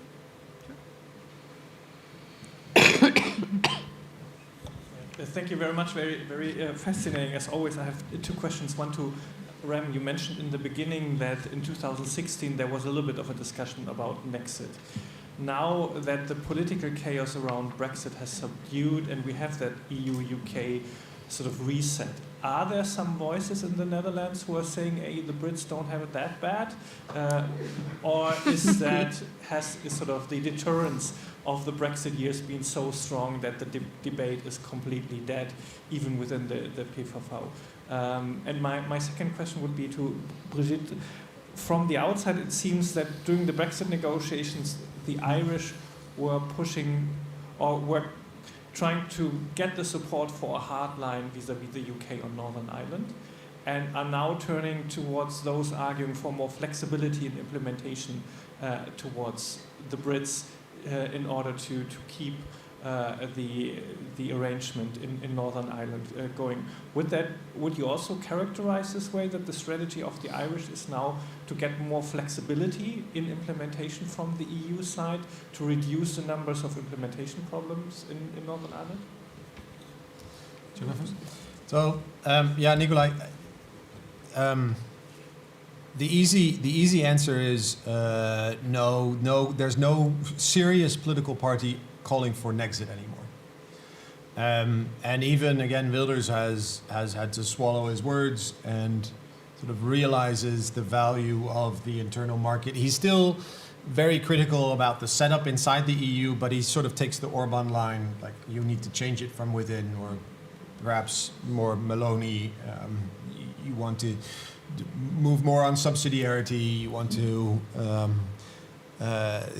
bring more control back to the individual member states, primarily in terms of border management. And this is, I think, where, yes, you're right that the Brexit experience was a shock to many Nexit supporting politicians to say like, ooh, maybe that's not really the way we should be going.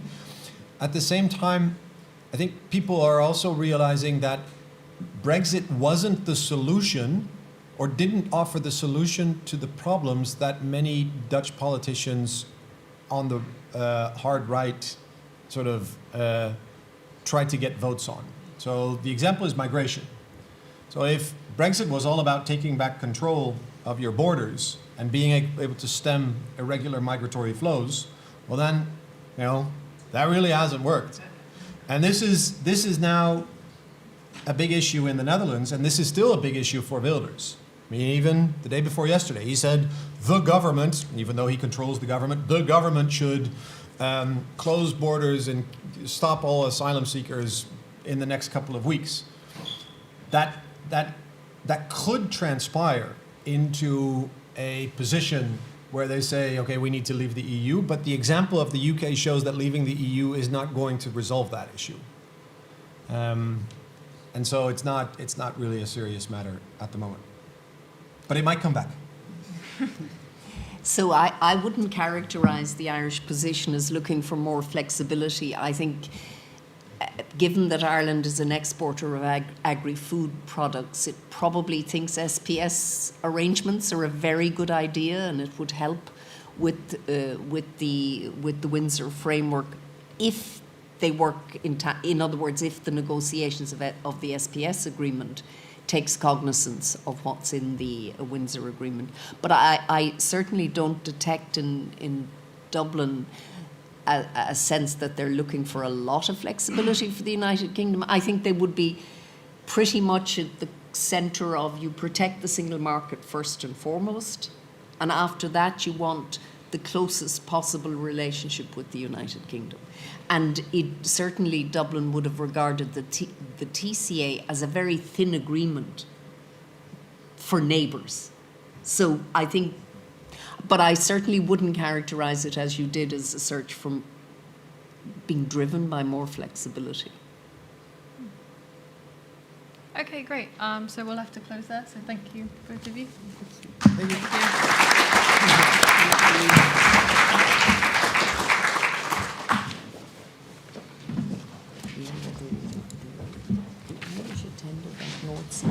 Yes. Because they're very interesting. Yeah, they're very. Yeah. That's why it's called North Seas. Yes. Energy, because it's the North Sea plus the Irish Sea. Yeah.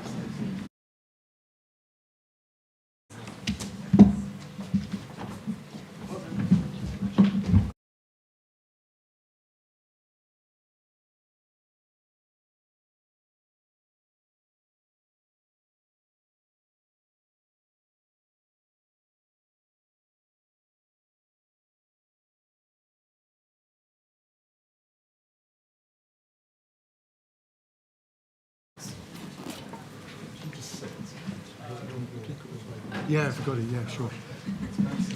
Brilliant. So Simon, you'll go straight after Yeah, John. sure. Fantastic. Yeah, thank Then you. Sophie. Okay. Well, welcome to this other panel where we are going back home to Britain.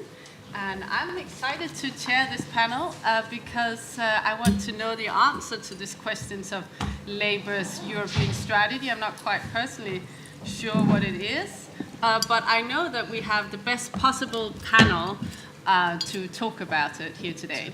Before I introduce the panel, I just thought one of the things, so Brexit in the UK, of course, we've heard about how in the rest of Europe there's a lot less interest in it, but also in the UK there's a lot less interest. But it does sort of rather sometimes rear its head, and we all saw that last week when Keir Starmer came back from his summit. And one of the things I thought was very interesting was some of the responses. So this was, you know, the surrender summit, the big Brexit betrayal.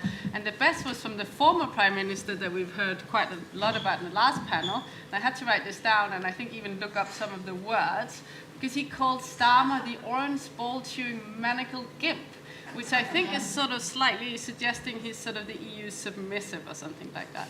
So yeah, so it's a sort of all the kind of the rhetoric, even though I think actually from a sort of neutral perspective, this wasn't a particularly ambitious,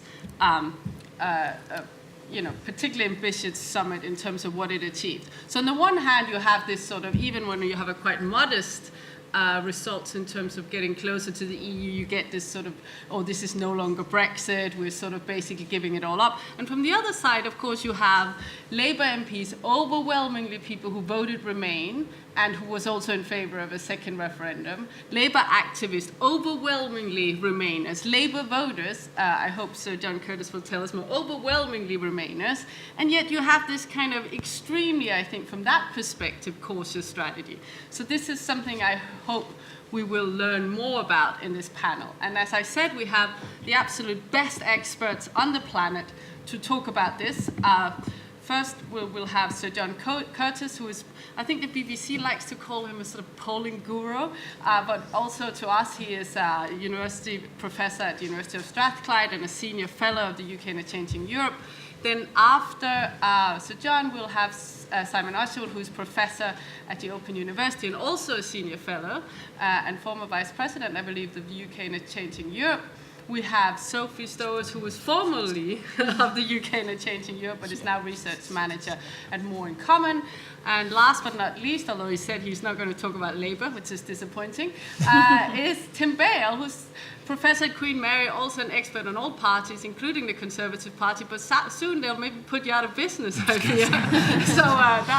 So maybe you need to sort of choose a change of career direction anyway, Tim. That's for coffee or drinks. So to kick us off will be Sir John Curtis. I'll keep very strict time, maximum 10 minutes for you, so we can also have a bit of debate. Thank you. Thank you very much. I want to give you a quick introduction to the domestic politics. We've had some fascinating discussions about the high politics of the reset. This is down to the low politics. The Labour Party's strategy on Brexit was essentially decided back in 2020, when in the middle of the COVID pandemic, Sir Keir Starmer became leader of the Labour Party.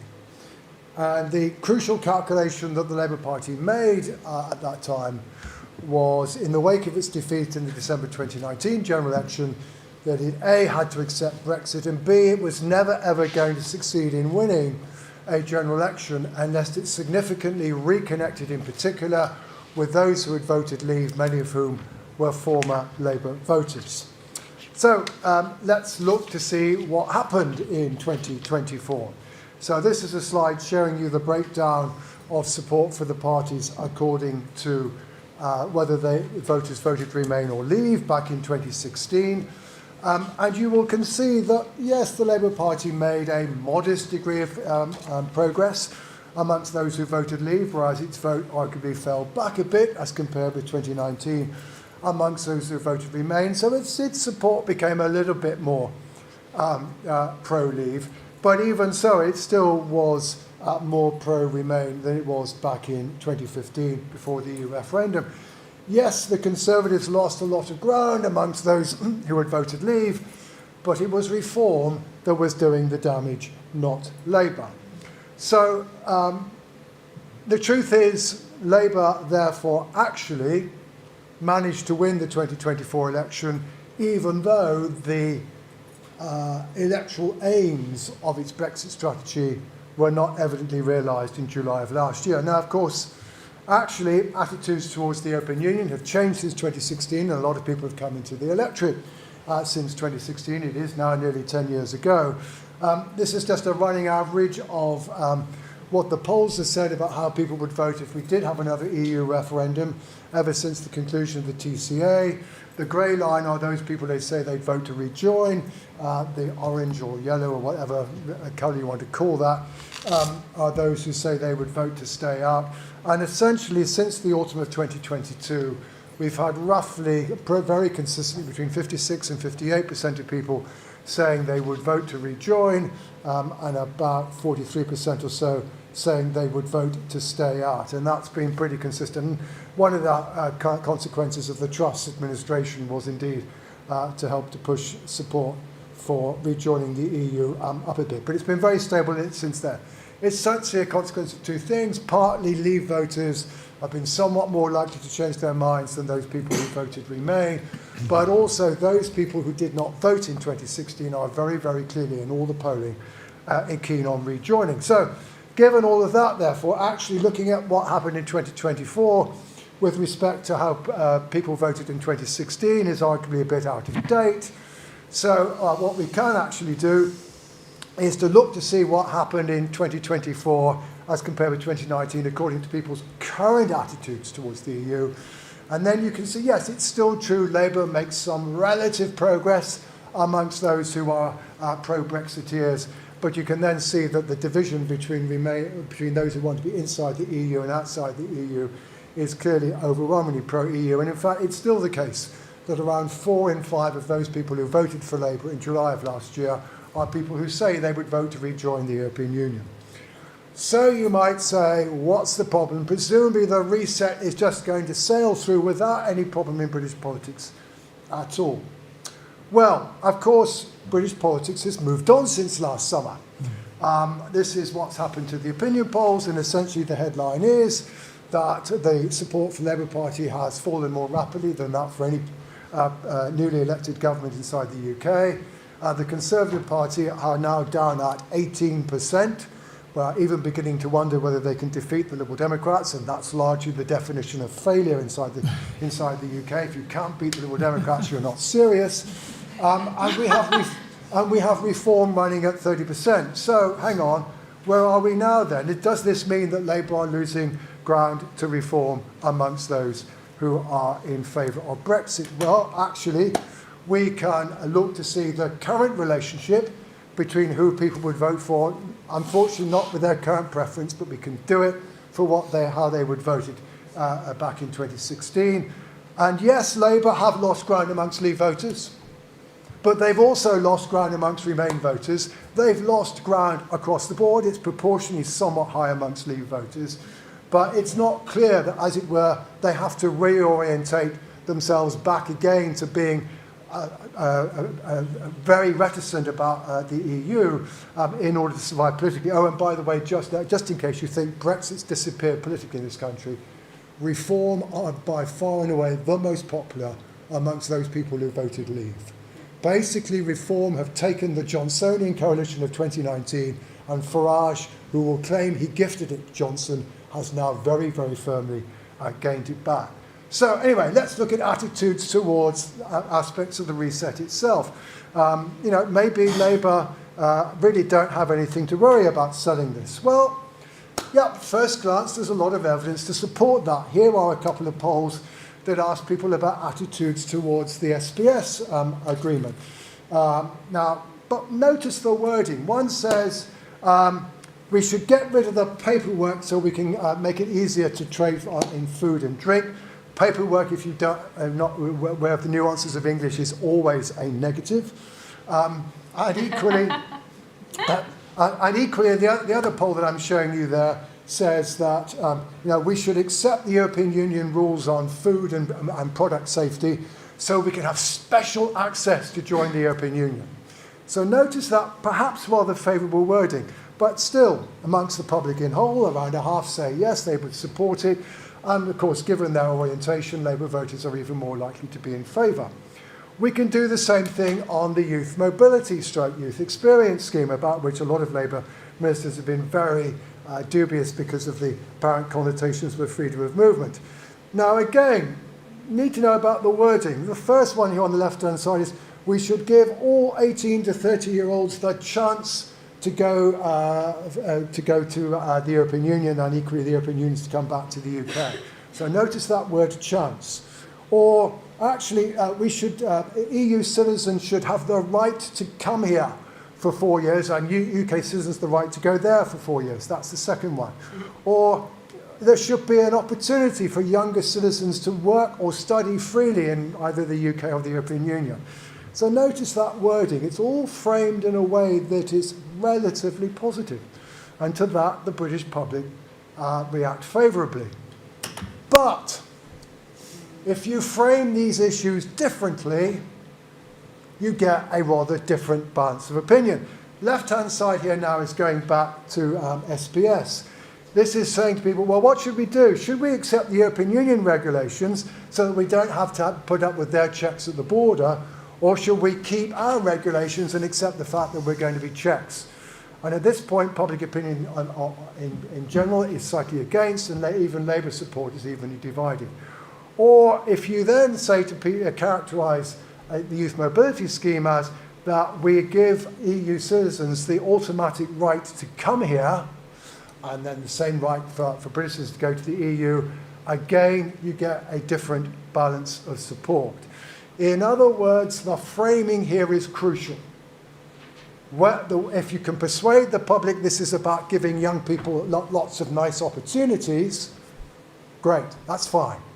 But if you tell them that this is about, for example, EU citizens having the right to come to the UK more or less automatically, it's negative. And similarly, the same problem with the SBS agreement. Now, there are other aspects of the agreement which we can look at. Security Pact, frankly, there's no argument inside the UK about having a security pact with the EU. There's no argument about the mutual recognition of professional qualifications. But then we come to that rather smelly issue that has been in our conversation throughout this conference, fish. And here are a couple of items which ask people, should we accept a trade agreement with the EU if it involves giving them the chance to have more fish, or we should be giving the EU greater fish access? Now, of course, it's not greater access, I realise that, but that's the question wording.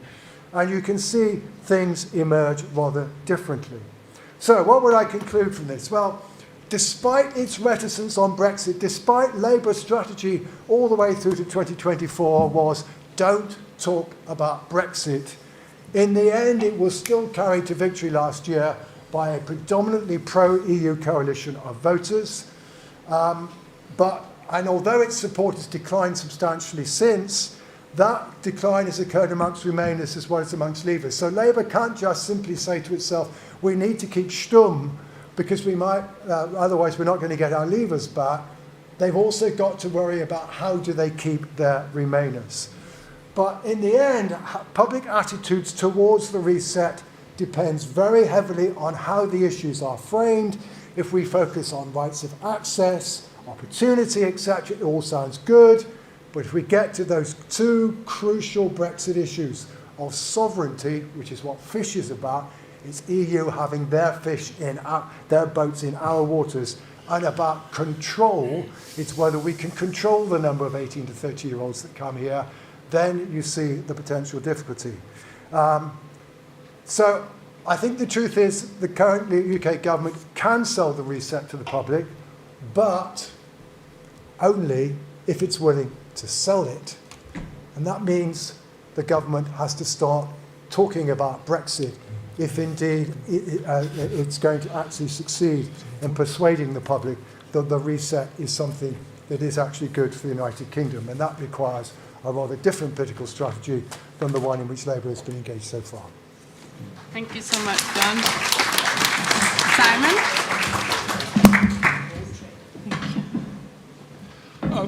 Yes, please, Thank you. Simon Asherwood, up next. Thanks. This is an unfortunate way for John to end because my talk's going to be about how Labour doesn't want to talk about the reset or advocate. And I just want to kind of unpick what I think is the model and the strategy of the Labour government in relation to Europe, which is broadly one of issue containment.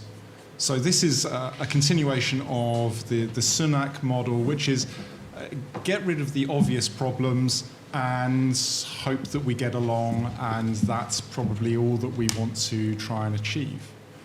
And that means that we get this particular formulation of policy as much as it exists, where we have very strong and repeated marking out of red lines around membership, around customs union, single market, freedom of movement.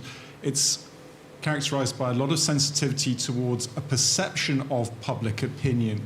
And again, I think the anxiety around the potential for the debate around European questions to be framed and reframed in ways that are more or less advantageous gives the party a lot of pause for thought. And finally, I think what it's also resulted in has been this element that's been talked about a lot during today, which is a lot of emphasis on rebuilding personal relationships. So we've seen a really extensive push at the political, the diplomatic, the bureaucratic level of rebuilding connections, being present, being visible, but without necessarily connecting that towards an agenda in terms of asks for negotiations or for particular policy objectives. So what this leads to is a program that is relatively disjointed. I think the consensus is that the package that was presented last week was more ambitious in its scope than most people had been expected, that the long list of areas that work might be progressed on went beyond what most people thought, but at the same time, less depth. So the only thing that is agreed, apart from those documents, is the the Security Pact. Even the fisheries decision, which we've talked about, is still only an agreement at a political level, and the Commission's not expecting to produce a final text until next month. So when we're talking about what this deal involves, we don't actually know the detail of that for some time yet, and that presages another round of exciting discussions about how nobody wants to talk about fish, largely because nobody knows what the fisheries process really involves. So we've lacked a clear strategic framing of the purpose of the policy. So to reframe Ed Arnold's question around security before the lunch break, what is it particularly about the relations that the UK is trying to achieve in this? We had a time where Nick Thomas-Symonds talked about his three-pillar model: security, safety, prosperity. Because three things are easy to remember. The common understanding has 5 areas and some other stuff that isn't in those 5 areas. And I think that that's one thing which is going to be a recurring issue in terms of the coherence and the relationship between these different elements as we go along. We also see a problem which is the question of the follow-through of this process. We know that there was minimal engagement with parliaments, with devolved institutions. There was kind of gathering in of ideas from stakeholders. But in terms of building a consensus, a package, a program, that has been relatively underdeveloped and remains, I think, one area where there will be issues. And then finally, we remain in a very reactive kind of model.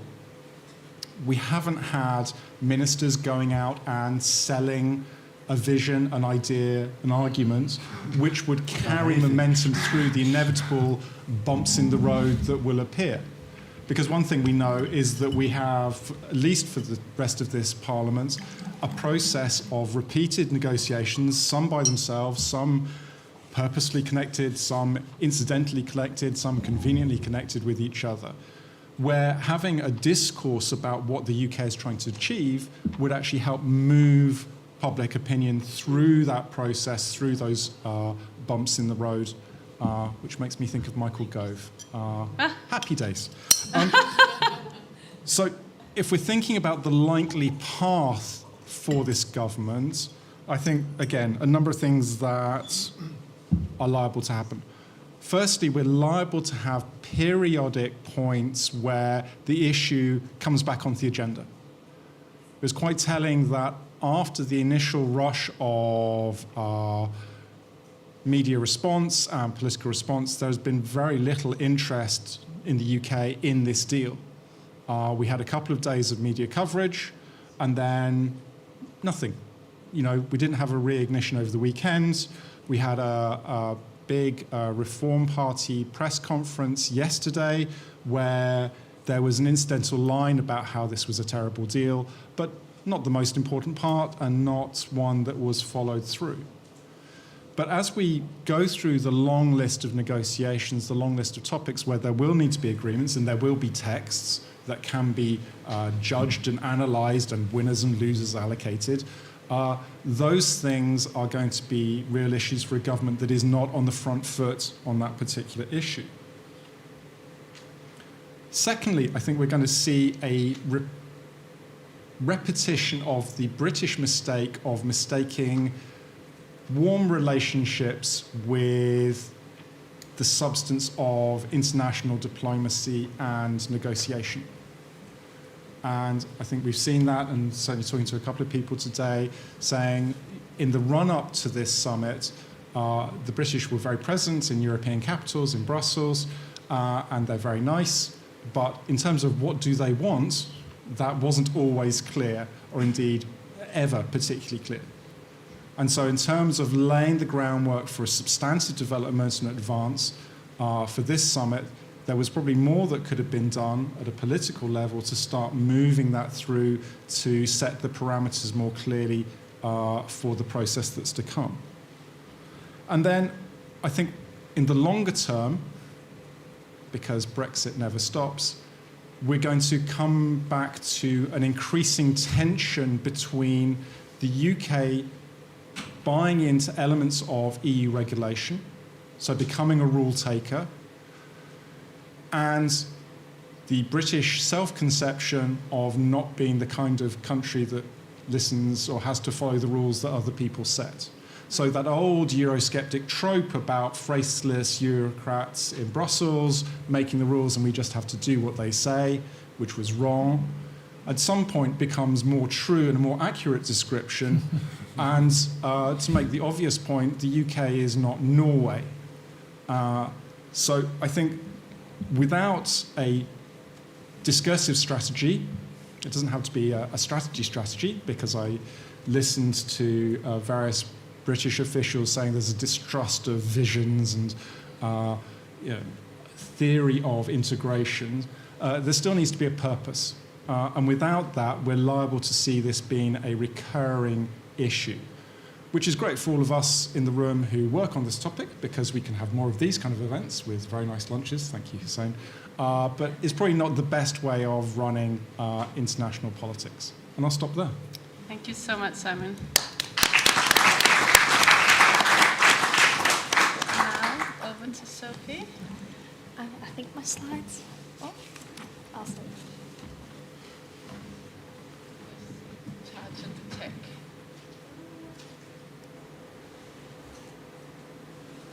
I think these are my ones. Yeah, there we go. Got them. Yeah, just in case you hadn't had enough charts from John about public opinion, I'm here to present a few more. So to kind of have a look at where we stand on Brexit, I think it's good to really start with looking at how much has changed in a relatively short space of time.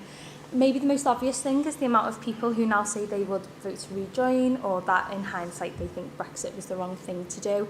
So in some polling that Maureen commented over the weekend, we saw that about half of people said that Brexit was the wrong decision for the UK. and about 33% said it was the right one.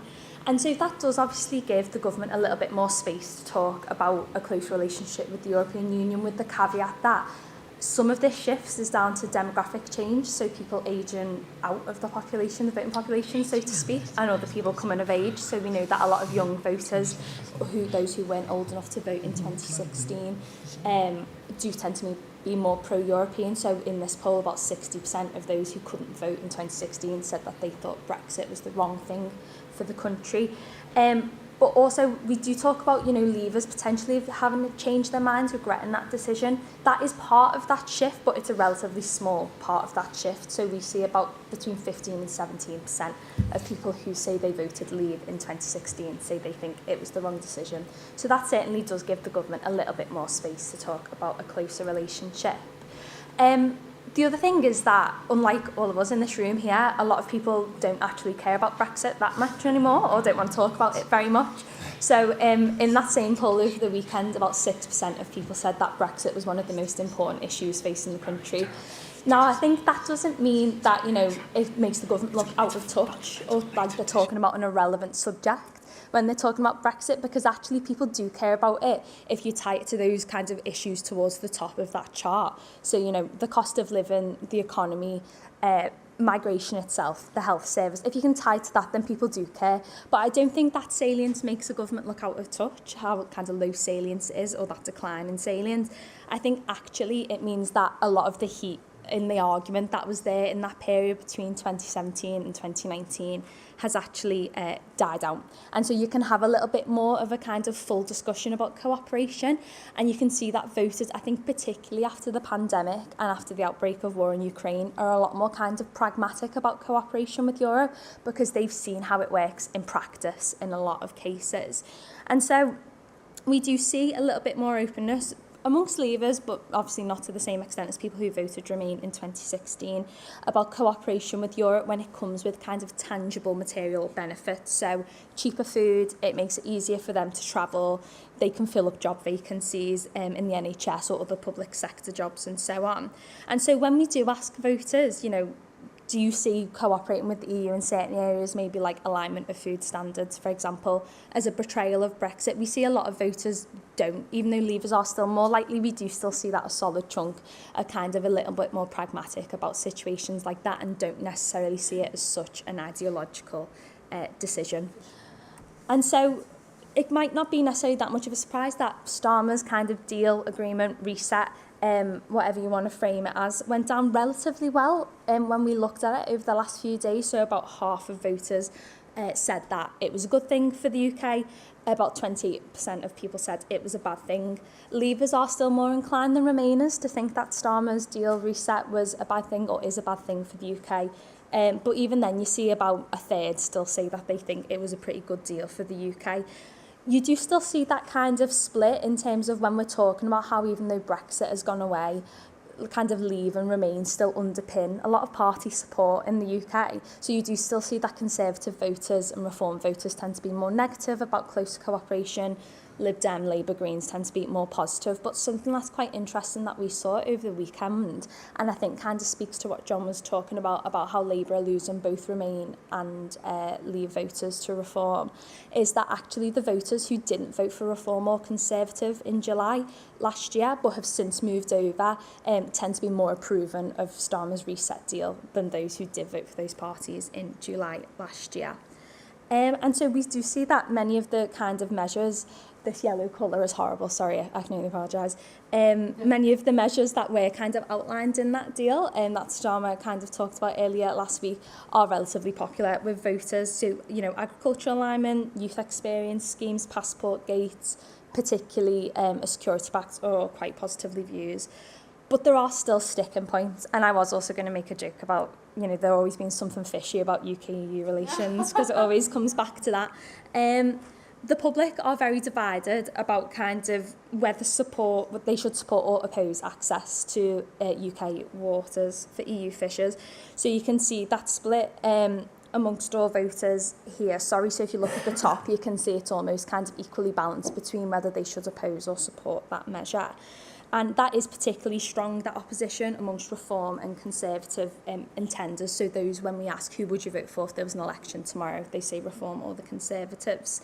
But actually across all voters groups, when we present voters with a trade-off between would you rather the government kind of, sacrifices some of the rights or the access of the fishing industry if it means they get more leverage in negotiations with Europe, or would you rather them sacrifice kind of a closer relationship with Europe to protect fishermen?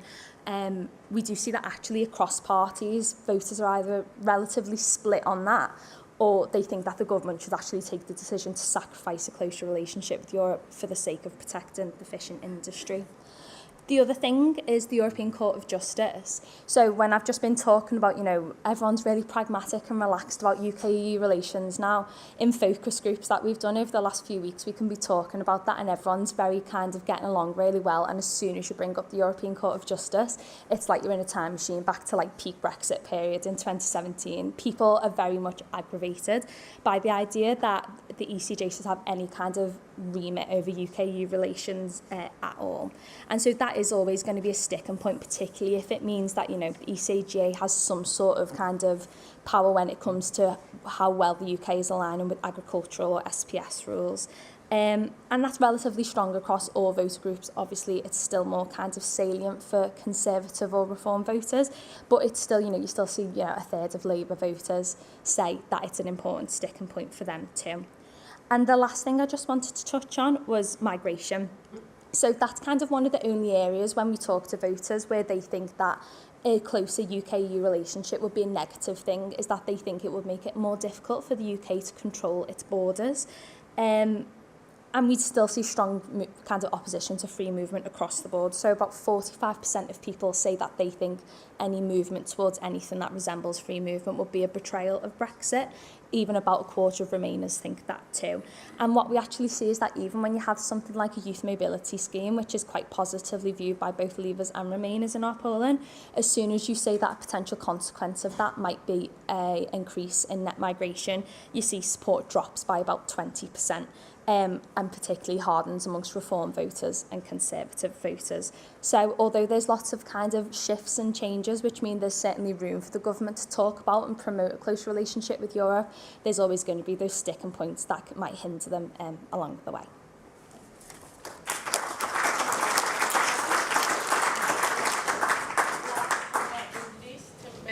Okay, thank you. So when Kassim asked me if I would come to this great event, I think it was because he thought we should at least mention the Conservatives. But given where they are in the opinion polls, there's a More in Common poll out today, actually, from Sophie's organisation, and they were at 19% in the opinion polls, Reform being at 31%. I did begin to wonder. But then when I think about Labour being on 22%, perhaps we could also talk about the Conservatives as being relevant. So I thought I would do that a little bit. And anyway, I think the Conservative Party's reaction to the reset agreement with the EU has actually made my task rather easier than I thought it might be. Because it seems to me that the Conservative Party have, in some ways, done what, and forgive my French pronunciation here, I'm going to anglicise it, Talleyrand said about the Bourbons, not the biscuits, the French royal family. He said they've learned nothing and forgotten nothing. And I think that is exactly the case with the Conservative Party when it comes to Brexit. Because even before the announcement that Keir Starmer made about the agreement, they were crying sellout and betrayal. Even though, actually, at the same time, Kemi Badenoch was talking about being gobsmacked that he'd negotiated such a run-of-the-mill kind of agreement. She also promised to reverse many parts of that agreement as soon, and don't laugh, as she gets into government. Now, she said that at the same time as saying that reversing some of what was agreed would, and I quote here, stop us reopening the Brexit battles of the past. Quite how she squares those two things, I do not know. And I thought it was instructive that even Nigel Farage was more canny and really stayed out of the argument by staying in the south of France, I think, when the announcement was made. And we've already seen what Boris Johnson did as well to upstage his leader. So, I mean, very briefly, what are the implications of all this for the Labour government? Well, the most obvious implication, I think, is that it doesn't really have anything to worry about when it comes to the official opposition. I don't think there's any extent to which the opposition under Kemi Badenoch or even Robert Jenrick, who's probably the next leader of the Conservative Party, is actually going to be able to really hold the Labour government's feet to the fire on anything to do with the relationship with the EU, simply because they're not really prepared to get into the detail and ask difficult questions. They are simply going to revert to the betrayal narrative and stay in their comfort zone. And given what we know about the electorate, and I do understand that Brexit is still important in all sorts of ways to the electorate, I think the electorate mainly wants to move on. And I think a Conservative Party that tries to, if you like, reignite the debate over Brexit is probably just howling into the wind, or at least into an empty space. I think also what Badenoch has done has essentially given Labour ammunition that it can use in 28, 29, if that's when the general election is, against the Conservative Party. They will simply be able to say, do you really want to go back to the bad old days of Brexit, to the endless negotiation, to the arguments that we were having, or do you want to move on? And I think that will be quite a powerful argument for a Labour government if, of course, the Tories are the main opposition they are facing at that election. And they will also be able to make very basic arguments like, well, you've got your blue passport, okay, but do you actually want to stand at a queue, or do you want to be able to go through those e-gates? It always strikes me when I see opinion polling, who are those 5% of people who actually think that using the e-gates is a problem and they rather stick in the passport queue? I'd love to meet some of them. So those kinds of arguments, I think, will be useful for the Labour government when it comes to the next election, if, as I say, they are facing a Conservative government. But having said that, and this is in some ways a point I was trying to make earlier when I asked a question of Pedro earlier this morning, it can't, this is the Labour government, escape the constraints that the prospect of a Farage-led or a Farage-containing government places on the EU when it comes to developing the agreement that it has made with the UK. He said, I don't want to talk about hypotheticals, but I wasn't really asking him about a hypothetical. I'm asking him about the fact that if you are the EU and thinking about your relationship with Britain and thinking about how you might, if Britain wants to extend that relationship, develop that relationship, I do think the current state of the opinion polls would give any EU negotiator pause. And I don't really think that the Labour government can control that unless it gets back on track in terms of its domestic policies, in terms of its relationship with the electorate, unless it becomes, in other words, a more kind of persuasive, more delivering and more inspiring government than it currently is. Thank you so much, Tim. Okay, I have one sort of two interconnected questions for the panel, and then we will open it up.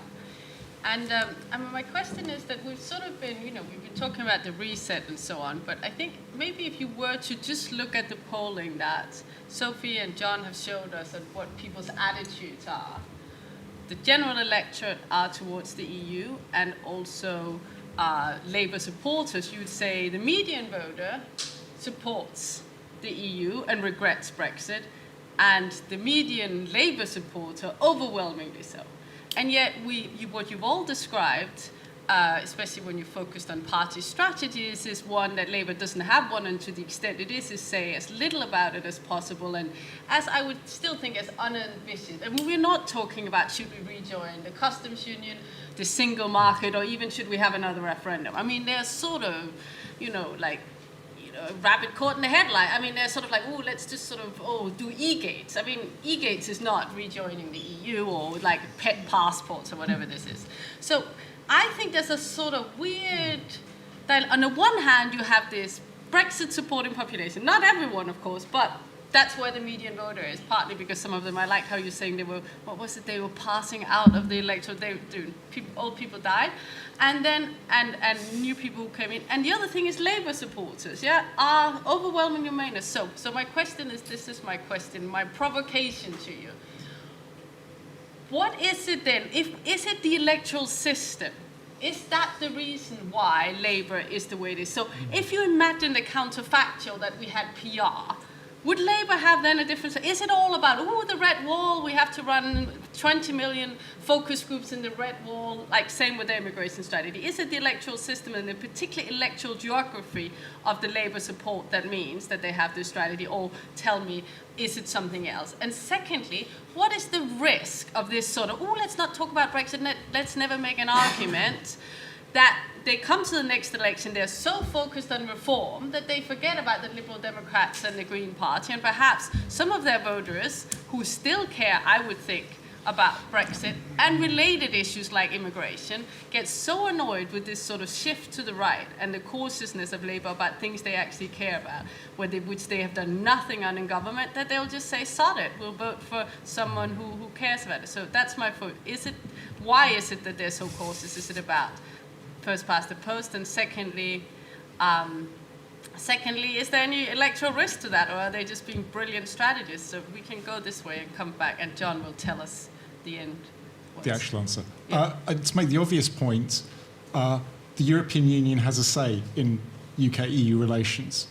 So in contrast to other areas of public policy where the government holds the notional levers of power, here it's entering into a process, even with this unambitious agenda, we still have 4 or 5 years of negotiation and implementation and all the rest for pretty marginal macroeconomic effects. So in terms of the speed, in terms of the size of the effect, if you're not going to go down past your red lines, then this is not the way to hit the things which you think matter, which are about prosperity, about improving public services. But they don't have an agenda to do anything ambitious, no? No, but no. Again, if so you're I guess making a that's my calculation where question. you Why think, don't they? if you think you have agency, this is not the place where you think you have most agency. It's a nice to have rather than a fundament I think, in Labour's conception. Thank you so much. Well, I mean, I think you have put your finger on the reasons actually by asking the question. I think, the first past the post system does mean that they are perhaps overly concerned about particular areas where they believe that they may lose votes to reform, or at least reform may gain enough Conservative votes to overcome Labour candidates at the next election. I think it's also to do with a kind of inevitable tendency among political parties to fight the last war when they're thinking about the next election. And I'm afraid that, I don't want to blame Morgan McSweeney, as everyone seems to, but I'm afraid that, say, Morgan McSweeney-esque people within the Labour Party have, locked themselves into a certain mindset and are perhaps more obsessed with losing votes in one direction than losing votes in the other direction, when perhaps they ought to be concerned about both. I mean, I think the strategy, as far as I can work out, and we were talking about this a little bit earlier, seems to be that by talking up the risk of Nigel Farage, they can hold those voters, i.e., people who might be tempted to vote for the Liberal Democrats or to go to the Greens or not to vote at all. They can hold those voters into the Labour coalition by frightening them about the prospect of a reform government. That might work, but I think it's a very, very big risk. Thank you so much. We're not quite as bad as Nigel Farage. That's the strategy, so you should still vote for us. Okay, that seems like a certainly ambitious strategy for someone with such a massive majority in Parliament to go for that.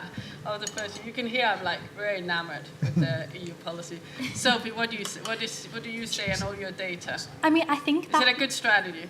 No. I mean, I think that kind of idea of fighting kind of the last war is really important. I do think there is a sense inside Number 10 or inside the strategy unit or whatever it is that one of the reasons they managed to do so well at the last election was because they appealed to Leave voters, when actually none of the data suggests that was anything to do with why they did so well. If anything, they did so well because the Conservatives did so badly. That was part of their success story.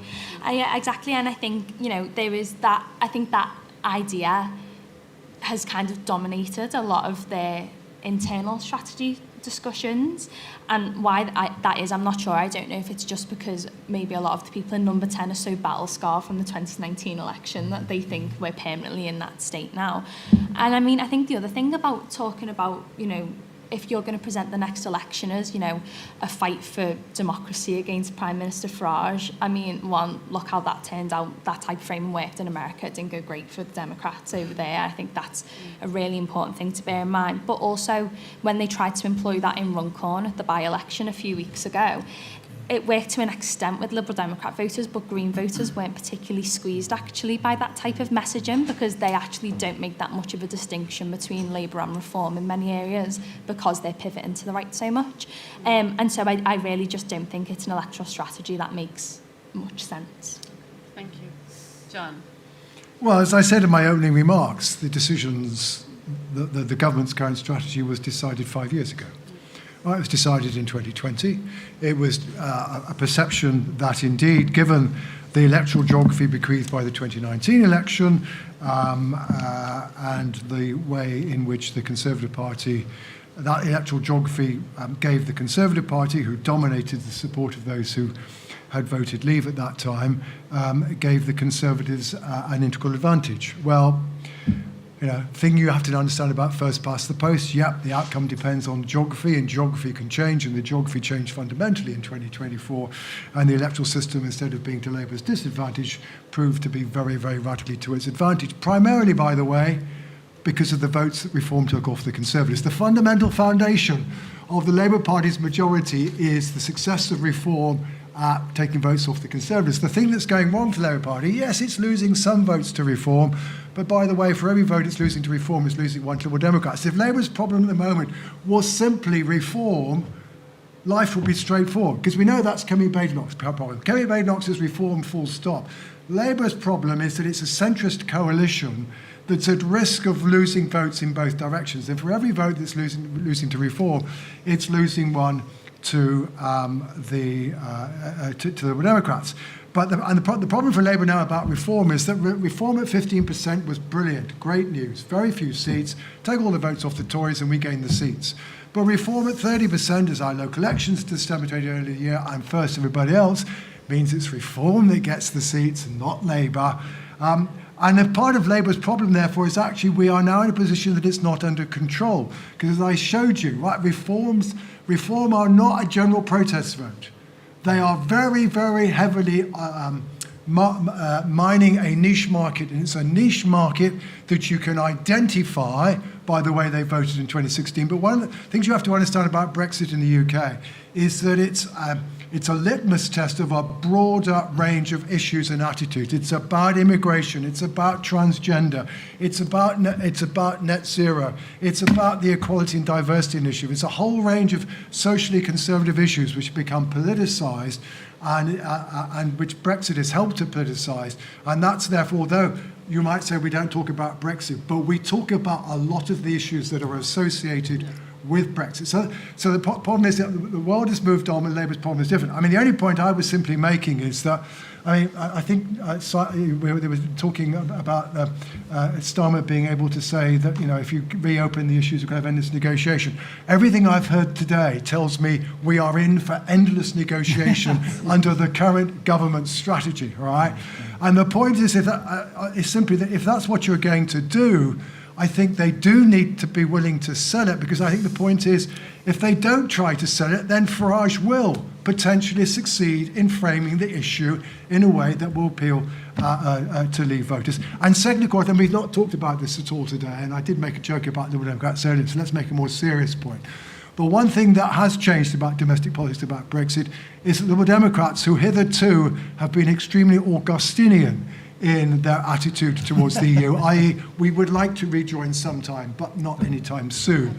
They are now beginning to pursue the issue of the government. And that's one of the reasons why Labour are losing votes to Liberal Democrats as well as they're losing to Reform. So the political situation has changed. And I think, therefore, insofar, I think, the lesson in one way of thinking about what happened 10 days ago is that the lesson is that once you even prise open very slightly the can of worms called Brexit, the issues that we all know about re-emerge, and that therefore, once you've decided to do that, you've got to be willing to engage in the debate. Otherwise, you're not going to gain any credit for those who are on the pro-EU side, and you're not necessarily going to fend off the criticism that comes off from the anti-EU side. So sitting in the middle on a divisive issue is not always the best place to be.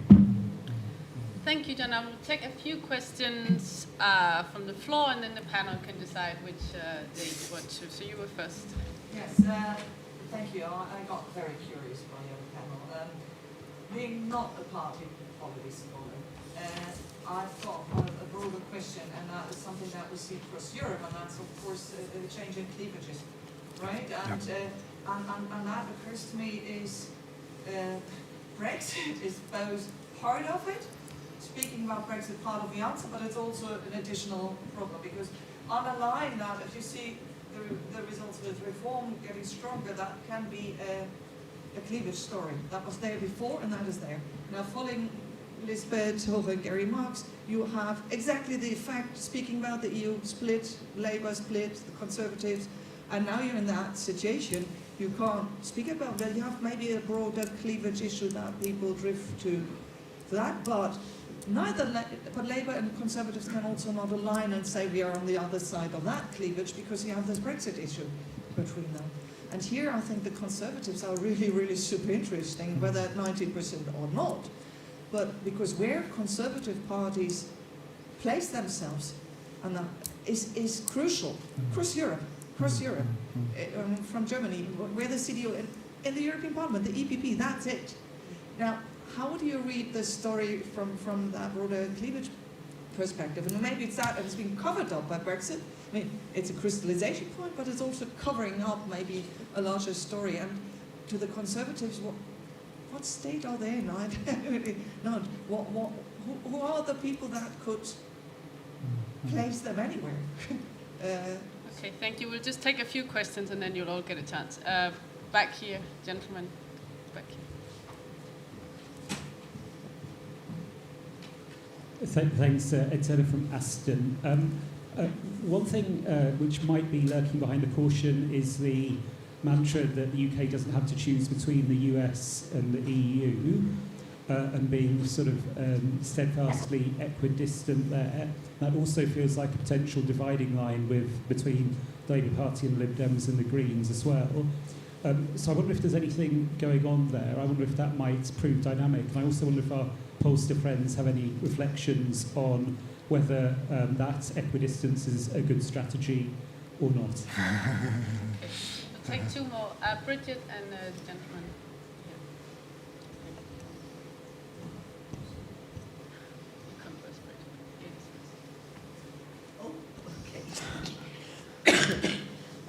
I'm very struck, John, by what you said, that being in the middle on a divisive issue is a dangerous place to be. Yeah. But is the conclusion one can draw that unless Labour changes strategy between now and the next election, that this jurisdiction may be heading for a reform-led government? And then on the EU dimension of this and the concern in the EU about a potential reform, at a briefing last week in Brussels, a very senior EU official said that they felt they had 18 to 20 months to make serious progress on the substantive reset because after that was into election time, and they were concerned about, so you can take it that if there is a future reform government, that the relations will deteriorate again. On the one hand, said reform government would not want closer relations with the EU, but equally the EU would not trust a Farage-led government. So I wonder,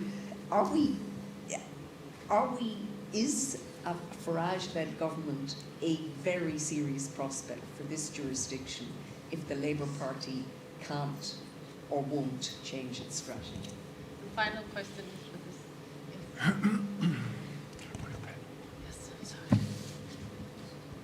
Very fascinating discussion and data. I have two questions on the strategy towards reform.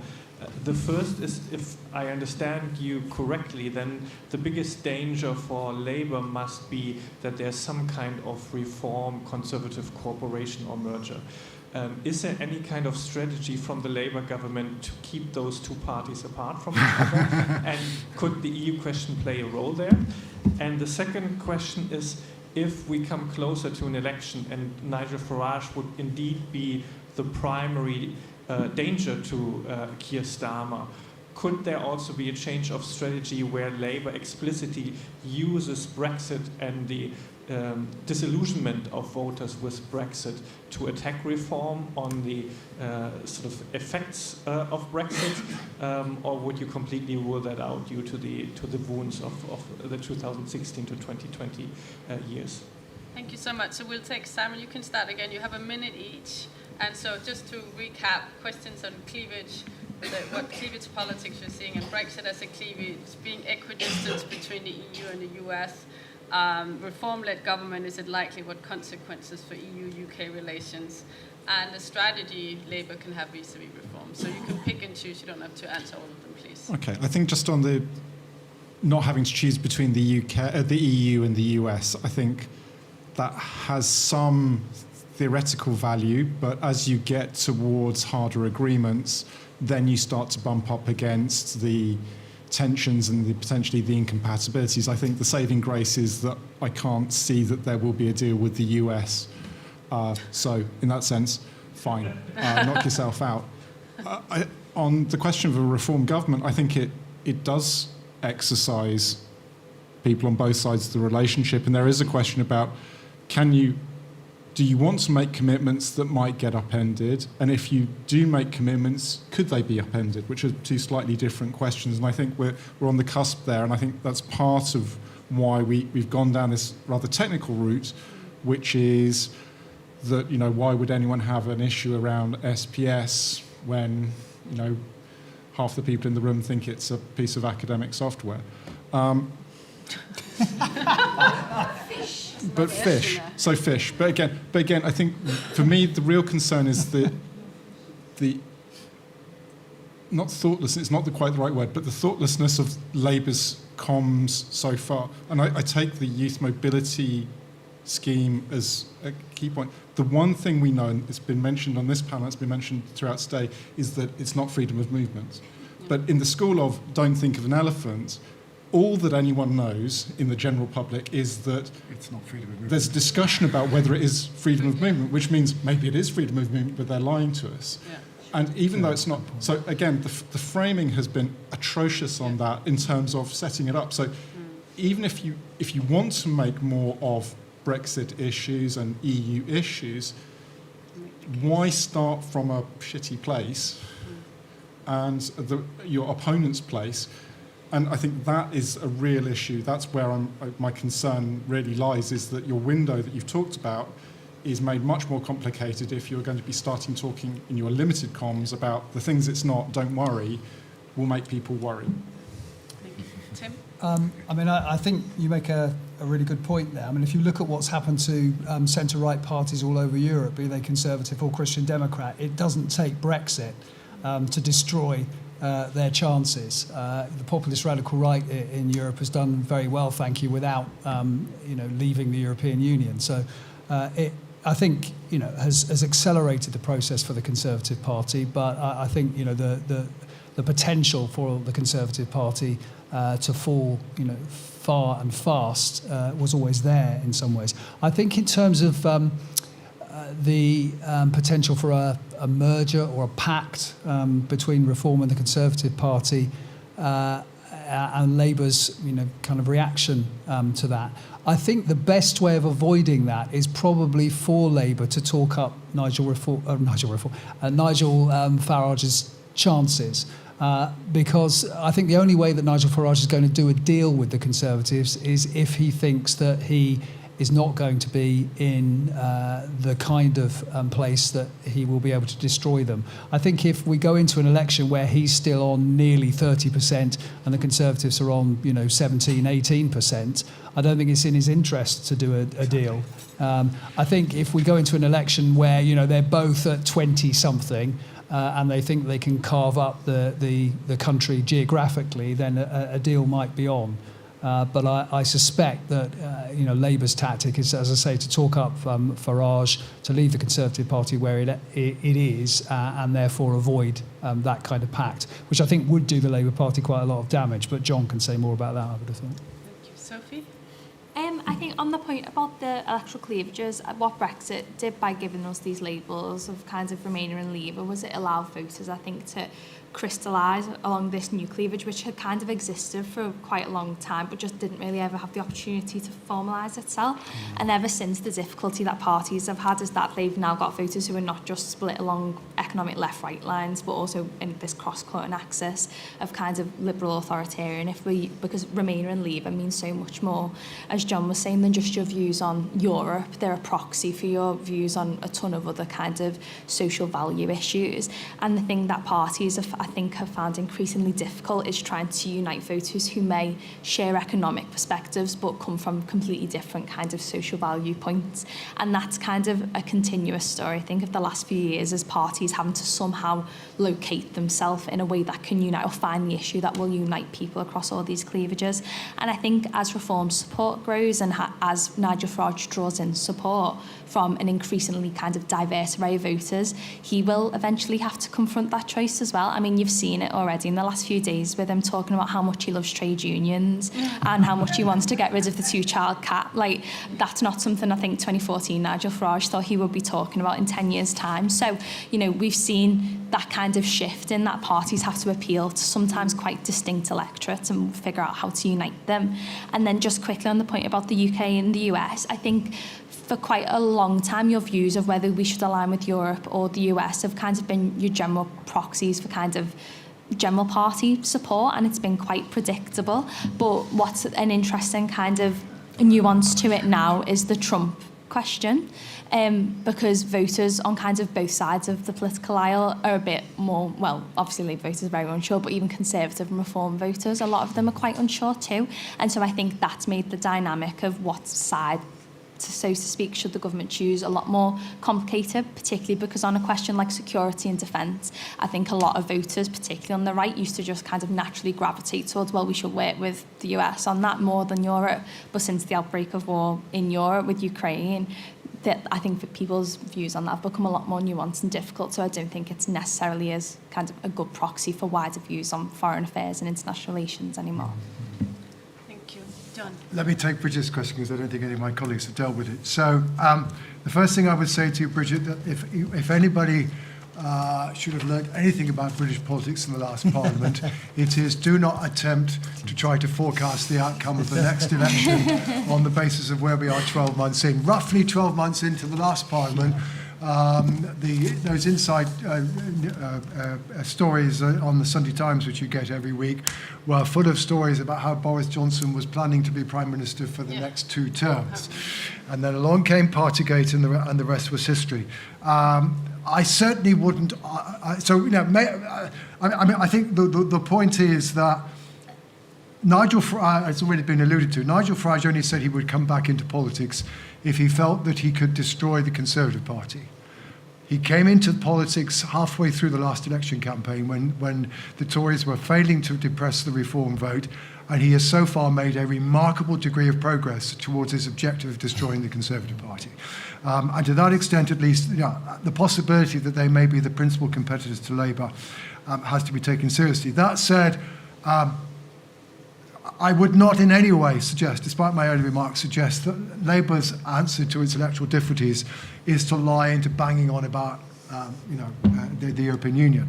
Labour's problem is much more fundamental. It's a government which has a clear sense of direction, which has been left with the two substantial policy challenges of turning around the British economy and turning around British public services, both of which are proven a very difficult task.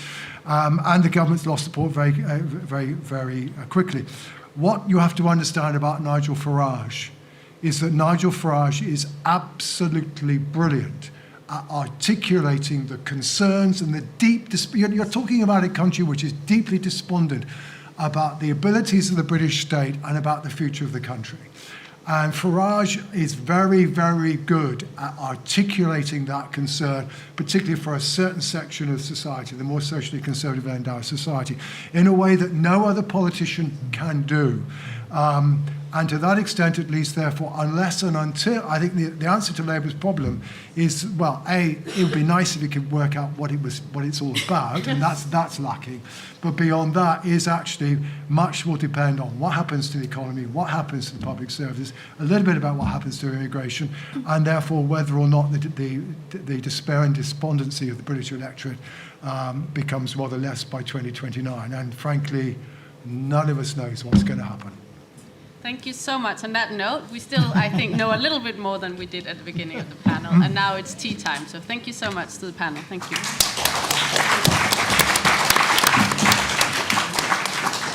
Spot on. It's good. Yeah. So how's it going at More in Common? It's all right, yeah. Is it? Yeah. Okay. Was some of that you showed me, or is it? Yeah, from over the weekend. Yeah, I thought I'd seen some of it. Yeah, it's not. I do. We've released it. Yeah. Yeah, sure. Right. Okay. Thank you so much. Oh, so you are going to release those slides? Yeah, She has to. She's put them in the public domain. I was going to say I probably should have checked really before showing them for.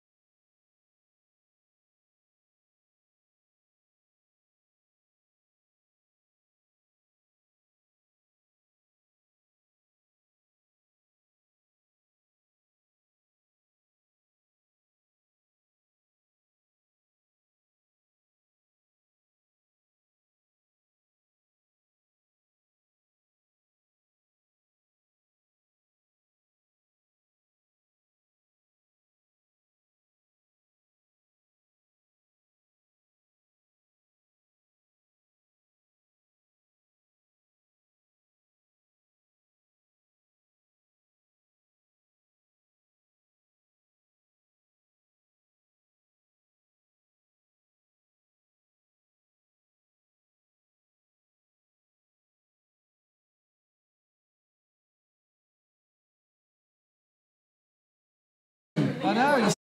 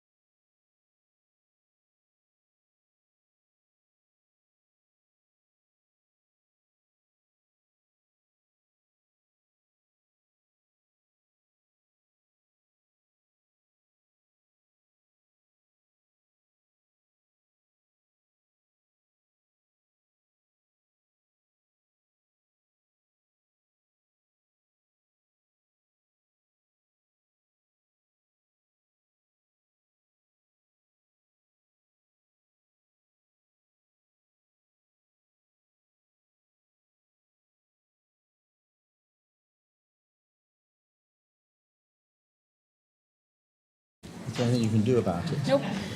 Yes, but not right now. Right. Oh, that's a good sign. Thank you. It wasn't my coat pocket. That's a better place. I once lost a wallet down the back of my jacket, and I discovered in the police station 2 hours later. It was very embarrassing. Right, welcome back, everybody.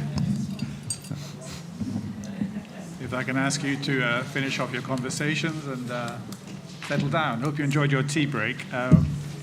My name is Paul Adamson. I'm going to be the moderator at this session.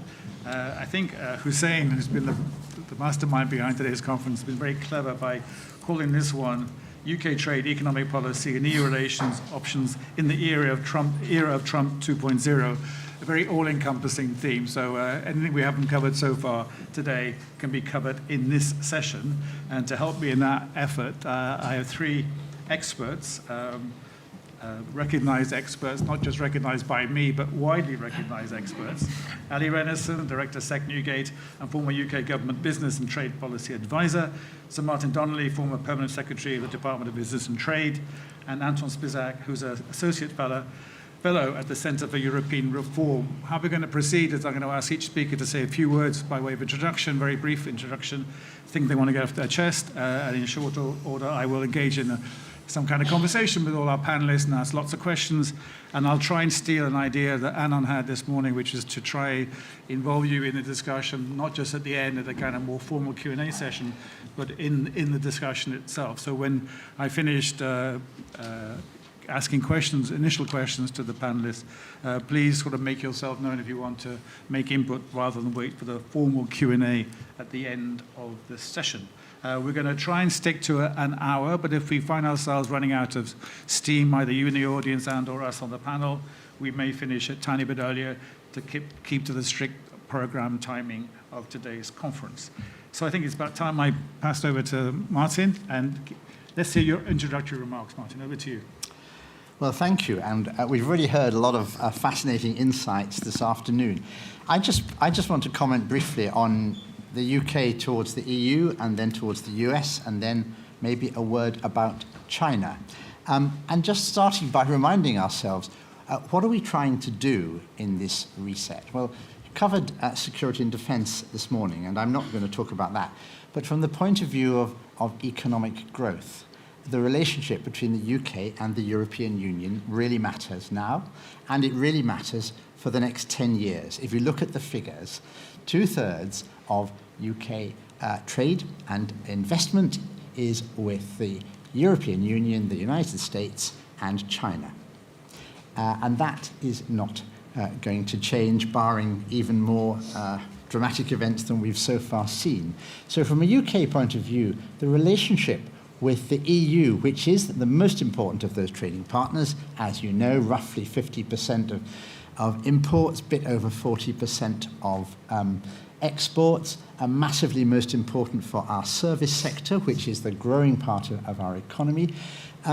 It's not just about declarations, it's about growth. And of course, growth produces revenues which can be spent on public services. So from a UK-EU point of view, after the 19th of May, what comes next? Well, we've heard about building trust, and I think from that point of view, it's about the UK being explicit that it doesn't just share interests with the European Union, it shares values. And that implies perhaps a more forward position on supporting the existence and the continuation and the deepening of the European Union as being in the United Kingdom's interests, but also supporting the values that the UK has. And on that basis, I think you then have to go seriously down into the weeds, because you don't get deals with Brussels without an awful lot of detailed, frequently quite tedious work on legal texts. And we've talked a little bit about phytosanitary rules in general, but turning that into an agreement requires a lot of work, and it needs to be a priority. We need a similar approach to medical devices and pharmaceuticals, a similar approach to removing barriers in chemicals and taking the REACH directive, And all of that's got to be turned into texts which then can then be used by commercial organizations to rely on for investment, supply chains, and trade. So the challenge now is doing it quickly. I'd like to see another summit before the end of the year with working groups in all of those areas producing updates and with a deadline, let's say, in the middle of next year to actually deliver the texts.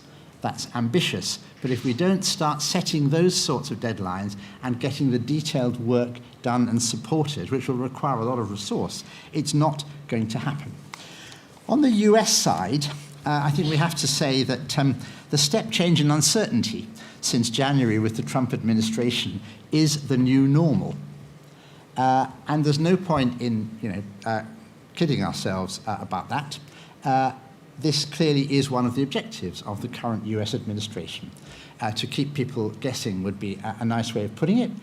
Also, to link a whole set of issues, political, cultural, economic, from freedom of demonstration through approaches on diversity and inclusion, through to when you're allowed to demonstrate or not. All those are relevant now to wider trade and economic agreements. And the United Kingdom government is right to talk to the United States and seek to find ways forward in investment, in joint work on technology and so on, but also at the same time having to recognize what its red lines are.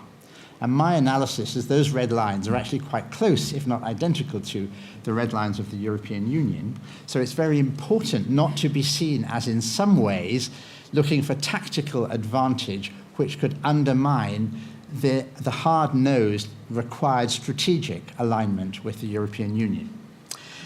That also applies, and this is my final introductory point, to relations with China. It is not possible now to run a successful global company in most sectors outside security and defense without the Chinese market and increasingly without Chinese supply chains. That is simply a statement of fact. It is also the case that in more and more areas of research, Chinese research institutes have to be part of the global effort if you're going to retain some global leadership. And we can see that already in batteries, a range of renewables, but increasingly in other areas of advanced materials as well. That's a fact, and it's unlikely to change. So the UK's relationship with China as the third critical market has to be negotiated without naivety and with a degree of transactional realism. The starting point would appear to be much closer to that of the European Union than it would be to the United States, because I don't think the UK sees the relationship with China, nor should it, in my view, as a zero-sum game, and that's less obviously true across the Atlantic. So I think deepening working relations with the European Union on how to approach the challenges of dealing with China and trying to retain some rules-based trading and competition and state aid system to ensure Chinese behavior is acceptable in the sectors where we are prepared to be open is a key priority which needs more attention. Thank you. Thank you very much, Martin. I've got lots of questions. I was scribbling furiously while you were speaking, but I will hold my tongue, as it were, and give the floor immediately to Anton. Over to you, Anton. Thank you very much, Paul, and thank you very much, Hussein, for the kind invitation today. What I thought I would do in the next couple of minutes is to describe briefly what has happened to UK trade in the last couple of years, then talk a little bit about what to expect from Trump's trade policy and its macroeconomic implications on the UK, and then lastly, a couple of words on last week's reset package at Lancaster House. So just firstly on what has happened to UK trade. In the last 5 years since the pandemic, UK trade openness, so that is trade to GDP ratio, but also trade volumes, are down, and they still have not recovered since the pandemic. And that's a real significant event, because if you look at all the other G7 countries, and indeed across all the EU 27 countries, you see the opposite trend. Trade has actually recovered both as a share of GDP, but also trade volumes. So the UK is a real outlier since the pandemic, and I intentionally mentioned since the pandemic and not just Brexit, because the pandemic has played a role in this, and it's not only Brexit. But you see a real difference here between exports and imports, but also between goods and services. Imports by now have recovered. Exports are significantly still down. Goods exports, in particular, are about 20% down on pre-pandemic levels, which is really extraordinary if you think about it. Services exports, on the other hand, have boomed quite rapidly in the years following the pandemic, which has really helped the UK economy. And I've recently looked at what this has done to UK GDP growth. And perhaps not surprisingly, a big reason why UK GDP growth has not grown very much in the last couple of years is exactly the real collapse in goods exports. And that real collapse of goods exports is not only to EU countries, but it's also to non-EU countries. And in fact, it's even more significant to non-EU countries, and we can talk about why that has been the case. But that collapse in goods exports has been so significant that it's knocked out about 0.5 percentage points of UK GDP every single year. Now, to put that in perspective, that the UK economy would have been about 68 billion pounds larger in the last quarter of 2024 than it was. And just to put that number in perspective, that's the size of the UK's current fiscal deficit. So I'm not drawing comparisons between those two numbers, but I'm just saying that the fall in UK trade since 2020 has had a real impact on the UK GDP growth. And for all the discussion about investment and the need to increase investment, which is very important, we hear much less about the real collapse in exports and what that has done to GDP growth in this country. Now, why is that important now? It's of course important for its own reasons, but it's particularly important given what's happening in the global trade landscape and the context of the real shift in US trade policy under the second Trump administration. And people often focus on, what is the latest tariff level that is coming from the White House? What is it today? What is it going to be tomorrow? The real change, I think, for the UK is not so much the direct impact of tariffs, which is important in itself, but it's actually the knock-on consequences of tariffs on other countries. And one of those big indirect consequences of Trump's tariffs is going to be real diversion, especially of Chinese imports that would have gone to the US to other markets. And if you are a UK exporter that is already struggling for market share in some of those global markets, and now you will face even higher competition from other imports that would have previously gone to the US, then your position is even tighter. And I think that's the real challenge for the UK trade policy, is how to adapt in this extremely fragmented, but also extremely fragmented global trade landscape that has much more intensified foreign competition in key markets than it was previously the case. And that is the real challenge coming from the US trade policy, not so much whether the tariff level is 10 or 15 or 20%, because ultimately those export shares are relatively small. So that's my big comment on the US trade policy. And lastly, on the UK-EU Lancaster House deal that was announced last week. Clearly there's a lot of things that are very positive in that deal. Commitment to negotiate SPS deal, energy cooperation, those are all good aspects. I think what was really more interesting than what was included in the text were the things that were actually not included in the text. And I'll just mention 3 of them. One was the absence of anything on industrial goods, despite the UK's efforts to negotiate mutual recognition of conformity assessment that Martin alluded to on pharmaceuticals or medical devices. It would have been an extremely important component of that deal. It wasn't included because the European Commission didn't want to talk about that. And it's quite unlikely that that position is going to change anytime soon. On services trade, there's almost nothing on mutual recognition of professional qualifications or on wider mobility provisions. Again, a very important UK offensive interest.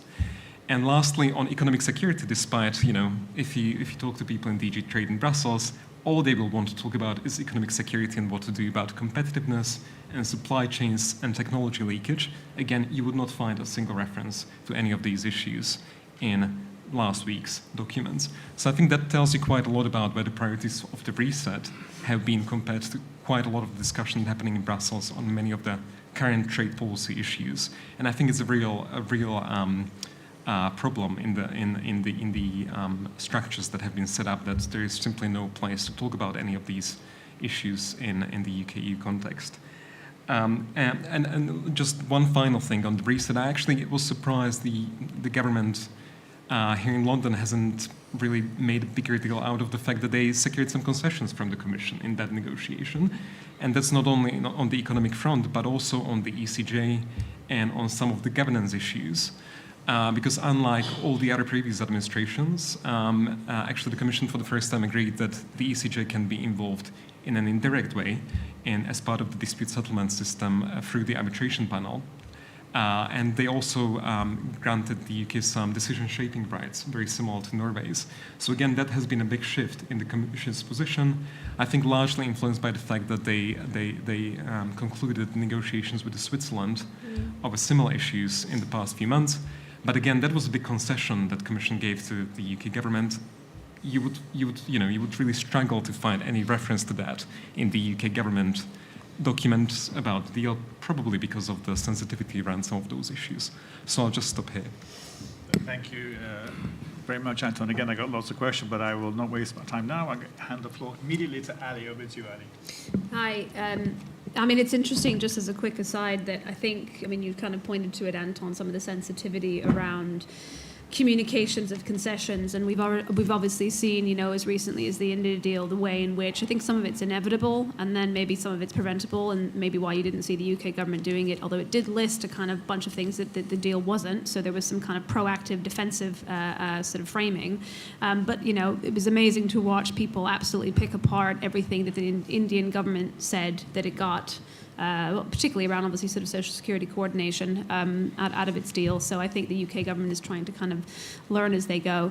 One of the things I wanted to sort of speak about briefly before kind of diving into sort of the three different kind of as well, UK-EU and UK-US with a bit on China briefly, is we're kind of now in a big picture-wise in a world where the UK is still, I think, in a position where it looks as trade as a sort of, relatively speaking, unalloyed good.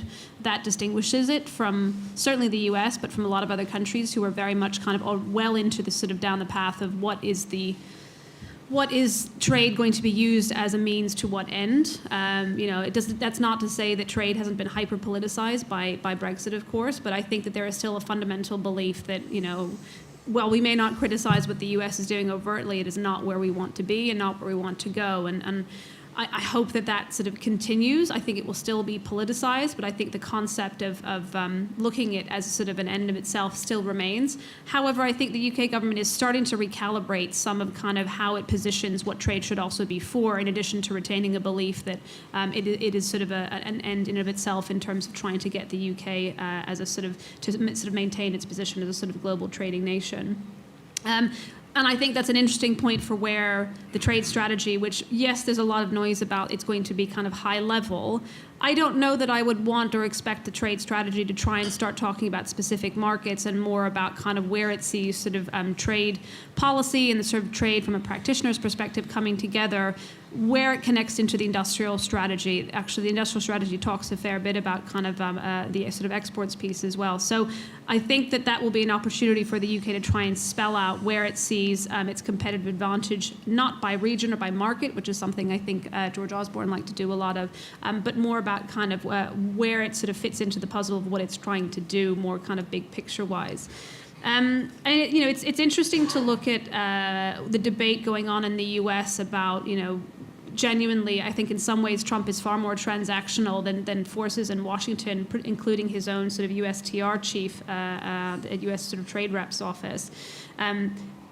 If you haven't followed, if you're trying to really understand a kind of an intelligent mind with which I viscerally disagree, but to understand where and why these forces in Washington are trying to kind of help drive Trump to maintain the kind of view that he's taking rather than trade it off with China and buying TikTok from the Chinese Communist Party. There's a guy named Charles Benoit who's from the Coalition for the Prosperous America, and it's interesting that, you know, if you he's a legal international trade attorney, he's a legal counsel for this coalition, which basically is sort of lobby group for domestic manufacturers, and he talks about, we don't want to care about market access. Market access is not relevant for us. We should be focusing on, you know, it's easier with the US, it's a huge market. Our our kind of domestic consumption.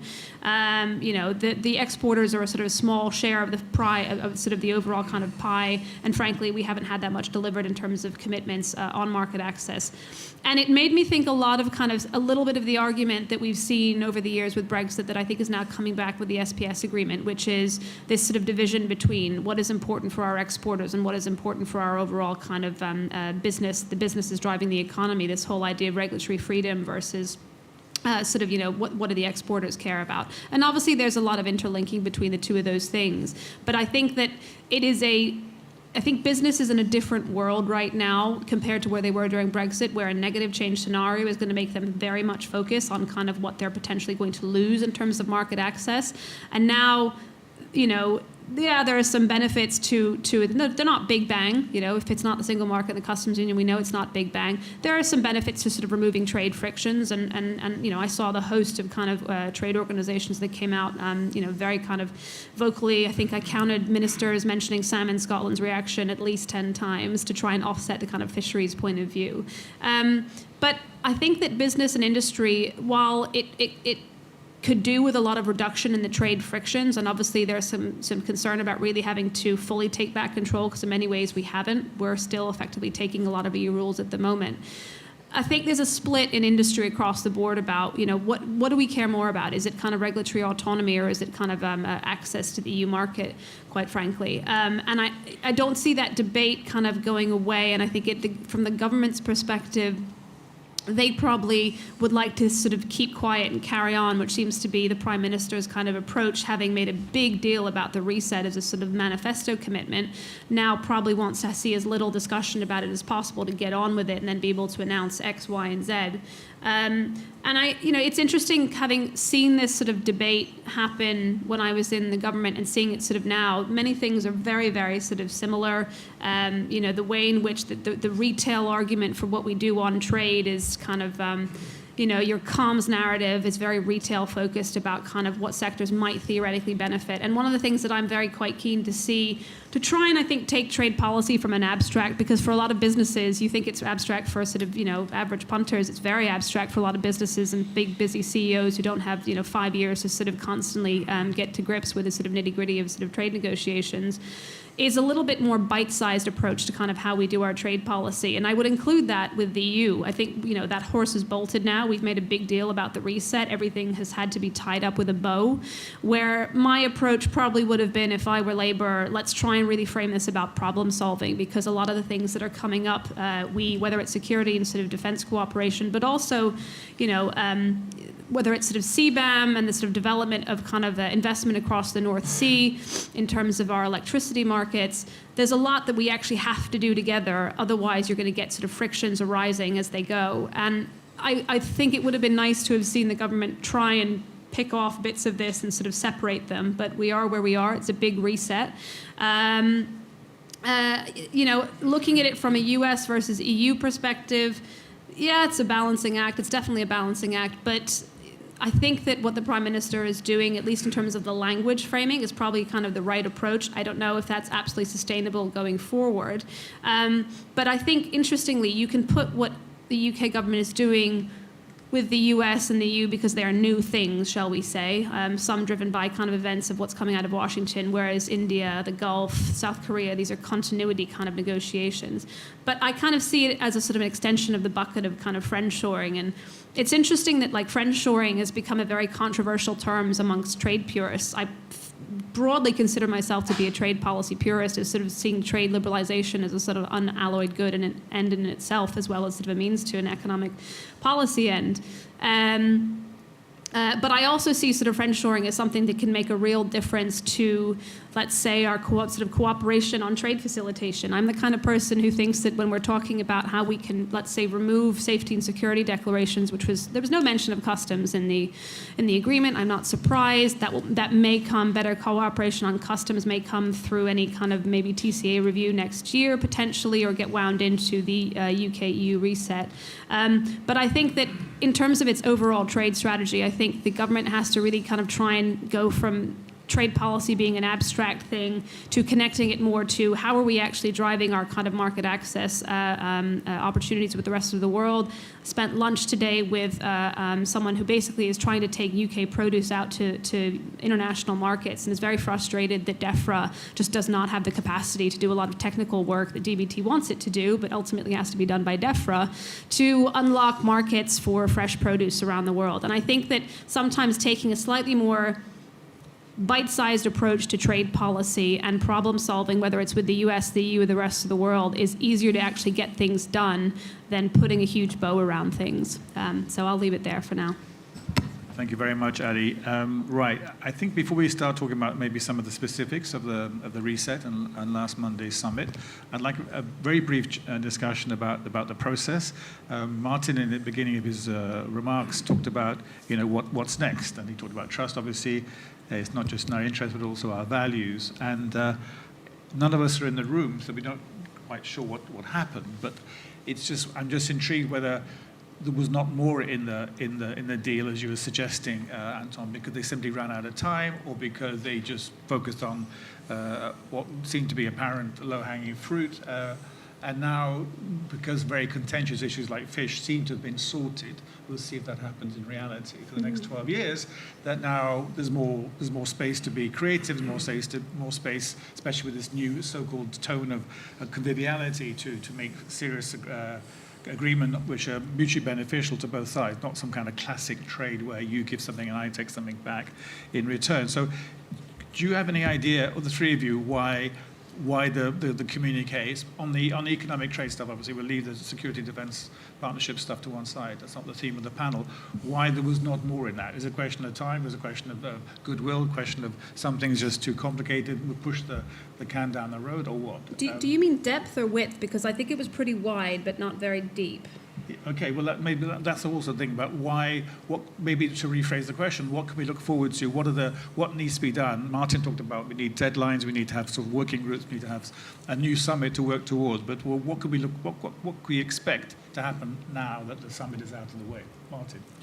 Well, I just underline the fact that perhaps the UK was less aware than the European Union that we have a trade and cooperation agreement which provided very clear legal parameters. And politically, of course, in the EU, the risk of cherry picking has been one which people have been worried about since the start of Brexit. So I think one of the reasons that it didn't go deeper as well as wider was that the EU did not have a mandate to discuss in detail these areas, and member states weren't going to give it a mandate to try to, agree on the things that were most important to the UK, to put it a bit bluntly. And that is why I think this point about trust is not simply a sort of, it's nice to have the paragraphs in the communique. It's, are you having an essentially transactional negotiation with us, or are you prepared to commit to something more detailed and profound? And even if you are, as we've seen with the Swiss negotiations over many years, if not decades, this is a difficult process because in the end it has to go through a large number of member states and the European Parliament and committees and all the politics. So I think the UK has got to get back into the mindset that it had when it was inside the European Union if it wants to negotiate on all these issues and see all the trade-offs and be aware of what it's prepared to offer. And I just say finally that I think the point that's been highlighted, that it has chosen to accept European Court of Justice regulation, is very important from a UK point of view to get into that area, but was a sort of sine qua non for Brussels, because if you're not going to accept our rules and ultimately our system of deciding that we're all following them in the same way, you're not going to get very far. Right. And Anton? Well, I think what has happened actually is something very significant, and that is the implicit recognition by the Commission that you can selectively opt into the bits of the single market, and to a point. And that was despite not having the mandate. And despite not having the mandate, the Commission agreed, that the ECJ can be involved through arbitration, decision shaping can be given to the UK. And these are significant things that were being negotiated and talked about for years. Checkers, I'm going to mention it here, was essentially about that. And EU leaders just categorically rejected that proposition at that time for different reasons, political reasons. But I think there has been actually very significant movement in this reset package. And now, Paul, just going back to your question, can you build on the momentum that was created here, I think is the key question. And I think for that, you really need to set up a process, I agree with Martin here, you really need to set up a process that will have clear timelines and that will lead to concrete milestones along the way, because otherwise there is a risk that these things will just not happen in the next, not even months, but it may be years. But I do think, what would really unlock more movement is just more clarity from the UK government about what they actually want. Because a lot of the issues that were included in the package, the issues that the Commission brought, member states brought, and many of the other things around mobility, for example, even though it seems to me that the UK offensive interests in many ways that the UK business professionals have better access to EU 27 markets, we're simply not subject to discussions. So I think there is quite a lot more that you can do, but I think it really depends on how quickly and if we can actually move on the issues that were agreed as part of this deal. Yeah, I mean, just very briefly, I think it's sort of we're into kind of the land of many deals without mandates, and so there's probably a limit on what they could do. I mean, two really quick points. I know that there were almost implicit or potentially explicit agreements between the UK and the EU about what not to put on there before they could put anything on there for now. And also, I do, they didn't have a deal on Sunday night, certainly speaking to people in the Cabinet Office, but they did on Monday. So I think this, summits can help channel minds, but it also limits your ambition. Right. Something where I'm generally confused is that now seems to be the new mantra that, and if I'm oversimplifying, you'll correct me, that the UK is more or less signing up now to the dynamic alignment agenda, which seems like a million miles away from something we were talking about not that long ago about UK-Singapore on Thames, Brexit benefits, low tax, low regulation regime. But by definition, if we're signing up, maybe not in a loud way, because we discussed in the previous panels, the government here doesn't like to shout too much about these kind of things. Nonetheless, it suggests that we are subscribing to the, and maybe for very good economic trade reasons, the EU policy agenda when it comes to regulation. Is that a fair reading of the situation? Ali, why don't you go first this time? Can you repeat the last part of that? Sorry, I was just trying to do it in my To head. the extent to which the UK is now signing up to the dynamic alignment agenda, and therefore when people say there should be Brexit benefits or just competition where we don't follow the same rules in certain areas like AI. But I think agriculture has always been a little bit different in terms of the ease with which you can actually shut off markets by not having kind of the alignment. I mean, there are, the UK government listed a couple of them, whether it's sort of shellfish and mollusks and seed potatoes. It really has the ability to absolutely kind of the red tape can completely shut off the access to the market. And I think there was an implicit, it really helped that Switzerland, the Swiss who do sovereignty were able to do this. I was looking at the actual different framing because the UK called it a common sort of SPS zone. It was interesting that some of the wording that was actually used between the different press releases was slightly different. And I think, excuse me, I'm going to sneeze. There's always been a little bit of an exception made for agriculture. Sneeze. I think there's always been a bit of an exception made for agriculture and a willingness to kind of sort of make that trade-off because it's not covering a huge swathe of your economy. And I think the Swiss doing it first, even though we don't have the legal text out yet. I think the text is coming out. I think the negotiators are meeting to initial the text maybe in the summertime. But I just think that it paved. I mean, it's interesting, when you speak to government, they do want to draw on some of the examples of the Swiss on the SPS zone. They don't want to in other areas. So there are limits to how much they want to rely on the sort of the Swiss framing. But I think the idea that the Swiss do sovereignty and could kind of, acknowledge, sort of agree to this approach was probably a huge sort of benefit in terms of first steps. Thank you. And before I give the floor to Martin, just wave your hand if you want to pitch in now before the Q&A session at the end. Martin, what's your take? I just add this is about getting real. The UK was getting real. I mean, the rhetoric about Singapore was never serious. If you look at the figures and the costs of phytosanitary regimes, then the case is simply overwhelming. And the number of small exporters who've been shut out of the European market is clear, and that affects their wider competitiveness and so on. The challenge elsewhere in areas like chemicals, of course, is if you don't get the same sort of agreement, the UK's being pushed out of supply chains, which it was always a key part of, and that in turn limits the amount of investment coming into the UK, because a lot of investment was for business-to-business supply chains. So you have to look at these sectors, and you have to know that there's a real economic benefit potentially. Obviously, pharmaceuticals is another very important one. And the challenge is, how many sectors can we do one by one without actually being prepared to give a wider commitment to the EU for what they want? Because we will run into the political opposition of cherry picking. And that is a real challenge. If I had one wish for the next year, it's that the EU and the UK would also set up a working group to look at the costs and benefits of returning to a customs union, simply so that we had the figures. Because I think the figures would be quite convincing. Okay, thank you. Anton? I mean, I would just say, I think if maybe just a little bit of a macro picture here, what has happened to UK exports actually in the last decade and a half, really since the financial crisis, is that they really lost a lot of the market share globally. And at the expense of, China and Southeast Asian economies. And that's not something that's unique to the UK. That happened to Germany, it happened to most European economies.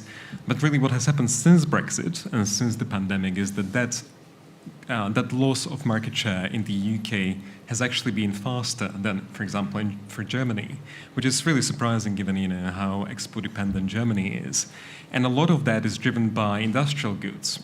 So I think a lot of the drivers for I think what is really seriously undermined the UK competitiveness on the goods side has to do with global factors that are beyond the control of what the government does do with the EU and in Lancaster House or elsewhere, because there are simply macroeconomic structural reasons that have to do with the structure of the Chinese economy and what the Chinese Communist Party does over the next decade and a half or something like that.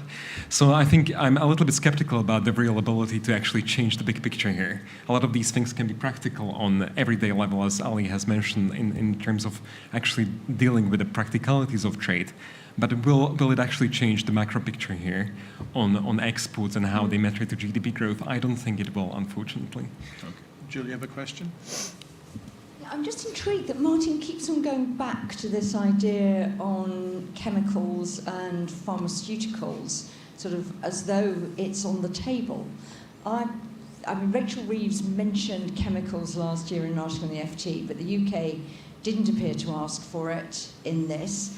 And the EU has made pretty clear that they see these two areas as ones which are a bit abnormal. There are big Northern Ireland benefits to doing the SBS deal. Barnier was prepared to contemplate that as part of de-dramatisation. There are quite big benefits to the EU from UK participation in the single energy market and on linking emissions trading schemes, which is already foreshadowed in the TCA as a possibility.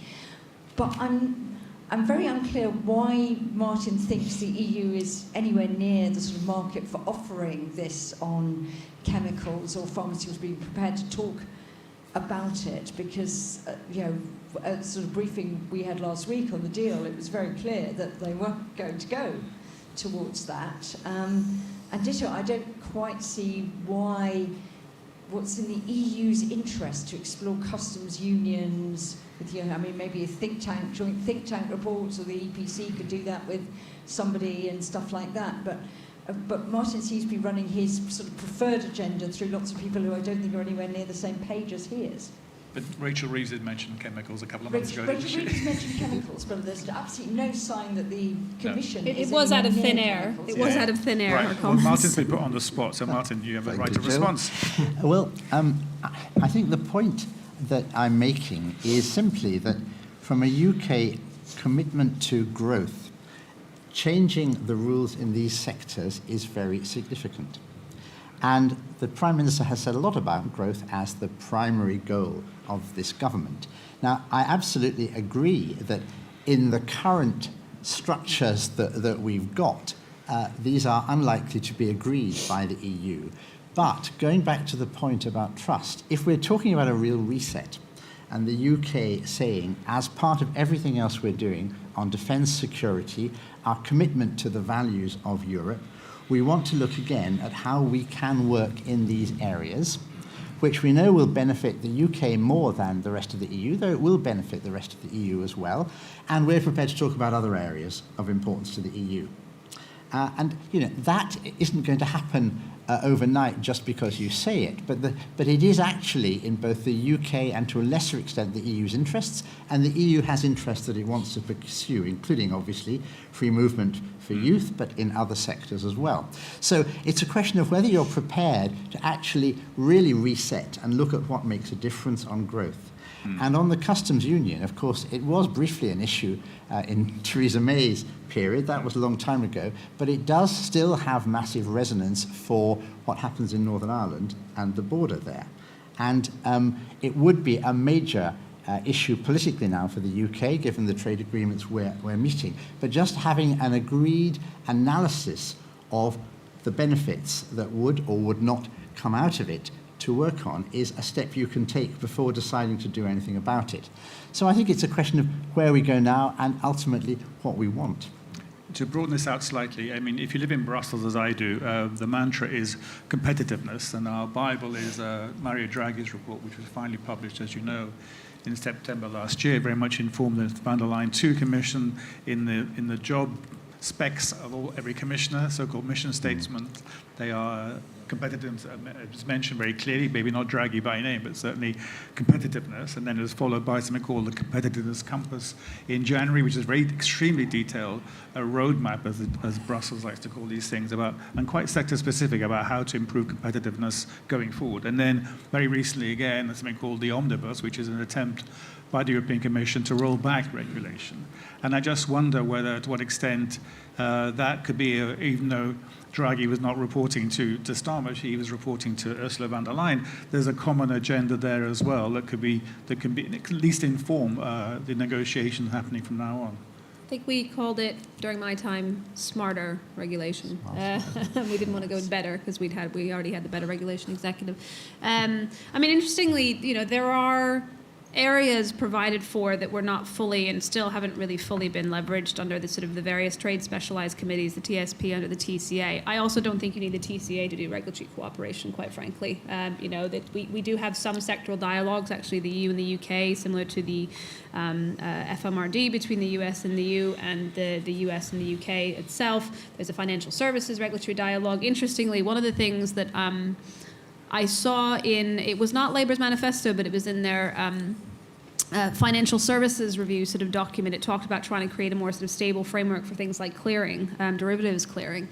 But I think that you can, kind of coming back to my point earlier, I think you can get on and do some of these things, without having an ambition to sort of, we're not going to rejoin EU REACH, but in terms of regulatory cooperation between our regulators and between sort of different departments, different parts of the Commission, I don't think that you need a whole reset to kind of help facilitate that, frankly. And I think the more that you stick into the reset bucket, the harder it is to make progress on some of these areas that just should be existing in any event. Do you want to say anything, Anton? I mean, I think I would say, I think in competitiveness, I think it depends on what you mean by that. It's been used so broadly. It means so many different things in the minds of people within the EU, but also in this country. But I think, if you look at the essential problem that Draghi is describing in his report, which is the problem of export competitiveness, then that's the problem that the UK has too. There's nothing different about that. But what has changed in the last couple of years in the UK is that the composition of UK exports has shifted drastically. Services exports are now far, far more important to UK growth and prosperity than goods exports. And in goods exports, the UK companies have become basically uncompetitive globally, whilst in services sectors they've become very competitive. So, if you are in Whitehall drafting industrial strategy, the key question I would be asking is, how do you make industrial strategy work in the context where the UK exports in services are very competitive and UK exports in goods are becoming extremely uncompetitive globally, and how you leverage that to your benefit? And that's a slightly different question that I think people in Berlin or in Paris, indeed in Brussels, are asking, which is far more heavily focused on traditional industrial goods sectors and less so on the services side of the economy, though not entirely.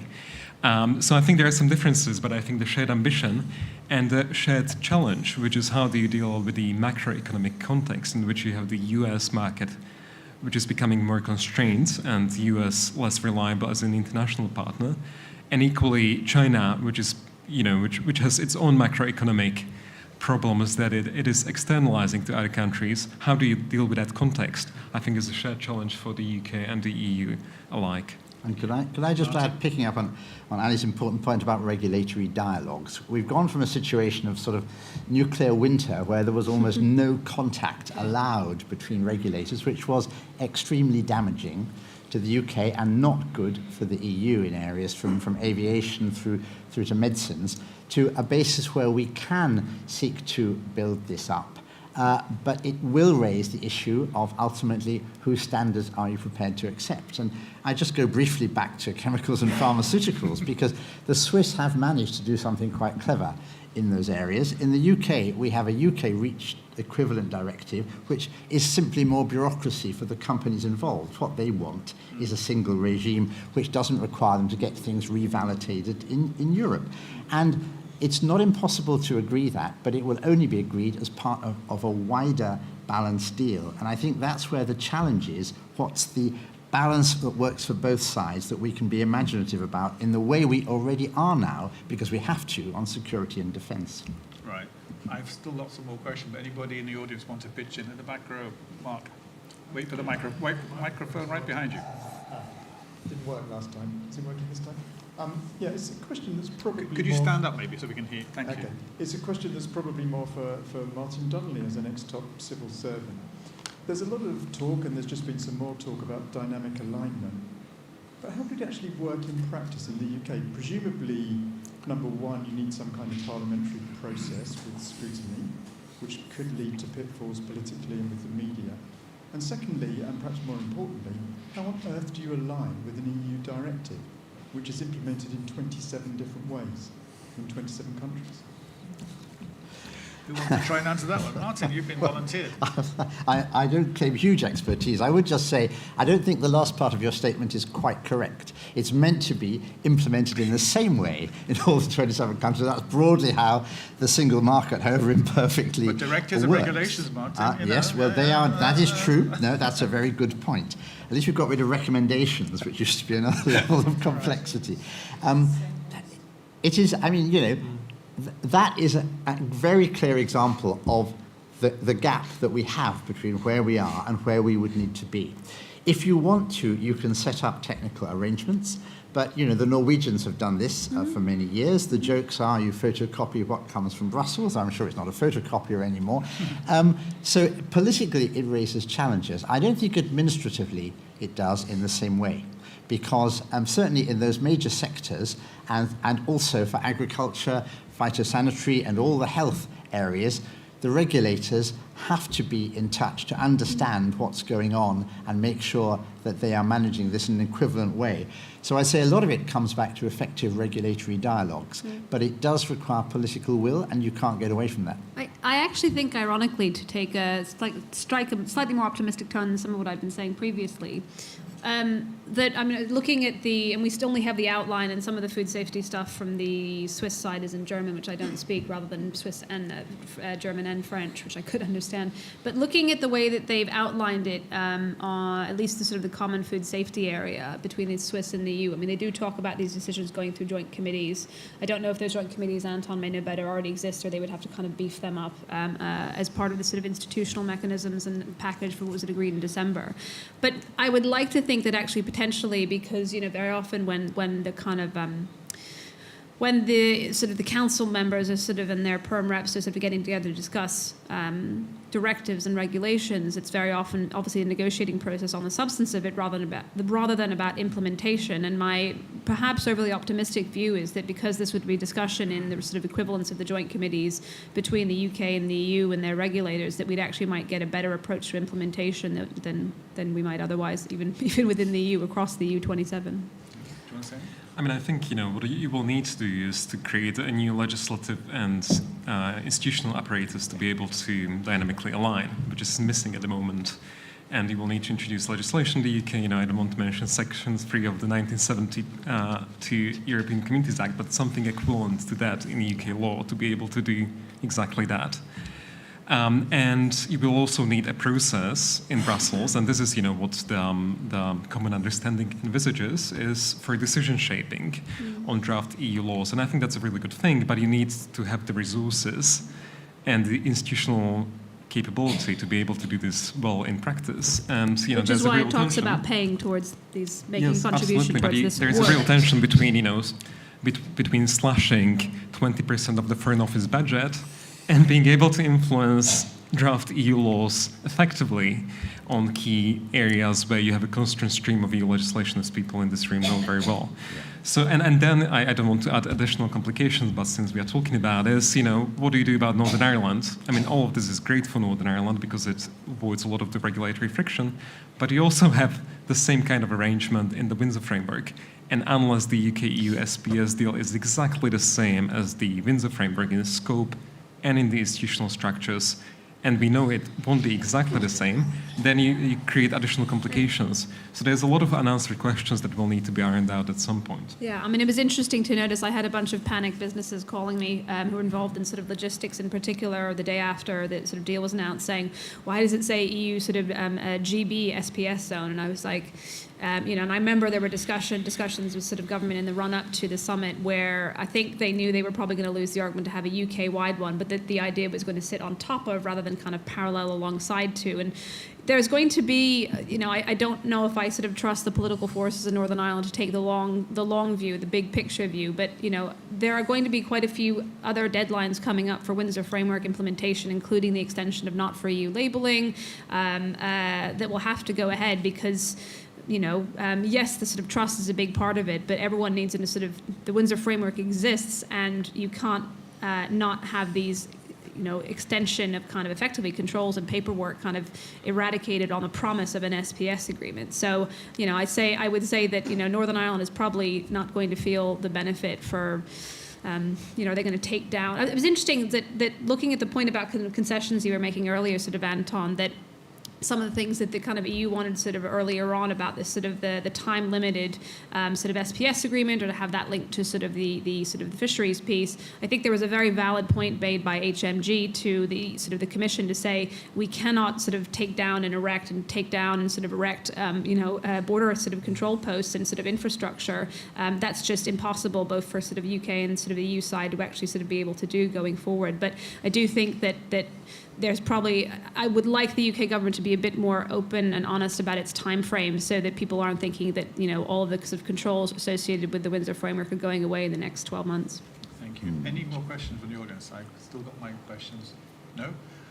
On this question still of keeping up the momentum and Anton's point about what was not in the final communique, if you like, do you have any sense, all of you, to the extent to which the business community broadly, since we're talking about economic issues and trade, feel that they have more agency now, they should have a responsibility, even if it's self-interest, to speak up, they're going to be more listened to, that they sense an opportunity even now more than before the 19th of May, to make input, to hold the government and the European Union side feet to the fire? Is that going to happen? Martin? I'm not sure. My impression is that there is still a huge, this is a dangerous issue, we don't want our heads above the parapet feeling across a lot of the business community. But I hope that this is the start of a change, because one other area I just briefly mentioned is VAT. The issue of aligning the VAT base is as technical as they get. We have been doing it for years. There's no reason why we couldn't continue. And if we could achieve for small businesses the need not to have to pay VAT in advance when they export, we would be removing what is a significant and growing handicap for small UK businesses trying to export competitively. Now, that's the sort of issue you'd want to see business raising. But until they do in a more coherent and consistent way, I'm not sure that government is going to get there without it. So I'm not sure, but you probably know more. It was fascinating. We had an event kind of at our offices with Liam Byrne, and an old colleague of mine from the IOD asked a very valid question and said, businesses was pretty badly burned by intervening to the extent that it did, find a very different political environment, but obviously, they can see which way the polls are going, and there's some sort of nervousness there about kind of long-term sort of speaking out. I don't actually get the sense that in addition to the sort of European scrutiny piece, it was fascinating Westminster Hall debate last week that was co-sponsored by Stella Creasy and Richard Tice, basically, and almost as a protest to the absence of the European Scrutiny Committee to do some of these things. I don't get the sense that UK government actually probably wants a huge amount of dialogue about these issues constantly. I think they want the support of business when things are being announced. I think I would like to see this time around a very different approach to business engagement behind closed doors, not just publicly, because I think that during Brexit, for obvious reasons, the negotiation sort of context meant that it was very, very difficult to get anything out of kind of government big picture and even on the details. And that civil servants sort of felt in between a rock and a hard place about how much they could communicate. So I think the government knows. I don't think it needs business to hold its feet to the fire. I think it is very, very well aware that it's not even an issue about getting timed out of the negotiations, that they know that they want the benefits to be felt as quickly as possible. And the earlier that things are implemented, the harder ostensibly it is to kind of unwind everything. I think that's why it's actually a good thing that potentially that we don't link all of these agreements, because the more that you do, the harder it is to have to unwind many, many different parts of what we've effectively agreed through the strategic partnership. But they are well aware that various pressures mean they need to get on with it. I think one of the other questions about that time pressure, though, is that does that favour, I hate to sort of put it in these terms, does that favour the EU, because they know that the UK needs to get things agreed quite quickly, particularly when it comes to negotiating exceptions, limited exceptions to the SPS agreement. Okay, but to finish off, we're coming to the end of our time, and to bring in, I'm guilty of neglecting a bit the Trump factor a bit. The point being, to what extent can the EU and UK have a common strategy dealing with Trump when it comes to business? If it's possible remotely to separate business from the defence side of our discussions. And as you may know, there's a well-established industry out there of people mapping and measuring the extent of investment by European companies, including UK, in the US, and vice versa. And it's not just market share, but also in terms of employment investment on both sides of the pond.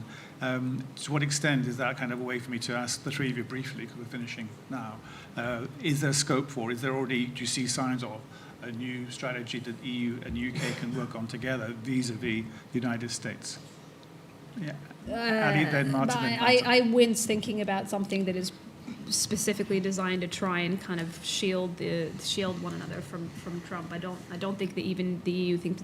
I think that I see potentially that. Not so much in terms of, let's say, and I know you weren't asking the question about retaliatory sort of tariffs and things like that, but interestingly, even on things like, let's say, the WTO, there's different ways of looking at how the UK could leverage its role as the WTO is in terms of sort of facilitating progress and kind of being a bridge. And some of that is about kind of working with the EU. I would like to have seen more than I've seen in the last 5 years. Usually Geneva is a kind of place where domestic politics sometimes can be left behind to some extent in some areas. I would love to see the UK and the EU working on more sort of joint shared papers at the WTO to facilitate not just multilateral but probably plurilateral agreements on sort of JSIs relating to e-commerce, sort of industrial policy, etc. But I'm probably very Starmer-esque in that I'd be very nervous about anything that was being framed as kind of trying to jointly respond to the US, at least in terms of trade. On disputes is interesting. I thought that I would see more. I think China has. I thought that, I knew there wasn't going to be a huge amount of retaliation. I thought there would be some kind of sort of cases brought to the non-functioning dispute sort of dispute settlement board. But I thought basically to authorize retaliatory tariffs. I haven't seen that. I think that the EU would love to see the UK and others sort of join on to that. I think the only way that we're looking at really responding to Trump is through defense and security cooperation. I think trade is a very difficult category to get into. Okay, thank you. Martin, briefly then Martin. Yeah, I think given the uncertainty of this relationship, which I touched on at the start, it's important that the UK retains its public commitment to most favoured nation, to multilateralism, and doesn't allow itself to be seen as being prepared to play off short-term one bloc against another. I think it can do that and still be open to investment and research links and so on with the US. but it does have to be aware that any agreement with the US is very contingent. Right. Final word to you, Anton. Well, I would say, just getting back to your question, Paul, I think clearly the European Commission is trying to still play by the rule book of the WTO. It's trying to look for ways to try to make it compliant, whatever it decides to do with the WTO rules. I think, there's a big question hanging over, is the UK-US deal, or, document that was agreed, actually compliant with some of the principles, MFN principle of WTO, and I think probably the answer is no. But I will defer that judgment to trade lawyers. And, is that the attitude we would expect, from the UK government in this context where actually the MFN principle is a core principle of the global trade system? So I think there is a big question about how you square that circle, and how you make it all work in practice. But what I would say on the UK EU trade relationship is, services is such a big component of this that actually that insulates the UK from some of the big exposure to Trump tariffs, because you can't really tariff services, even though you can impose other restrictions on it. So I think we have to bear that in mind, and I think clearly there will be a big difference with what the EU decides to do if it doesn't get a deal with Trump, because it will need to retaliate in some shape or form, and then services will probably be involved. All right. Well, just as last week's summit, we run out of time, so we'll come back to the discussion, I'm sure, on many occasions in the future, especially if Hussein chooses to organise it. One last task for you in the room is to give a big round of applause to my panel, please. Thank you. Good. Thank you.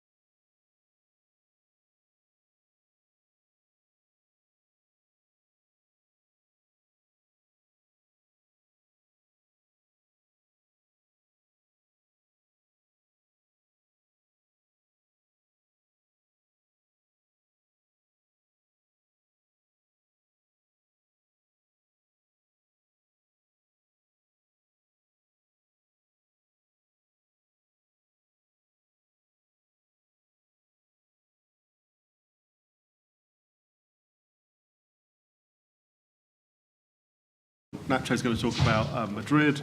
Adonis is going to talk about the view from Nicosia, and Monica from Prague. And I would just say, just by way of representation today, there were a number of people who contributed to the report who couldn't be here today. And I just want to highlight two of those because they are very important perspectives. One is on Poland. I really strongly recommend you look at that chapter. But the other is on Lithuania, and I think that the UK's relationship with the Balts and with Eastern Europe is extremely important. So do please have a look at that. But as it's getting late, I'll turn immediately now to Nacho. Thank you very much, Hussein. I will try to be even shorter than 10 minutes, as it's very late, and probably you will be tired. We had in the first panel the two great powers, France and Germany. Then, in the panel from national views, then we had the neighbours, Netherlands and Ireland. This is a odd combination of Czech Republic, Cyprus and Spain.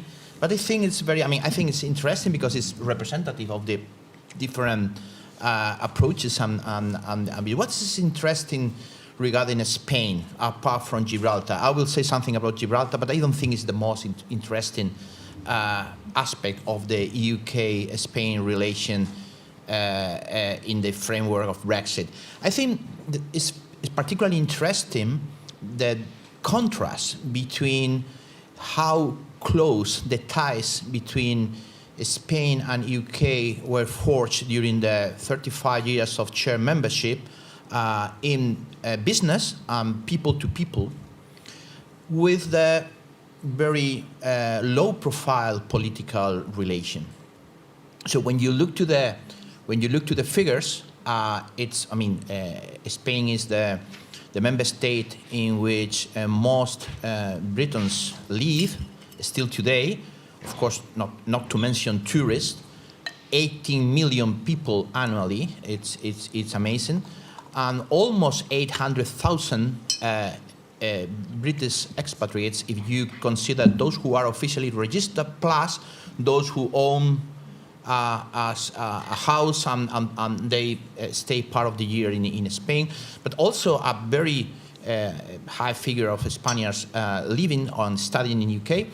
And when you look to trade and FDI, it's again after Ireland, Netherlands, and Germany, so the neighbours and the large member state, the most important trading partner for UK was Spain, and from the Spanish perspective, UK was also, after France and Portugal, the most important trading partner. So, and was this relation, these ties were forged because of shared EU membership. But at the same time, when you look to the political dimension, so strategic relation between both countries, taking into account that are two large member states, it's interesting to know that perhaps with the exception of the relation between Tony Blair and José María Aznar, there has not been any strategic partnership. Why? Well, probably for different views about the scope and ambition of the European integration process itself, perhaps, of course, because of Gibraltar, and also because there was no previous memory or previous narrative of a previous friendship. Because of historical reasons, I had no time to develop. But I think this is very, very interesting, even from the point of view of new functionalism. So why in the process of economic integration, you have social and economic dimension of ever closer union, but no spillover to the political dimension. Once the referendum took place, the approach of Spain was of course, this relation was very important from, as I said, from social and economic point of view.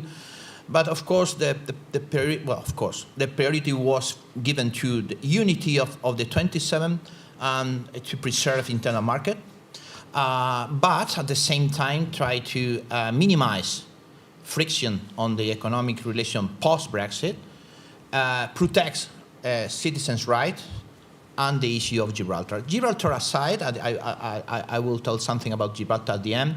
I think that, all those objectives were covered in the withdrawal agreement and the TCA, but when you look to the, to developments, and in particular when you look, for example, to trade last year, foreign direct investment last year, tourists last year, flows of people, it's interesting that Brexit have had a very, very minor effect. Today, UK is the first investor in Spain, more than the combination of the other 26 member states, which is incredible. I mean, the last years, in terms of stock, UK is, along with US and France, the most important investor. And for the Spanish investment, UK is the second destination last year in terms of flows and in terms of stock. The trade has also grown with a surplus in favor of Spain, by the way. And last year was a record in terms of tourists. It's true that the number of officially registered has dropped. When you compare 10 years ago was 400,000, now is 270,000 people living in Britons living in Spain. But it's from the point of view of how disruptive Brexit was, not in the economic dimension, not very much on the social dimension, and politically, and this is something that is an interesting question that we haven't paid attention to that, even if for Spain Spain regret the decision of Brexit, the result of the referendum. Spain tried to help. You remember this agreement before the referendum, considering, ever closer union, the red card in the national parliaments, emergency break. So Spain supported all that, even if it was against the national interest of Spain and the national preference in the EU. But perhaps today, in 2025, when you analyze that well, friction in trade is quite minimal from the point of view of particularly goods. Even in services, has been a growth. FDI is very strong. People-to-people continue to be very strong. And now the UK is not in the European institutions. And this could be positive for what happened in the last years, considering the Spanish preferences regarding the future of European integration. In particular, when you analyze the reaction to the pandemic and the next generation program, so the recovery and resilience program, perhaps with UK in the European institutions, the ambition of the European Union would be different. So I think that could be interesting that even if for Spain, European integration process is key, it's very important, and therefore it's very important to have important countries such as UK as a member, so that's why Spain regrets Brexit. But at the same time, when you analyze what happened, perhaps it has been not so negative, which is interesting. Of course, there has been problem regarding, the work visa now are harder to obtain for Spanish working here, and this is particularly important in hospitality and healthcare. And there are those living in Spain have problems regarding roaming, credit card, but some minor agreement, bilateral agreement between Spain and UK has been negotiated on, for example, driving license or education, but there is no comprehensive general agreement, and the reason is Gibraltar. Gibraltar is very interesting. Gibraltar voted, I think 96% of Gibraltar voters for Remain. The negotiation, Spain tried to negotiate successfully that the scope of any deal between UK and the European Union in the future, Gibraltar is not part of the territorial scope unless Spain agrees. And the attitude has been, try to negotiate. The Gibraltar authorities have been very constructive on that. Sometimes it's interesting because the First Minister of Gibraltar, Pedro, is closer to the Spanish position than to the British position in some part of the negotiation, because the priority for Spain and to Gibraltar is to remove the fence, to remove any kind of check. This is very symbolic for Spain, because if you don't have any kind of obstacle, Gibraltar would be part of the United Kingdom, of course, as part of the Utrecht Treaty, but without any kind of obstacle. And then the negotiation, the complexity of the negotiation is to convince UK and also Gibraltar authorities that if you don't have any kind of border or even a fence without police control, that the airport and the port of Gibraltar are external border of the Schengen area, not of the European Union, Schengen area, because Gibraltar would become an associate member of Schengen. So that's why negotiation hasn't been finished, because Gibraltar authorities don't want the Spanish police to be part of a Frontex delegation in the port or in the airport. Also, to what extent the airport can be used also as the Geneva airport between France and Switzerland, so a similar format for southern part of the province of Cadiz and Gibraltar. But I think that we may have an agreement very soon. On the relation with Starmer, interesting to see that, the Spanish and the British government, in theory, in practice, are of the same ideological family, and social democrats, and is one of the very few exceptions in Europe. Only Denmark and Norway and Malta has also center-left government. The relation is now much better than during the conservative government, but still no agreement on Gibraltar, no real relation between national leaders of both government. Pedro Sánchez and Starmer have only met once for 30 minutes on the sidelines of the EPC in Oxford last year.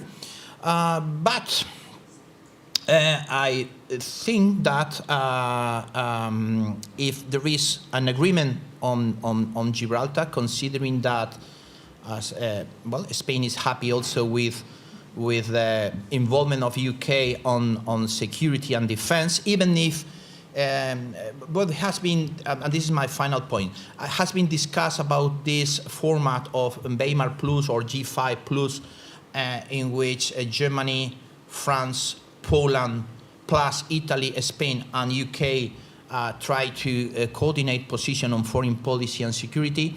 Well, both countries are on the same page regarding Ukraine, and of course supporting Ukraine and against Russian aggression. But there is no agreement on this Franco-British idea of deploying troops on the ground.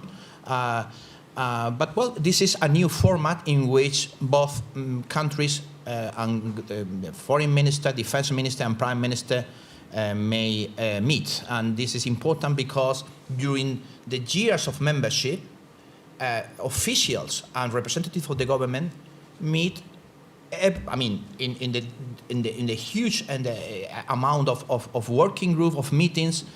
When you leave the European Union, all this format of meeting disappear. So that's why it's important to have this new kind of informal format. I stop here. Very happy if you have questions. Thank you, Hussein. Great. Adonis. Yes. First of all, thank you for the invitation, having me here, and thanks for the last heroic participants that are still here with us after a full day. I will be talking about the case of Cyprus, which I hear Bridget's comment about Ireland being a unique case, and it is quite close to the UK literally as well. Cyprus also has a very particular historical and political relation with the UK, although geographically is located quite far away. I mean, even in the map here, you cannot find Cyprus. It's not included. Yeah, something like that. Anyhow, it's good. It's essential to know some of these ties between the two countries, since these ties have actually shaped the relations between the two countries. Cyprus is a former colony of the UK. The Republic of Cyprus was established in 1960. UK is a guarantor power, which means that it needs to protect the constitution of Cyprus and help reinstate it in case it is violated. And also, since then, the UK has 2 military bases on the island. Now, briefly, since the 1960s, following intercommunal violence, there is a UN peacekeeping force on the island. This is renewed every 6 months by the UN Security Council. The UK is a member of the UN Security Council, so Cyprus is in need of the UK's vote as well at that level. In 1974, we had the division of the island, and since then, the occupation of the northern part by Turkey. Peace talks have been taking place within the UN Security Council resolutions. That's the framework. Again, UK is a member of the, as I said before, the UN Security Council, so there is dependence on the UK. In addition to all of that, you have a huge community of Greek Cypriots, Cypriots overall in the UK, 300,000, 1 million UK tourists visit the island. Tens of thousands of people have studied in the UK from Cyprus. The ties go back, and it's a very deep, complex relation, sometimes of love and hate, but it's there, and one cannot neglect or omit it when analyzing bilateral ties between the two countries. Now, regarding Brexit referendum, Cyprus, the political elite in Cyprus was caught by surprise. They did not see that coming. They were a bit relaxed about the outcome, surprised to a great extent. And although they were surprised and astonished, at the same time, they were never punitive against the UK. They tried to build a productive relation and deepen the ties between the two countries even more. They never held a strong stance during the EU negotiations.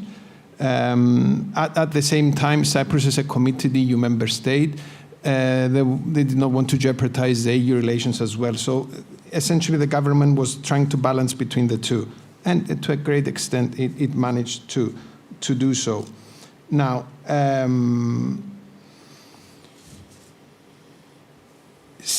focusing now on the post-withdrawal of the UK, a strategic dialogue framework was agreed in 2022 between the two governments. A review took place in 23 at the technocratic level. In 2024, under the Starmer government, importantly, the ministers of finance the ministers of foreign affairs also attended the event. And since Starmer got elected, there have been 3 meetings with the Cypriot president. 3 meetings. I heard that the Spanish met once. The Starmer never visited the Netherlands. While he visited Cyprus, it was the first time a UK prime minister visited Cyprus after more than 50 years. So this comes to show that relations are quite good. The only issue that may arise regards the military bases of the UK. It was an issue during the negotiations because of fear of creating a border within the island, but they managed to reach a settlement where the EU acquis applies on the military basis, so you don't need a custom union. They managed to bypass that. A committee has been created with the Commission, the UK, heading it and trying to make sure that the decision is being implemented in a seamless manner, and it has up to now been implemented. Following the recent decision to return the Chagos Island sovereignty back to Mauritius, there was, it made the headlines, so people started asking when will the British give us back our sovereignty regarding the military bases. But despite overall agreement that at some point we may raise the issue, the government is acting in a pragmatic manner. They are disinclined from raising such an issue at this point. They consider it not to be the right time. I'm not sure if there ever be a right time. Possibly, if the Cyprus problem is ever resolved, then as part of the agreement, there may be somehow an adjustment, or the UK may give up one of the military bases. So more or less, it seems that the two countries are deepening their relations. I forgot to mention that Starmer visited the island, and he did so through the Larnaca airport, and he did not land in the British military bases, because you do have British officials actually landing on the British military bases instead of Larnaca airport. And he did not include the so-called breakaway state, the so-called president of the breakaway state in the north. He did not meet with him or any other official. And despite domestic reaction from the British, the UK opposition parties, that he was visiting Cyprus and possibly the issue of the military bases was going to open and create a mess out of it. Starmer went on with the meetings and the visit. So that's just another sign of how good relations are between the two governments at this stage. The Cyprus government would never openly express any preference as to whom is elected in the UK government. I heard that Ireland wanted a Labour government, at least. Oh, no, I mean, it anticipated. It would never Publicly take a stance. Yes. The same in Cyprus, although if you ask around, the sentiment is that Labour is always a bit more friendly, if I could say, when it comes to relations with Cyprus and the Cypriot community overall. So that's all about Cyprus. Thank you all. I'll give now the floor to Monica. Thanks, Dennis. Monica. Okay. So, hi everybody, and thank you so much for having me.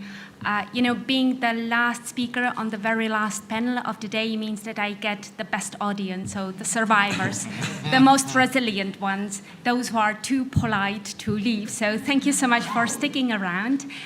Truly appreciate it. And so now, when the UK voted to leave the European Union back in 2016, the Czech reactions were, well, not dramatic, but definitely perplexed. So in Prague, it was a mix of dismay, confusion, and something that I would call quiet heartbreak. But being Czechs, we did not really make a fuss. So Brexit never really become this hot button issue in Czech politics. It was never really politicized. We never hold like protest marches, but we did regret the loss of what had long been a really key ally, a key like-minded partner in Brussels who shared our preference for deepening the single market, also our skepticism towards centralization, and also, an occasional eye roll at what was perceived as European Commission's overreach. So really, for years, the UK was this big, eloquent cousin in EU family, and suddenly they packed up, they moved out, and they left us wondering who would now defend our interests in council meetings, because that's what we did. We used to hide behind the UK. We used to let them do the talking, let them do the dirty job, and then we would, nod along from the second row. So Prague had to rethink its strategy when it comes to Euro diplomacy a bit. But when it comes to bilateral relations, so Brexit, for all its messiness, ended up giving bilateral relations a bit of a boost. So since Brexit, the UK began to really proactively reaching out to individual member states, and suddenly Prague felt like it was not just this rather insignificant Central European capital. We were being courted, and oh gosh, we liked it. It was like, the royalty suddenly noticed us. And so in our perception, this really helped out to narrow down a bit this power asymmetry, which had long defined the mutual bilateral relationship between the UK and Czechia, with the UK always being the much more important one, the stronger one, the shinier one. So this felt a bit like rebalancing. So between 2022 and 2024, various agreements were signed. We've got now sectoral agreements on foreign policy, nuclear energy, rail transport, and police cooperation, for instance. Are they binding? No. Are they fleshy? Not really. But they are perceived as promising and with much potential, and most importantly, as practical. And in Czechia, we like practical. So if I was to zoom in on some key priorities from the Czech side, so it's definitely defense. So this has long been the backbone of the bilateral relationship, quite literally, given that the British Military Advisory and Training Team has been stationed in Vyškov since 2000. So that's 25 years of quiet, consistent collaboration, which, in Central Europe, already qualifies as a tradition. So Czechia still sees the UK as really this top-tier partner when it comes to hard security, our views on Ukraine and cyber threats and hybrid warfare, they are closely aligned, which brings us also to the UK EU summit held just a few days ago. And yes, in Prague we were watching closely, and Czechia has long argued that defense and security is one of the areas where post-Brexit cooperation must be structured and must be sustained. So the fact that there is now security and defense partnership is really much appreciated. And of course, it's still early days and very much depends on the implementation, but it's definitely seen as a very positive development. And there is always a but, not everything is rosy. So for instance, if you look at youth mobility, which is now being branded as a youth experience, Czechia has really been disappointed by this loss of exchange opportunities, because UK was really immensely popular among Czech students and young people. And right now there is this real risk that an entire generation loses access to those formative UK experiences. So the loss of Erasmus+, the stalemate, in negotiating any deal left a gap, not just in opportunity, but in connections. And so far, nothing really meaningful has come in to fill it. So Prague's position here is clear, because people-to-people connections really matters, and restoring these ties is not just a technical fix. It's seen as a really smart investment in the next generation of cooperation, and also as a kind of litmus test of post-Brexit goodwill. This kind of test of sincerity. A way of answering the question, does the UK really want a reset, or just the language of one? So this is how Czechia sees it. So to sum up, Czech-UK relations are perhaps best described as resilient, as functional, as quietly ambitious. So Czechia sees the UK as trusted but maybe slightly unpredictable friend. So we are not expecting any dramatic breakthroughs at the moment, but we are interested in really steady, predictable cooperation. And my very last point, looking ahead, Prague would very welcome more structured engagement, particularly in areas such as defense and cybersecurity, and yes, also youth mobility. And of course, Czechia remains really firmly aligned with the EU's collective approach that will always be the higher order preference, but it's also very keen to make bilateralism count. And this is where I will stop, as the technical issues. Thank you. Yes. I think it's very nice. It's definitely last order's you. time. So any questions from the floor to any of our three presenters? One of the themes that came across in the report that you did last year, just before the elections, was how important what we now call people-to-people is. And I wonder what kind of response your governments get when you say this or they say this to British interlocutors from the British government. Is there any? Do you know if there's any indication at all that this is something that that the UK actually values, or is it really seen as transactional by London? Okay, yes, I will be happy to start. Yes, so, when last year the UK negotiated bilaterally with some member states, about youth mobility, for instance, with Germany. So Czechia felt a bit left out, that there were no such moves made towards Czechia. So definitely when you ask, people at the Ministry of Foreign Affairs, so off the record, they will always tell you that this really matters a lot, because the symbolics of this is really so huge. And of course, it's also very interesting to see how this kind of low politics issues becomes this proxy for high politics, how politicized it also becomes.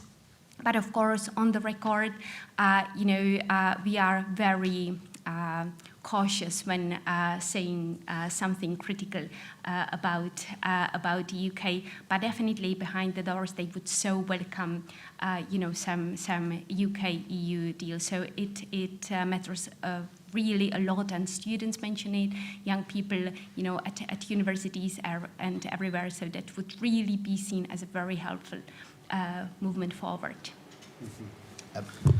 Regarding reset, the Spanish strategy has been mobility, on security and defense, to give the Commission the responsibility for negotiating, because basically there was no disagreement with the position defended by the Commission, and to preserve all the political capital to the issue of Gibraltar. So even Spain was very interested for obvious reason, the people-to-people business in reset. The idea was, it's the Commission who is going to negotiate, because we basically trust in the Commission, and we have this. We are on the same page in all dossier, to preserve the capital to invest in the negotiation in your peculiarity. I mean, people to people, it's a phrase, how do you call it, that appears in all the joint statements following meetings between the two parties. So they do place emphasis from both sides, which is, I found it, this new phrase, people to people, I found it very interesting. But also, as with Spain, Cyprus does raise the issue every time they meet, and they tell me that it's a huge issue, especially access to UK universities. Traditionally, there were tens of thousands Cypriots studying here, and it's a great loss. But again, they trust the Commission in this, and overall, although there is great momentum for tangible results to come about, time needs to pass. That's the message. It's a lengthy process. Yeah. And if I may, just one more sentence. Maybe it's really important to emphasize that the UK still remains this soft power superpower in Europe, from language universities, research, fashion, movies, royal family, you name it, music, yes, of course. But since Brexit, this influence seems a bit under-leveraged. But really, soft power really is the geopolitical capital, in a sense that it builds the ground on which then hard power cooperation becomes politically, but also emotionally possible. So it's probably worth emphasizing that as well. No, because something that the three countries have in common. Spain, you have the 18 million tourists from the UK to Spain. That's quite astounding. With Cyprus, you have an old community, a sort of a diaspora here, and you have a sort of long-standing relationship. So this shouldn't appear to be such a bizarre ask. And also our shared love for beer. Yes, that's also what we have in Czech. Yeah. Didn't a better one. Just maybe on a bit of a sarcastic note, I think you can do another workshop on small islands and rocks and the relationships because they are terribly important. But I've got a question regarding Cyprus, because the key points you pinpointed in the good relationship, of course, predate Cyprus accession to the EU, and there are on its UN security, and it has other origins, it has other platforms, so that is not EU related. Does Cyprus still share the same EU first approach on other issues, or are there little elements where you could imagine a Cypriot government playing on behalf of the UK in the EU framework? Because I don't quite get it's different things. Yep. Right? And overall, Cyprus is a committed European member state, and that they're not willing to jeopardize that for the sake of Cyprus-UK relations. So they are committed in doing that. Although they always acknowledge the fact that, we are dependent on the UK for other reasons. Yeah. So that's yeah. Are there any other questions? I do feel there is a bit of a torpor growing in the room now. I'd like to thank you for sticking out to the very end. It's great that so many of you came to the conference today, but also that you're still here now. I'd like to, before I thank the speakers, I'd like to thank everybody who spoke today and everybody who acted as a chair. I want to thank our helpers. Of course, Pippa is, as usual, not in the room, but she's busy elsewhere. She's been... her contribution has been huge as ever. I want to thank Kirsty. I want to thank Joe as a veteran helper at these events. All of the Warwick students who appeared today. It's been great. These things are always a huge sort of team effort. So I'd like to thank all of those. But I'd also like to thank our panellists. So thank you very much indeed. Thank you. Thank you.